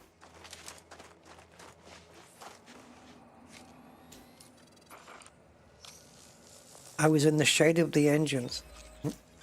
Really? That's going to make a diff? You really think that's going to make a difference? All right, let's try that. Engines are hot, so I'm in the shadow now. 121.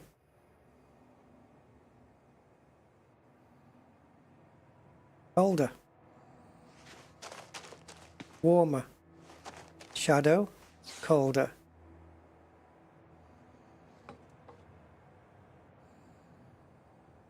It has gone to 109.1. No way. See, I didn't even know Elite did that. Made you even colder in the shadows or cooler in the shadows. I knew it did it on the night time. That's amazing. So there's like a 12-degree difference. It's 12 degrees cooler in the shade than it is out in the sun there. So if I just step inside the thing, wouldn't it not then go to...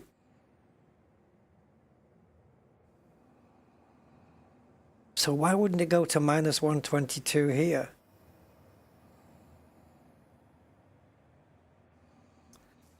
All right, shadow.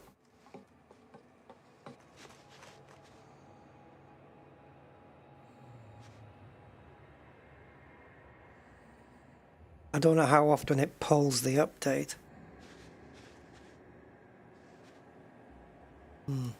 It's an interesting thought. You might be right. I'll be blown away if that's true. The best way to find out is to land the ship and get underneath the ship. Just drive, just drive underneath the ship, or walk underneath it, sorry. You'd think it would be, yeah. But it's the planet temperature it's showing, isn't it? Not necessarily the temperature inside the Nomad. So we could have air conditioning in here and it would still show up minus 109.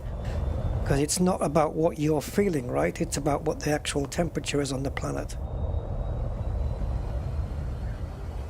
Although, is it though? Because, I mean, it said when you're on foot, I can calculate it live. So that must mean it is how you're feeling when you're on foot. It's the temperature you're experiencing on foot. And everywhere else is it's just showing me an average temperature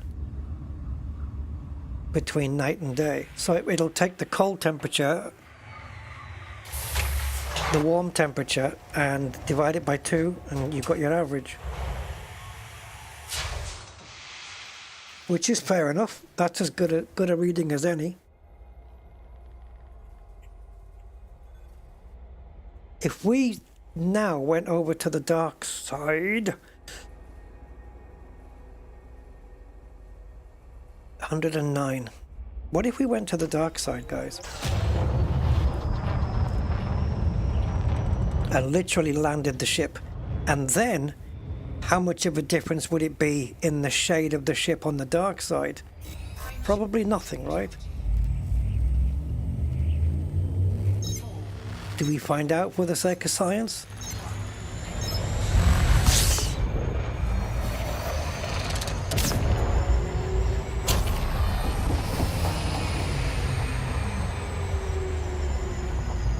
Location in space. Ah, gravity. Yeah, gravity and temperature have disappeared.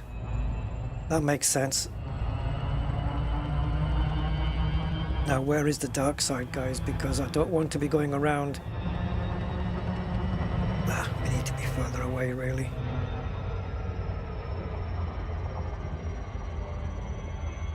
Yeah, it makes sense. They don't need to be on the screen anymore.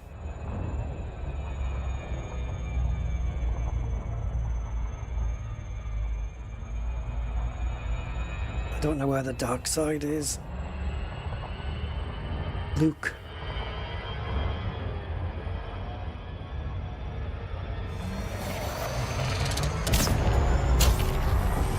There we go. That's plenty.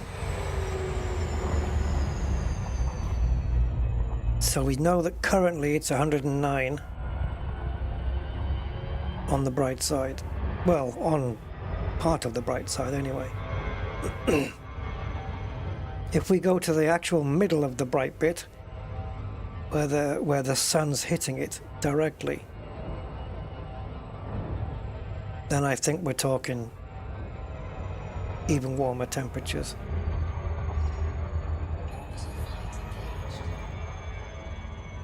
Oh, no, it actually says mean when it's calculating mean. So that's the average then, 100.5. So when it doesn't say mean, that's the current live temperature.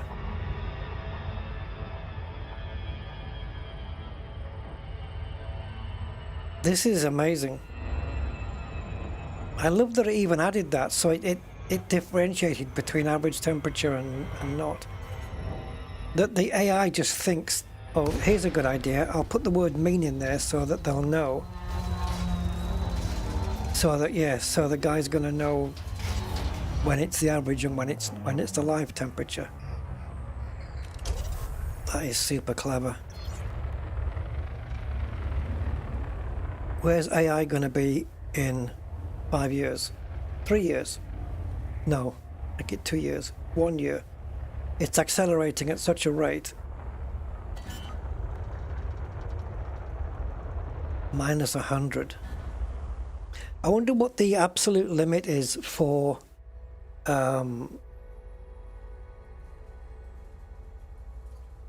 you know when they say like it's too cold to get out your SRV or your ship or something, or too hot. I wonder what the limits are. Like, because the hotter it is, let's say the hotter it gets, but it stays within the limits of what your suit can handle, the hotter it is, the more suit energy it uses up, because your suit's having to work harder to keep itself cool. So the battery wears down faster on very hot and very cold planets, right? I just got through watching the Sarah Connor Chronicles a few weeks back. Yeah, brilliant stuff.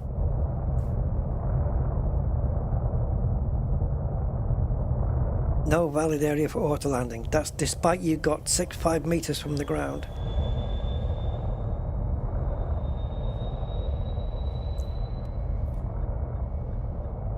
Okay, you found something.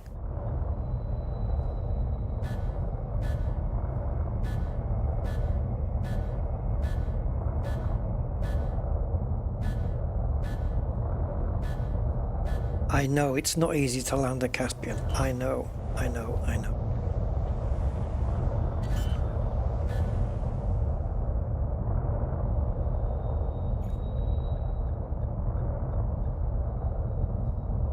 You must be getting lined up, otherwise you wouldn't get that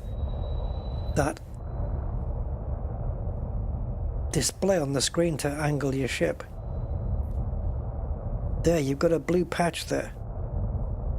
Dude, I could land this. Jesus.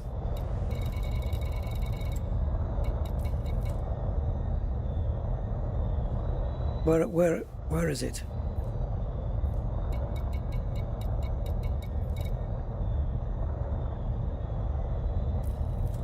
If you go back up again, I'm cancelling you. There you go. Okay, that's a very small area though. That's really small what you're trying there. You've got to come all the way down and then tweak it.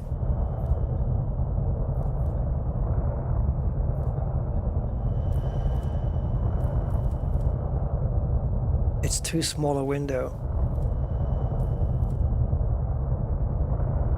It's too small a window, man. Can't do it. You can't have a blue light just flickering. It has to stay on for quite a little while. Otherwise you're not landing this thing. This is not great terrain, but...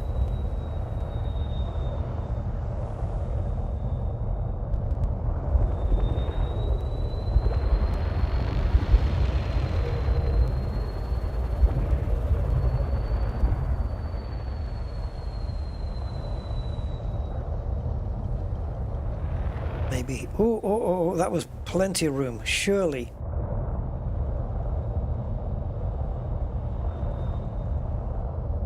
Wasn't there one for... There.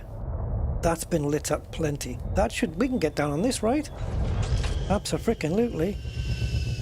Right, so minus 100.5.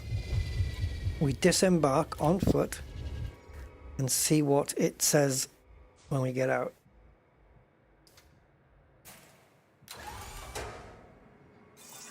Wow. That's the actual? That's a bit of a difference. Although we are under the ship. But does it make a difference? Let's find out. We're on under the shadow of the ship, 187.1. If this changes, then it is the shadow of the ship.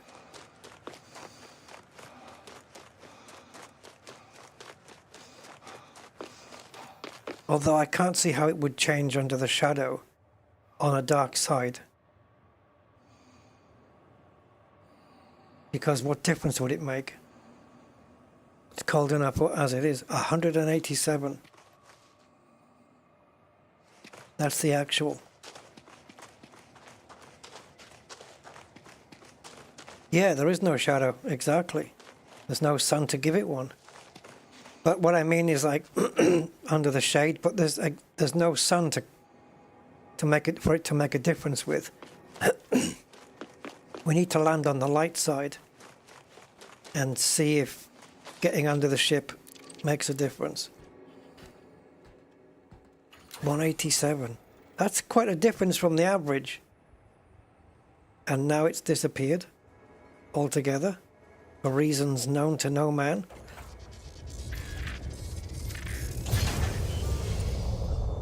If that's a little bug, I can just tell it.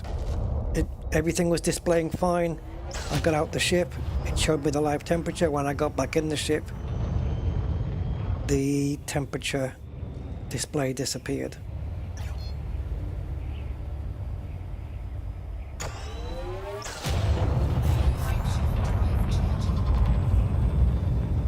Then it was supposed to disappear. There you go. Yeah, block talk. Yeah, I was just seeing if it made a difference though. But yeah, I understand that. Like at night time, it's not going to make any difference because why would it? Exactly.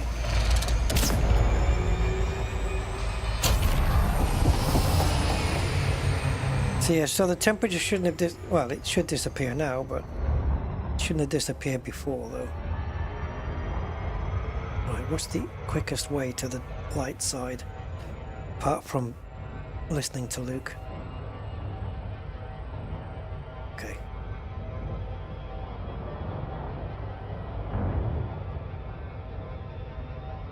Well, let's get rid of the map.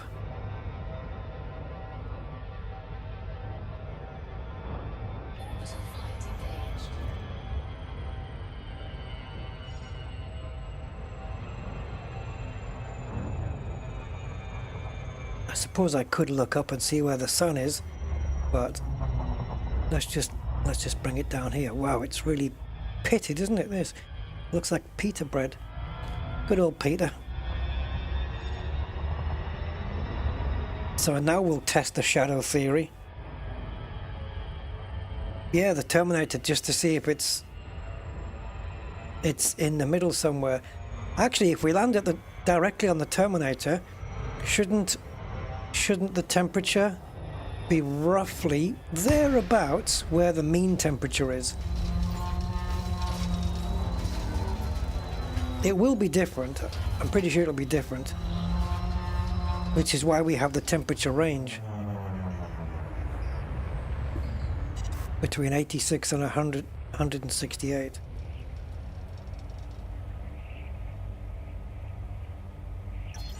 Come on, don't make me boost you.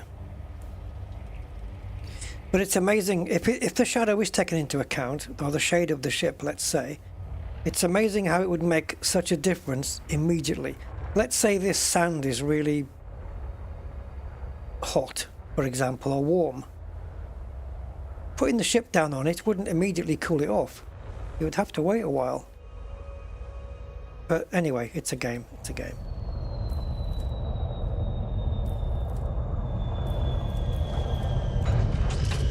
Right, so actual temperature from under the ship will be as soon as I disembark, right? Minus 100, so this might be warmer than minus 100 then. Oh, it isn't. Mind you, it's warmer than before. I think it is 114, and it's 126 under the ship. It's still warmer than on the dark side. Okay. I will now leave the shadow and go out into the sunshine. And we'll see if the temperature changes. 114. So it's literally, again, it's 12 degrees cooler in the shade like it was last time. So if it's a hot planet, you can save battery energy just by being in the shadow. Suit battery energy. Yeah, fate. Fate is what we make for ourselves, right? Sarah Connor. Yeah, it's 100. Yeah, okay, it's confirmed, guys, because I am 126 no matter where I travel inside the ship's shadow.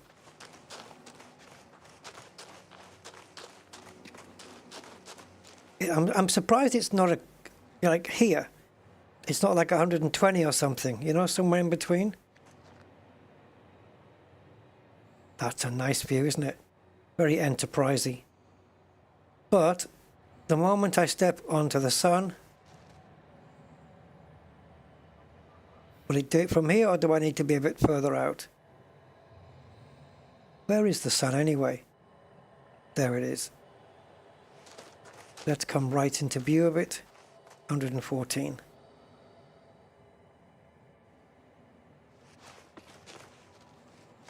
So if it's only partially viewed there, is it going to stay 114? 126, and I'm not quite in the shadow yet.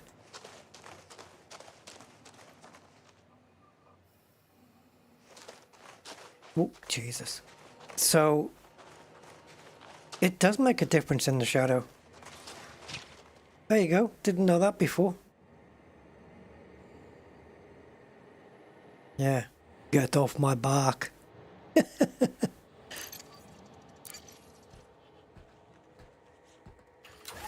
Very interesting.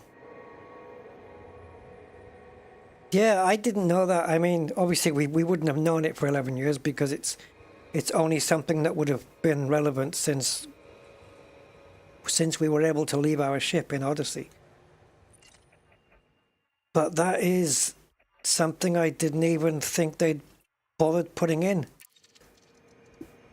But they do. I mean, Elite, you know, it obeys all the orbits, you know, of planets. The day-night cycles all gets obeyed. Gravity is calculated properly.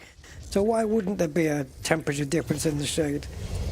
Of course, it's Elite Dangerous. It calculates this stuff. Yeah, it's impressive. It's just when you get in the ship, the temperature disappears, which is, I mean, I'm off planet now, so I'm okay with it. I don't mind it doing that. Oh, don't make me do that.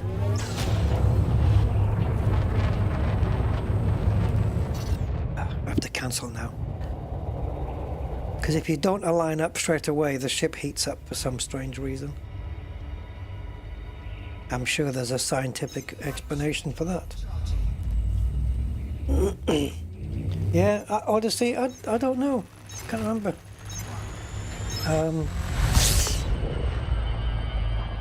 When did Odyssey release for Elite Dangerous? 19th of May 2021. 5 years. 5 years and 2 and a bit months. Yeah, so 5 years without me knowing that.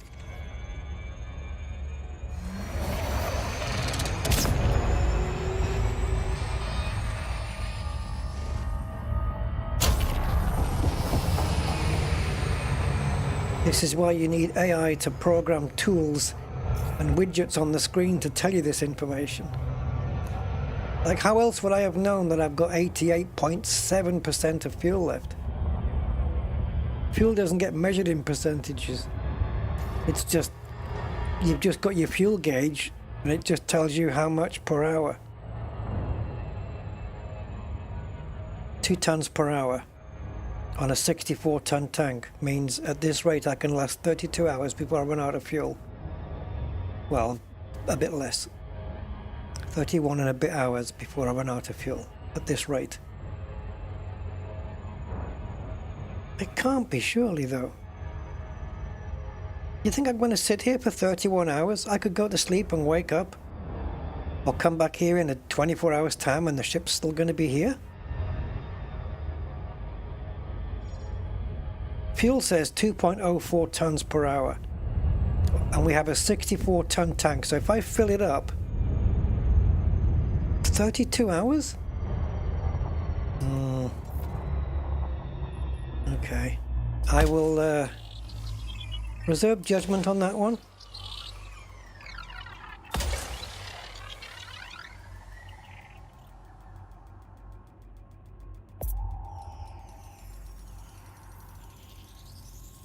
Surface scanned by 50%.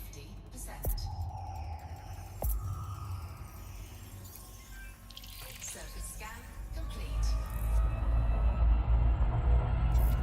It's bacteria, not stratum.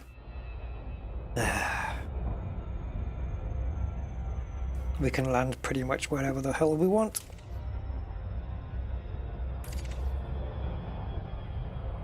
The planet is smooth, so there's more chance of bacteria being around.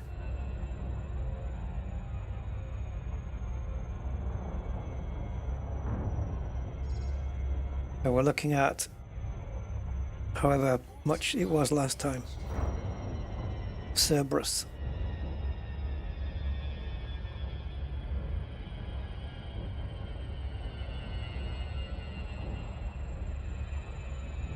So we just have to avoid the sticky up bits.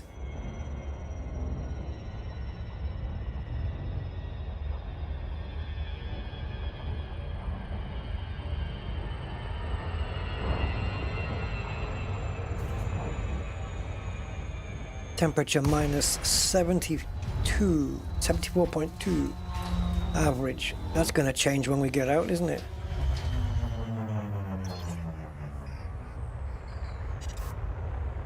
Gravity 0.409. 3 decimal places on the gravity, where Frontier just does 2. I don't know why I'm landing the ship. I didn't mean to. Yeah, okay. I will, because I want to get out in the SRV. Right, so you can see the fuel at the top. So when we get out in the SRV, it's already at 87. So when we deploy, it should say 87. It says 219 right now, but that's just while it's converting the system over. There we go. 87.1 to be exact. SRV fuel.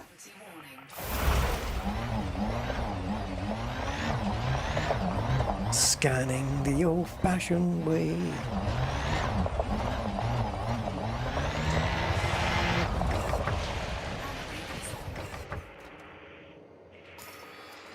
I don't know whether this is going to make any difference, but we can do it.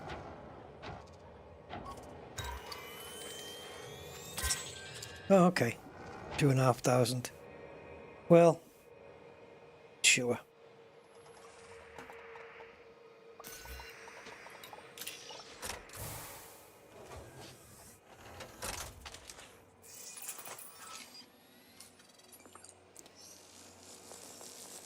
Give the Nomad a rest.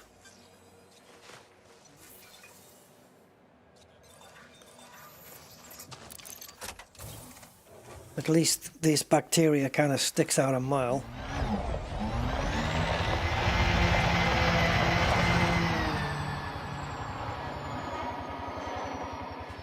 What we don't have is a bloody pulse scanner, though. Something I could really do with now.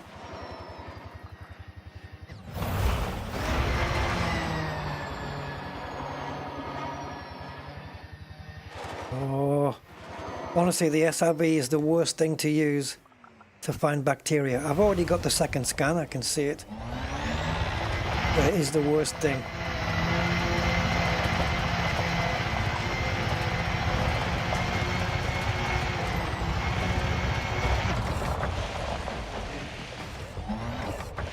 All right. Scan number 2.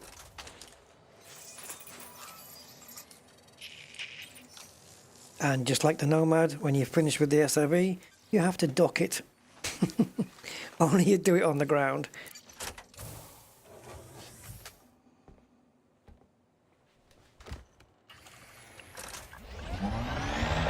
Now, the ship is over there, so if we can triangulate, I won't have to get so far away.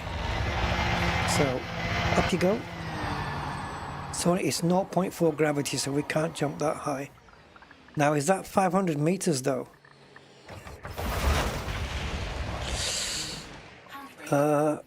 Yeah, because I don't have a little widgety thing on my screen to tell me how far away I was from the last scan. I've got a feeling it's not quite going to be 500 meters. It might be really tight, though. Ah, anything in the area? Oh, baby. Okay, that's heading 326. I've lost some health now. Look, you can see my health bar is in the yellow at the bottom of the screen. And at the top, it says health 86.4, which is the exact amount of health I lost last time I jumped badly, for the sake of science.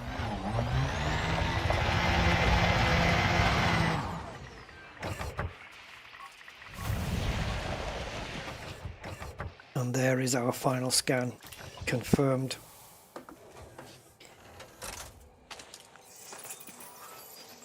We scanned this one old school.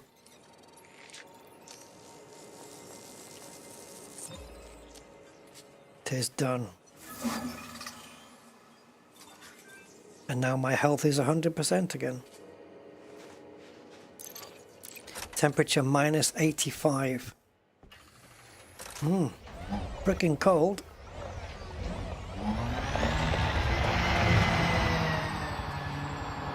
Even that place in Russia that begins with Y, can't remember its name, doesn't get as cold as this. I think that gets us...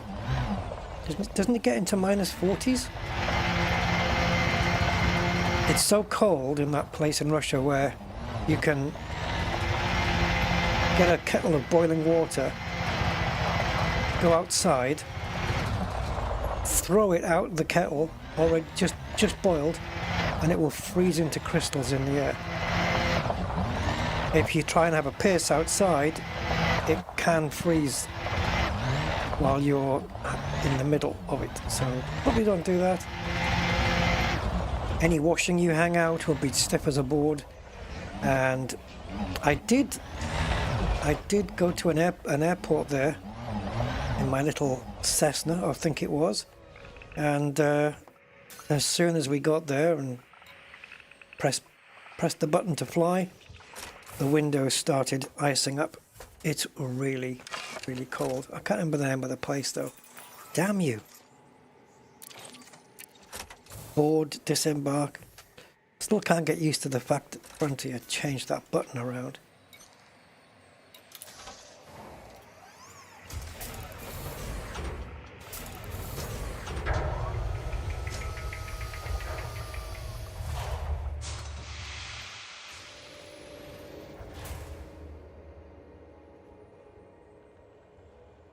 Yakutsk.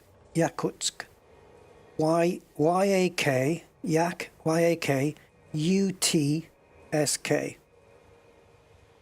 Widely known as the coldest major city on Earth, with winter temperatures often dropping below 40 degrees Celsius to 50 degrees Celsius. 350,000 people live there and think, yeah, let's not move. No thanks.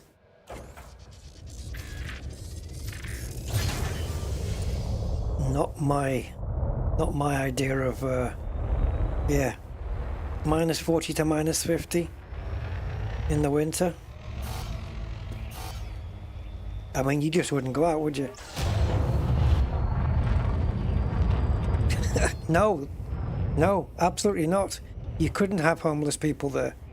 No, you wouldn't survive on the street unless you got like 10 coats on and completely wrapped up. No, you would absolutely die on the street in that temperature. Yeah, no chance, man. You wouldn't make it through the night. No. No, there's nobody homeless in Yaksu, however you pronounce it.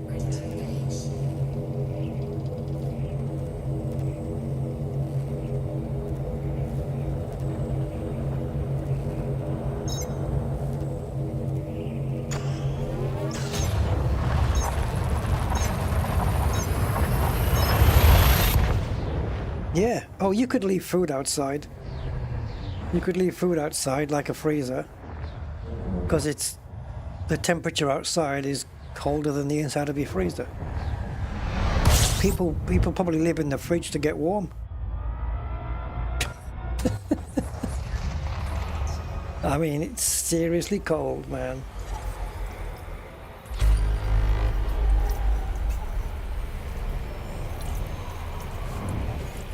Yeah, you hang a shirt out on the line and it's stiff. It stays in place with the sleeves hanging out, you know?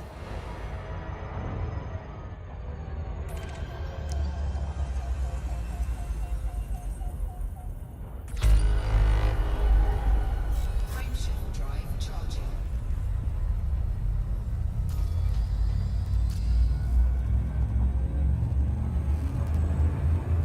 100% fuel. How much fuel are we going to use on this jump?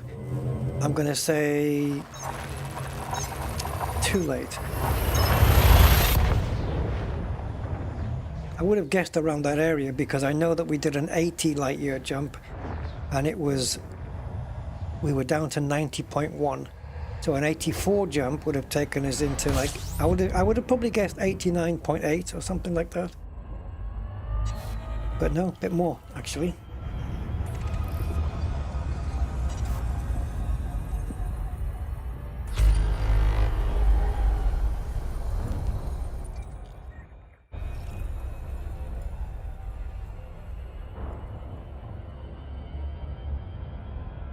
There are about 400 homeless in Yaksuk. Yeah, but they're not sleeping outside overnight. I don't believe that. I think they're probably in a shelter or something.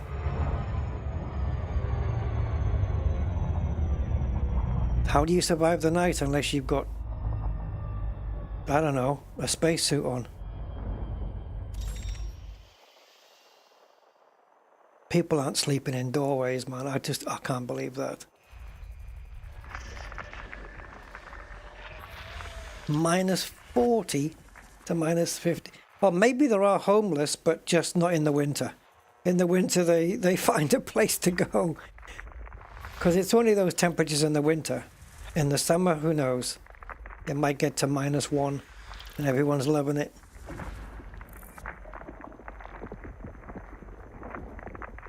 Yeah, oh, ED Copilot, yeah, it does quite a lot of things. And yeah, SRV survey as well, can display stuff on the screen. Yeah, there's lots of stuff to do it. I just fancied creating my own little one, you know, my own little overlay. And I want to do one for Flight Sim as well. We have a bio. Okay. Come on then, Elite Observatory Core, tell me. Bacterium AC is worth $1 million. I don't know if I'm actually tempted on that one. I should be if I want the ranking, but for another 5 million?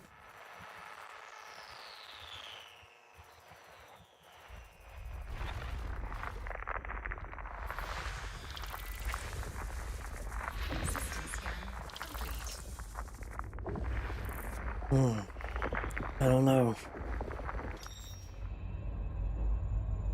We're only 6 jumps away. Actually, we're probably 5 jumps away from the errant marches. Let's push on. Frameshift drive charging.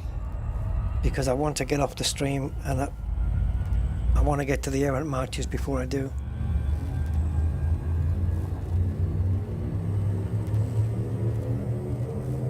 Exposed pipes.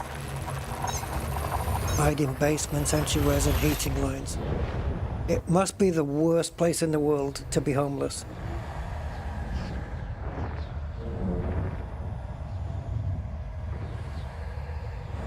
Although I suppose, yeah, because in winter at least you can wear great big insulated coats and boots and gloves and hats and balaclava. You need a balaclava on to cover your face, otherwise your mouth will get stuck together, and your eyes as well. You have to cover everything up.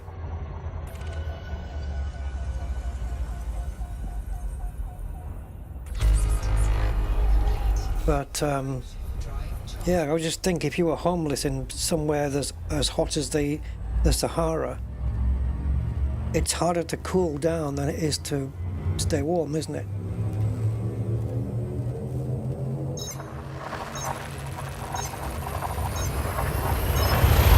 But you're probably better off being homeless in a cold place than a hot place.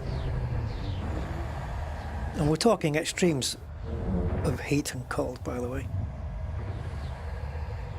Is this a neutron? Well, it just might be. How many bodies? 3. Is it discovered? It is. Somebody footfalled on there. Right, I guess we're going to be doing a big one. Why not? Skip a few undiscovered places. Maybe the systems that come after a neutron star are the best places to find undiscovered systems, because people will take the neutron jump instead. So maybe a place that's 70 light years away from here is the best place to look. So we're now going to jump further than a carrier. 504 light years. Make it happen. Now entering the errant marches, guys. We are here. We have left the Formidine frickin' rift. How about that? I've never been in this system before, so I'm going to be very interested to see what's here in the codex.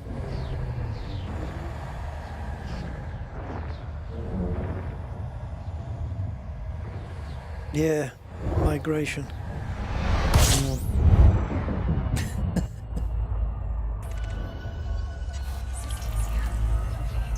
So everything I discover now is going to be new for me. There's nothing here though. Right, how far into the errant marches are we? Are we right on the border? No, we've actually just tipped over it a little. Okay. Alright then. And we're now minus 262 down, because we've been going downwards, remember? So, tell me, what's here? Anything interesting? Anomalies, perhaps? Perchance? Lagrange clouds, K-types? That's been discovered here already. L-types. Okay. We can go visit them, but obviously they would be already discovered. L-type anomaly. Reported in this system, which is currently 18,000 light years away in the same sector. What? Oh, who's been out there to find that? Somebody who's been exploring hardcore. K-type. Where? 21,000? No! Holy Jesus, man.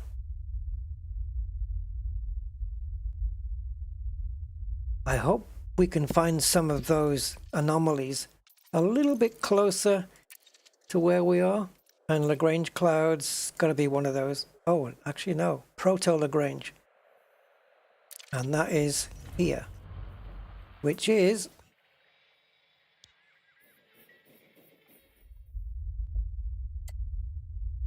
isn't that the same where the L-type anomaly was?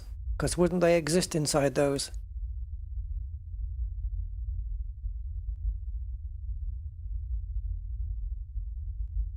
Well, we are... Okay, but we are boldly going where not many people have been before. What was that? What was that on the galaxy map? Oh, this. Okay, sure. Colonia, up near Colonia. So that's what's here. Okay, and what about plantages? Plantage. Are we talking receptor? Receptors here. Tubus is here as well. Electrosay's here, finally. Clypeus. Where's any... So we got the Pluma and this one. This is the coolest one. Reported location. Here. 4,000. Okay, that's doable. Is it on our way? It is. And it's a neutron star system as well. Wow. So what if I was to plot that in? You can see how it says 3 jumps. If I just plot that route, it should change up here. 51. You're taking a neutron jump, by the looks of it, to reach a neutron. That's 51 jumps with neutrons. I know it's already been discovered, Electrosay, but it is also possible that it was discovered and there was no footfall at the time. Because we did have that period where there was plants but there wasn't a footfall. Right? There was a little window in between.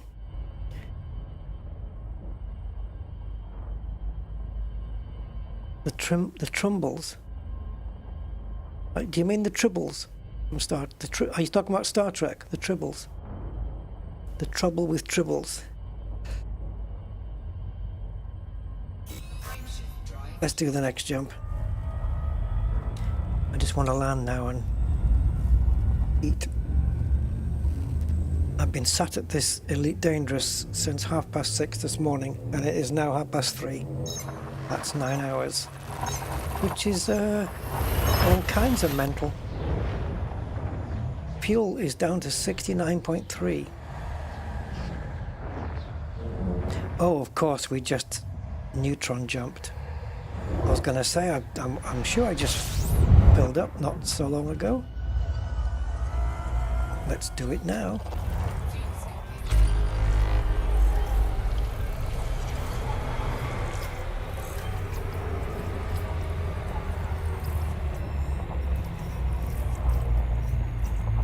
"11 bodies, how are we doing?" Oh, beautiful.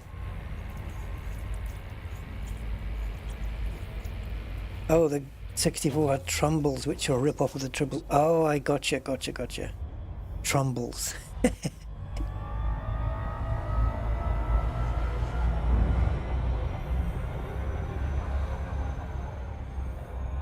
Oh, right.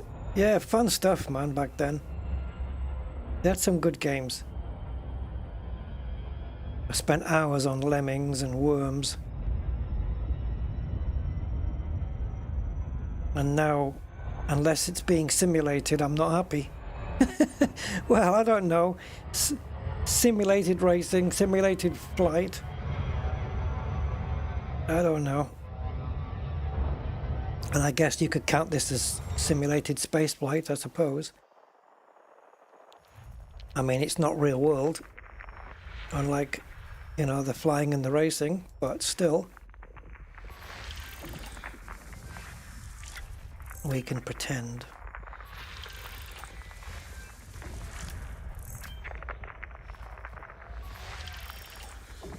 Bios. Let's take it.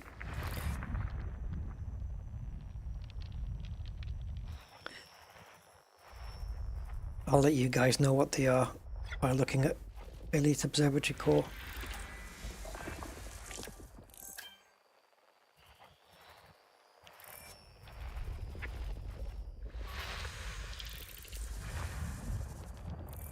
See, here's the thing. Look at the planet name, A3. And the one that had the BIOS is already called 3, because it says it on the display there. Biosignals in system 3, which is planet 3, and then in 2 in brackets. So it needs to be more correctly named or more distinctly named. Like if there was a bio on that other 3 there, or on this one, would it label it A2 or would it just label it? Because it is called A3, and the other one I presume is called just 3. I don't know now. I guess we'll have to find out when we find the other 2 planets. We'll know. It's going to have to make that distinction. System scan complete. Okay, this is good. Only 1 planet with BIOS. So the planet that has the BIOS is this one, B3, and it just labeled it as 3. That's not good enough, because we have an A3 and a B3. So that has to change. So I'm going to tell Claude right now. In the exobiology screen, a widget, let's call it a widget. When I find BIOS with the FSS, it displays the planet number,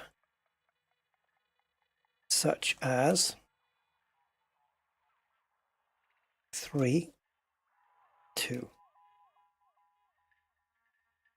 But there are 2 planets called 3, or numbered, not called.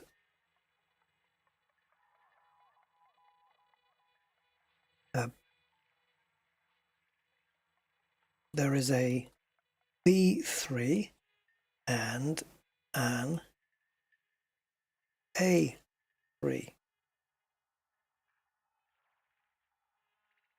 The one marked is B3, but only showing as 3. There you go. B3 targeted, as Claude works on that. Oh, it's only 48,000. Go.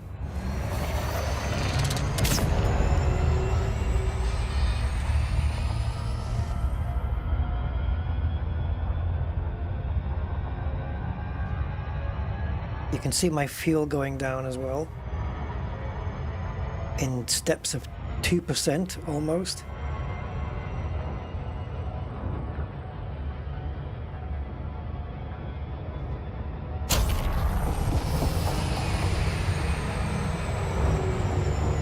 So we burned off about 10% of fuel there, didn't we?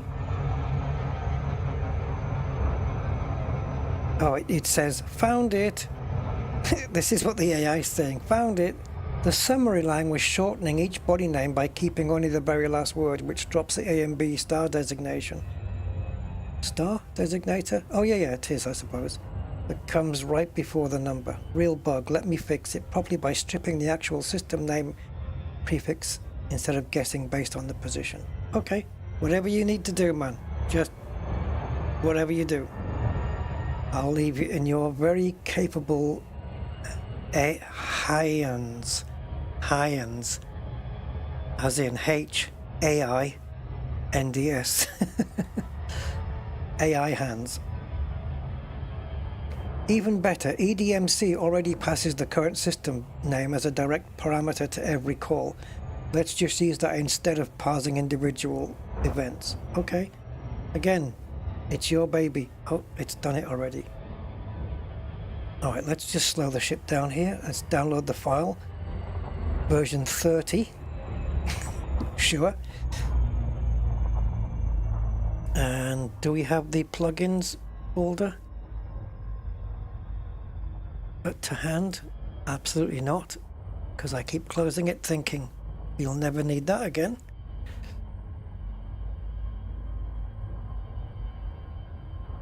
But the thing is, right, we've already done the FSS. We've already done it.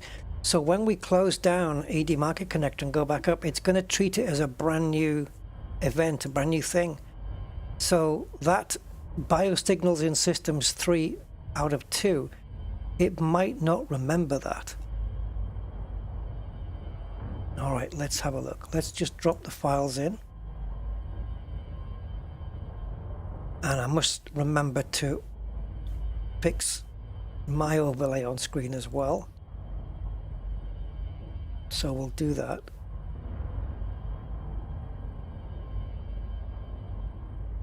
So it's not going to be until the exobiology screen comes back up that it's going to do anything about it. So what I'm going to do is take my overlays. Please don't crash the game. And I'm going to get rid of them. I'm pushing my luck here. Close overlays. And launch. Click through. I love that it has a click through mode, because it means that if a window is on top, or actually the overlay sits on top, but if I have a Windows dialog, like a folder open, I can click straight through the widget as if it's not even there, like it's a ghost, and drag the window away out of it. You know what I mean? It's completely ghosted, which is brilliant. Okay. So I guess we're going to have to go down onto the surface then for the exobiology to, or at least probe the planet. Then we'll see what the display says. We can lock that actually now. Yep. All right.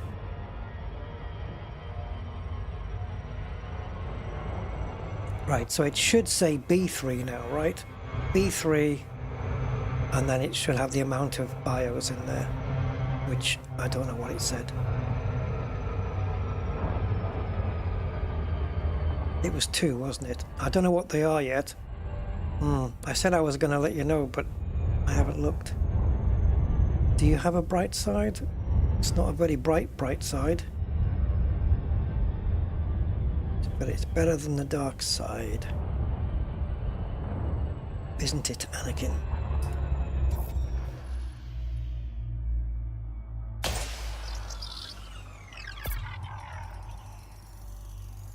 Surface scanned by 50. Bacterium and Fonticulua. Complete.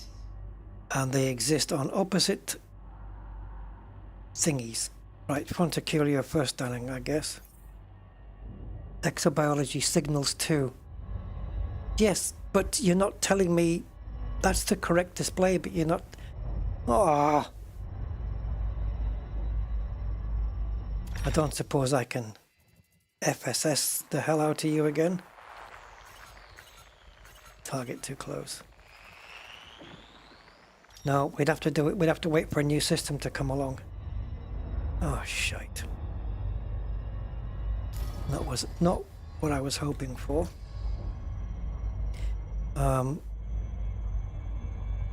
Where the hell are we? B3.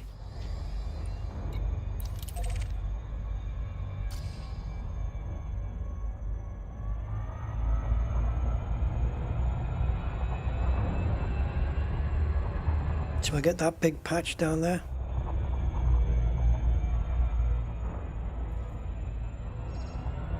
Oh, now I've got to wait until I find bios on another planet.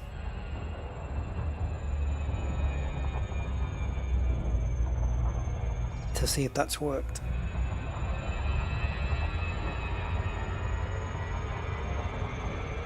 Slow down.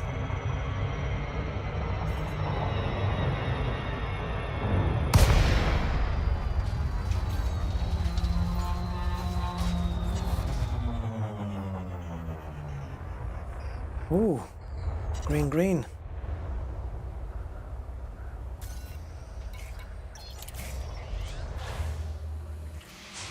Temperature's cold. 187 is the average. Minus 187 is the average. Yikes. That's cold. All right. So for Texas, do we go for the mountainous regions or? We're not going to find bacteria here then. Whoa, there you go. Hello. It's everywhere. Oh, it's fun to kill you, sorry. No, I'm going off with Texas. There we go. Right, we're in a brand new sector, so shouldn't we get some nice new money for this? There you go, 50,000.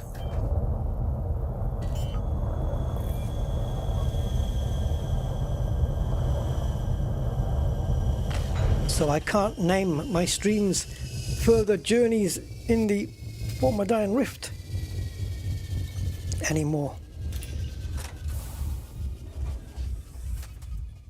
Marching on at the errant marches in March. Yeah, very green here. Actual temperature minus 199 centigrade. Unsafe temperatures. Yeah, you reckon?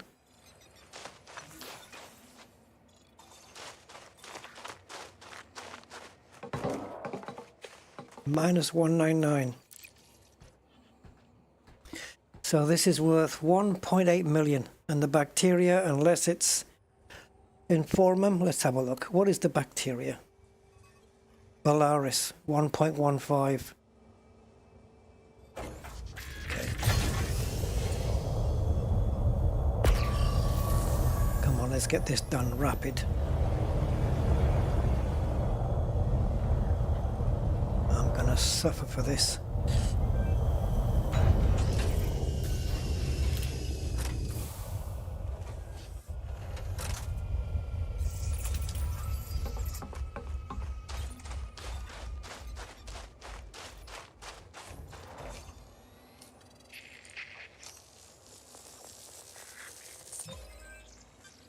Hey, Jimmy. Welcome, '07, sir.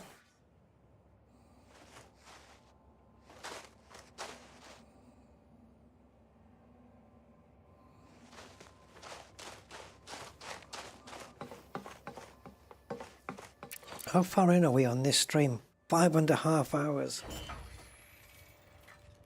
And to think that I was messing with all this script for like 3.5, 4 hours before I even started to stream it. Oh my god. So my streams are lasting twice as long as how many hours I'm sleeping. Something not right there, guys.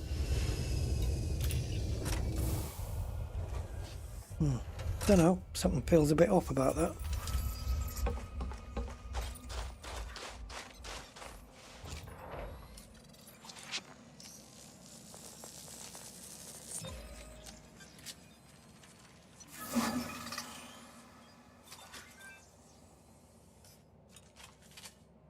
I love the way it dismiss.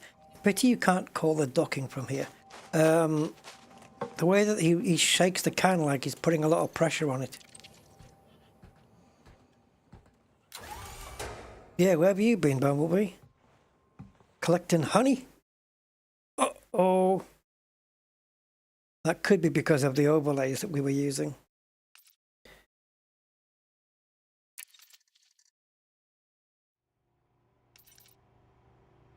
Or maybe not. Are we able to go back in? Okay, normally the overlays, if they're going to interfere with the game, they will crash it properly.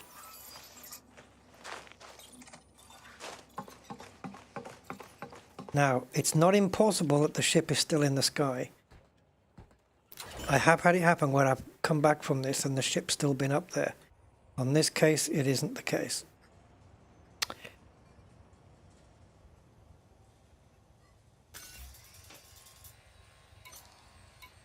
Ship recalled.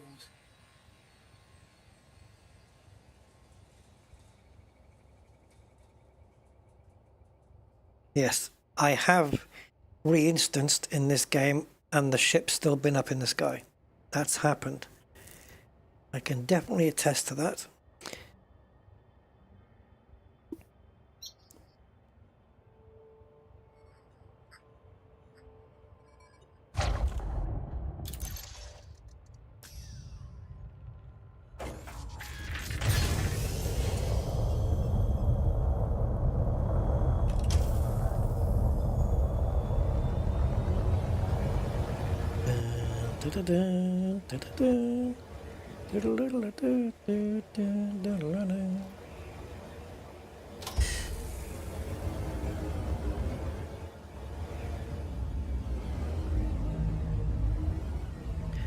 There we go.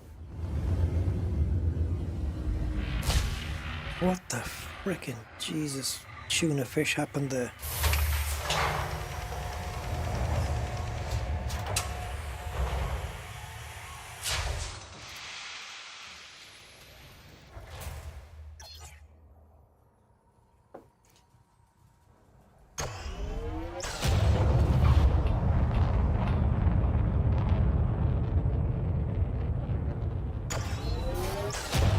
Oh, you and your hard points. You haven't even got any. You have no hard points to deploy. Stop it.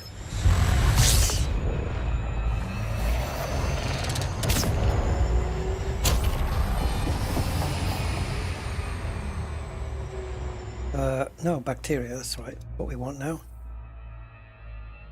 Turn her around. And basically just plonk it down anywhere.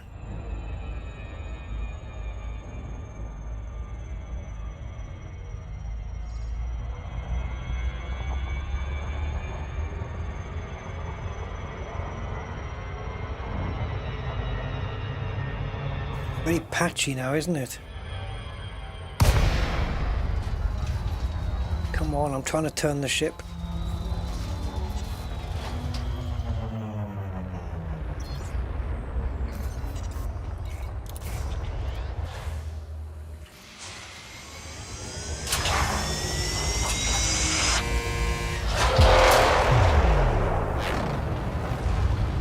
I don't know why I boosted. Absolutely didn't need to at all.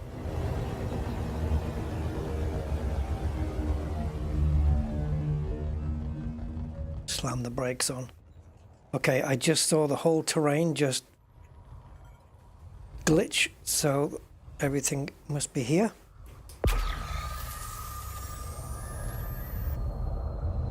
So come on, bacteria, don't make me look. How can that be?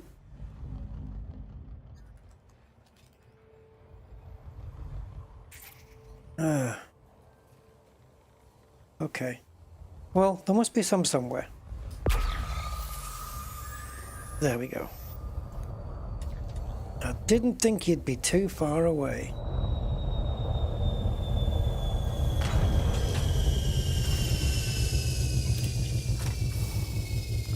Alright, so gravity's very light here, 0.034.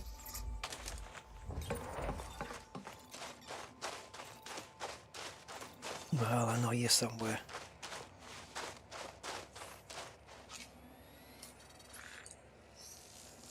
Minus 205 in the shade, 199 not in the shade.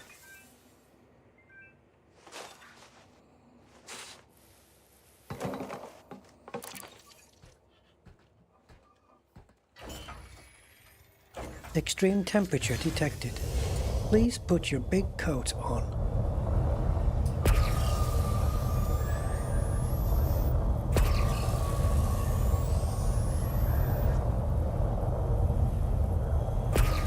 Forget your gloves, but extra gloves and scarf, extra safety.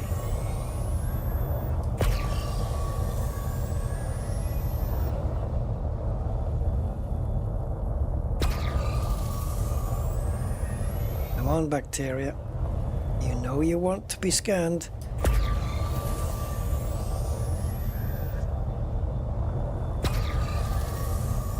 So we've got a green pulse trying to find a green splodge on a green planet.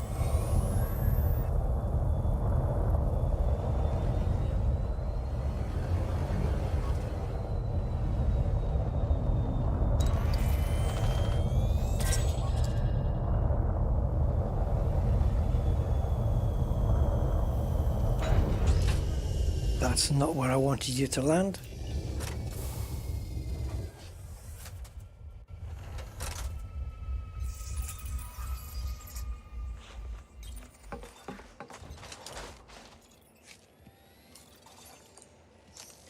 So I tell you what though, even in the Formidine Rift, did we ever come across Digitus and Bellaris together?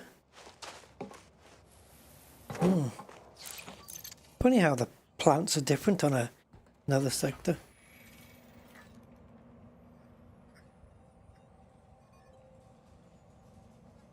Oh yeah, we did temperature experiments. Yeah, we've added temperature to the overlay, that's right, yeah. And we determined that if you go in the shadow, like stay underneath the ship or something, it's even colder than it is if you come out from under the shadow into the normal, yeah. On the day side, that is. It's cooler in the shade by about 10 degrees.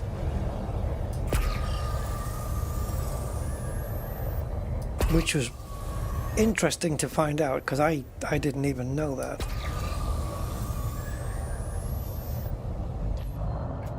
Do you know what? I get the feeling. I can't pulse from out here, though. I mean, I can move the ship independently like this, but if I press the pulse, obviously outside we don't know. Nothing lights up, so it doesn't help me. I'm restricted to these freaking side windows with the middle bars going across. Yay.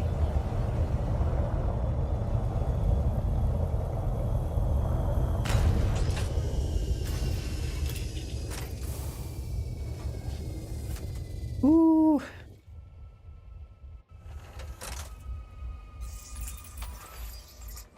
Yep, that'll work. That'll work better though. There you go.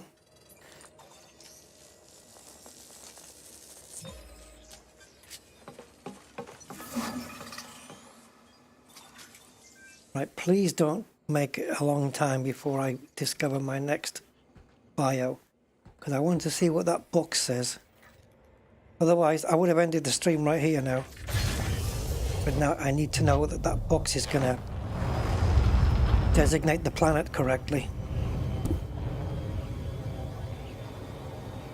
And darling... Oh, we don't have a route? Well, we did have a route. Can you remember it? There you go. Come on.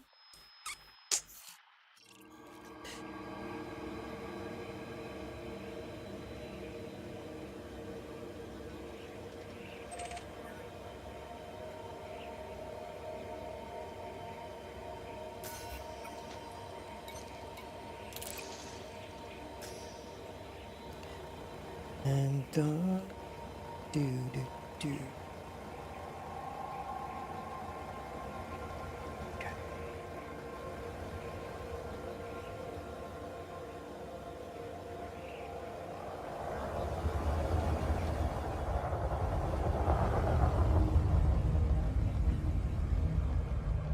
Thank you for coming up for me.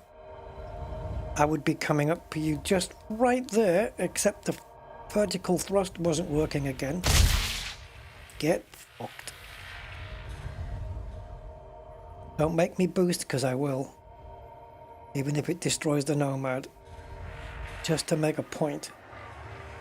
I don't know what that point would be, but would make it anyway. So that, yeah, 3 million off that planet, which will turn into 15. Woohoo! We're rich.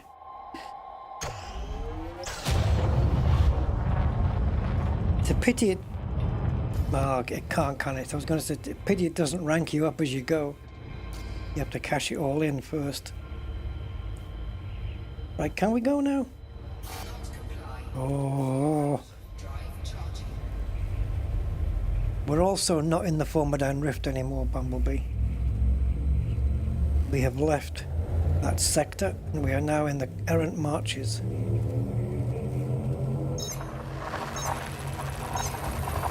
In the Hypevsky region. I just need one more bio. One. One bio on a planet. Preferably one that's got a system with like an A shelf and a B shelf and maybe even a C shelf. That's not going to cut it. It's already been discovered, but I tell you what. Fuel scoop disengaged.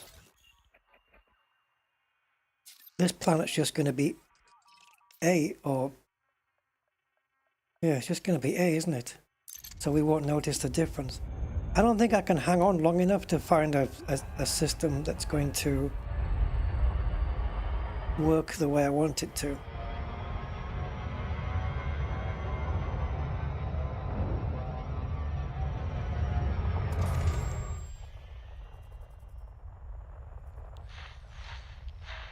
Oh. But we had it in the middle of the screen, didn't we? It's right there. So why aren't you... Oh, there you are.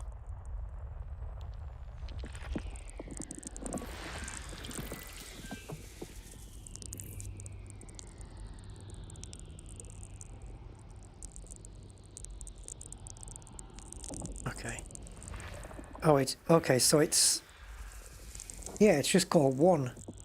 So it's not called A1, you know, and there's no B1 or anything. So we need a system that has, like, I don't know, maybe 20 bodies in it or something, and a bio on one of the shelves. Oh, God. I'm not going to go through this too much longer.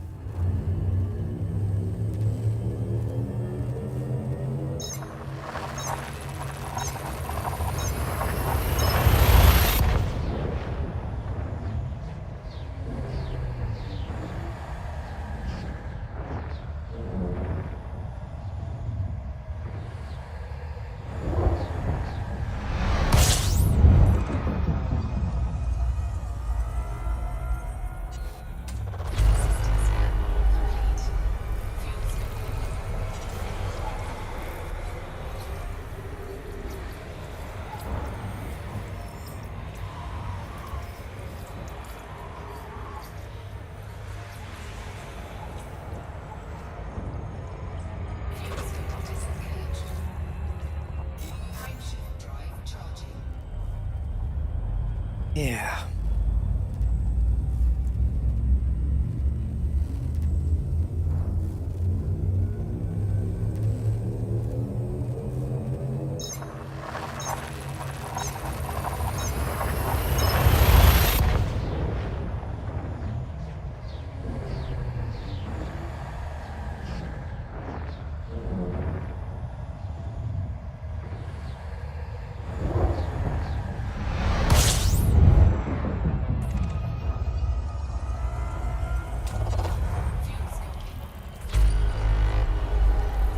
Bodies, not enough.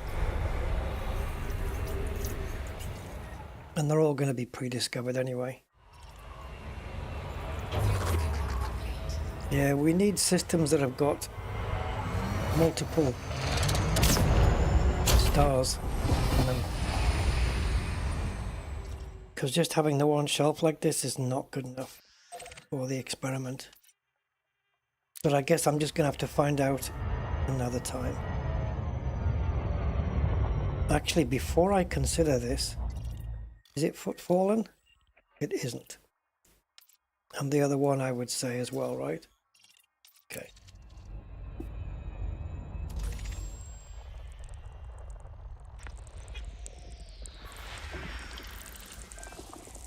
Okay. And that would be... Oh, fuck. Stop it! Stop saying that. It's telling me that it's possibly Bacterium morasus or Stratum tectonicus. Like, stop teasing. We know it's going to be bacteria. And yes. See, it just says biosignals system 2-1, which is correct in this occasion. That's just simply the name of the planet. It is just 2. It's not A2 or B2. It's just 2. So that is correctly named on this occasion. Yeah, we could be another 10, 12 jumps before we find that particular system that we need. It might be on the next jump, but I can't afford to find out. Okay, so Planet 2 then is the only one with a bio on it. And that is where we're going to rest our weary heads.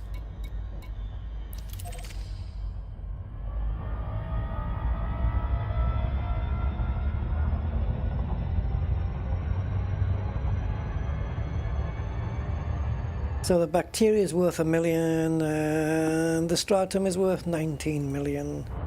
So a little bit of a difference, just a little bit.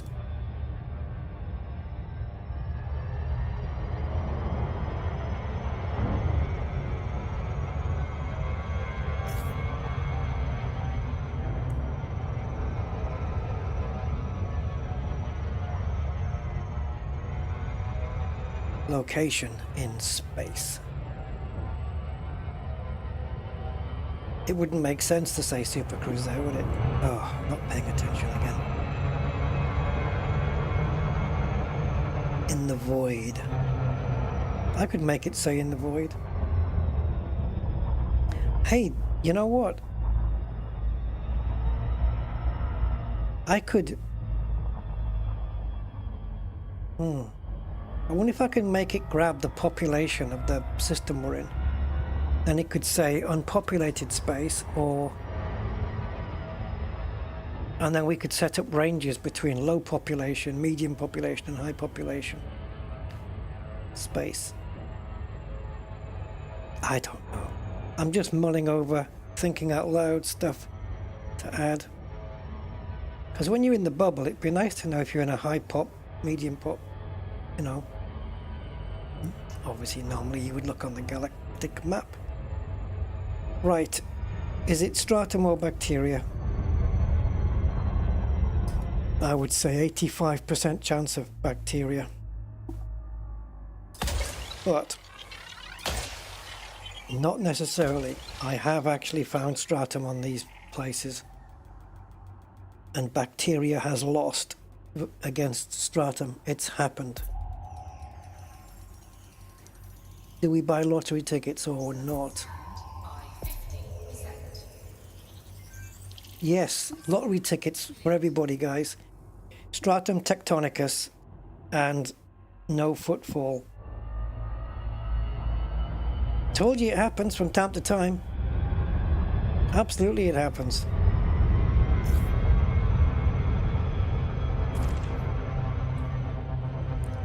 Lottery tickets. We're going too fast. Can you slow down just a wee bit, please? Like a bit more. There we go. Right, stratomize me.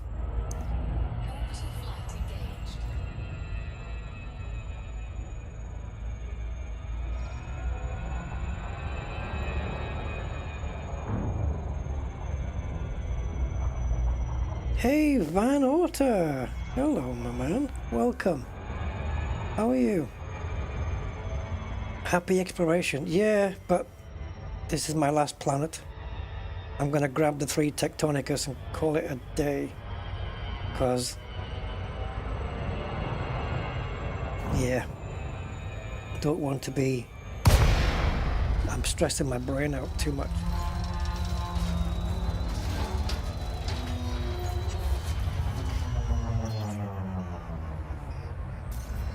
It's a pity you can't land the ship and take the Nomad out, but it wouldn't make a lot of sense.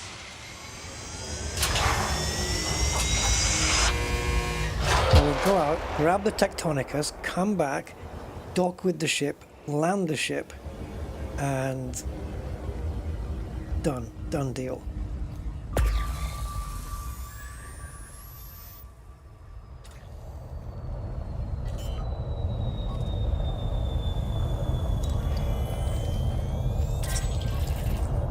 Oh yeah, baby. Tell me, stratum tectonicus lime. This planet has been first discovered already, but it has not been probed until now, and it hasn't been footfall until right now. Oh, that's another 95 million. We must be about 750 million in already on this stuff, on the exobiology. 750 million, it's got to be, right? Maybe it's more, I don't know. I'm going to guess 700-800 million, sorry.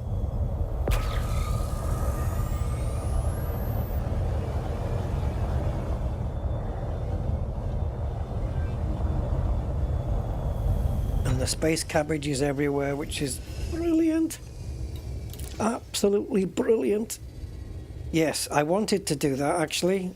I accidentally did it right there, but I did want to command the request a docking, but I was going to do it on the third scan, but it doesn't matter. It'll be ready for us with its little hatch open. Okay, one more cabbage and that's it. They just look like cabbage leaves, don't they? Anyway.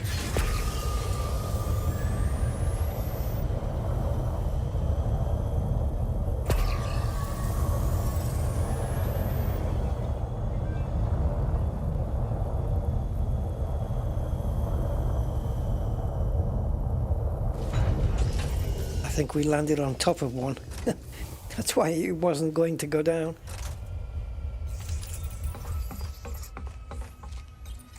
Thank you for filling up my rank and credits. Nice. See? It was worth coming over. I know it was the biggest chance it was going to be bacteria. Absolutely. But now and again, I keep forgetting that I did that because I did it early. Now and again, it can be stratum. So it's always worth going to have a look. And there's no, and now that you have overcharge, even if the planet's far away, there's no excuse not to. It just might pay off. And especially worth it if there's no footfall already. And you're going to claim it. Then absolutely it's worth it.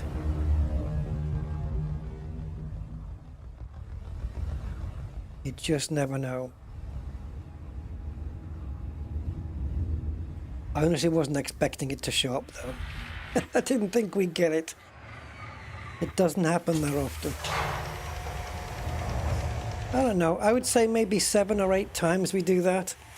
And it's bacteria out of 10, you know, 7 or 8 times out of 10 it's going to be bacteria.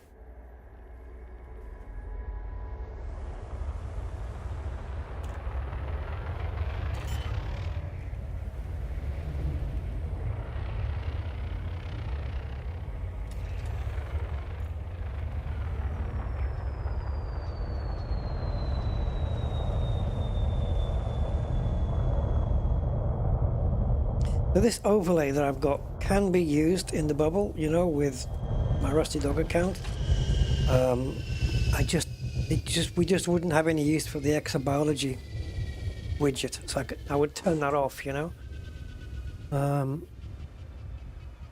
But I wonder what, like if I'm doing missions or something, if I could do anything with that. I don't think so, but if I think of anything, temperature minus 30, is that all? What was it outside? Is that the temperature outside, minus 30?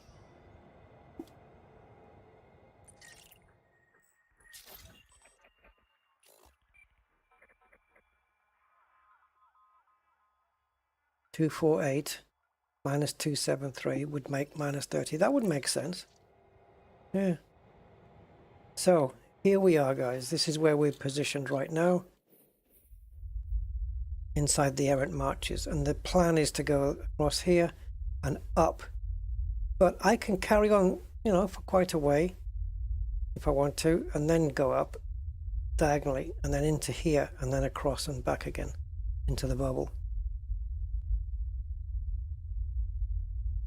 We'll see how it goes. See how it goes. Because we've got some nice stuff in here. We've got anomalies and Lagrange clouds. But to find them, every time you jump into a system, you have to come to the nav panel and look here for notable stellar phenomena. Otherwise, you don't find it. Unless you go into the FSS, then you would find it there.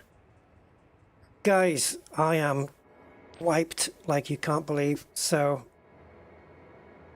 I'm going to leave it here. I hope you've enjoyed it. If you have, leave a like for me, please. Thank you, just to help my algorithms. And just to say thank you, brain, for holding out. Yeah. Oh my goodness. What an absolute day it's been. Yeah. Guys, I bid you farewell and say thank you to all of you. And I will catch you on the next one. Oof. Until then, thank you guys. Appreciate it. Thanks for the company. And I'll see you then. Bye-bye.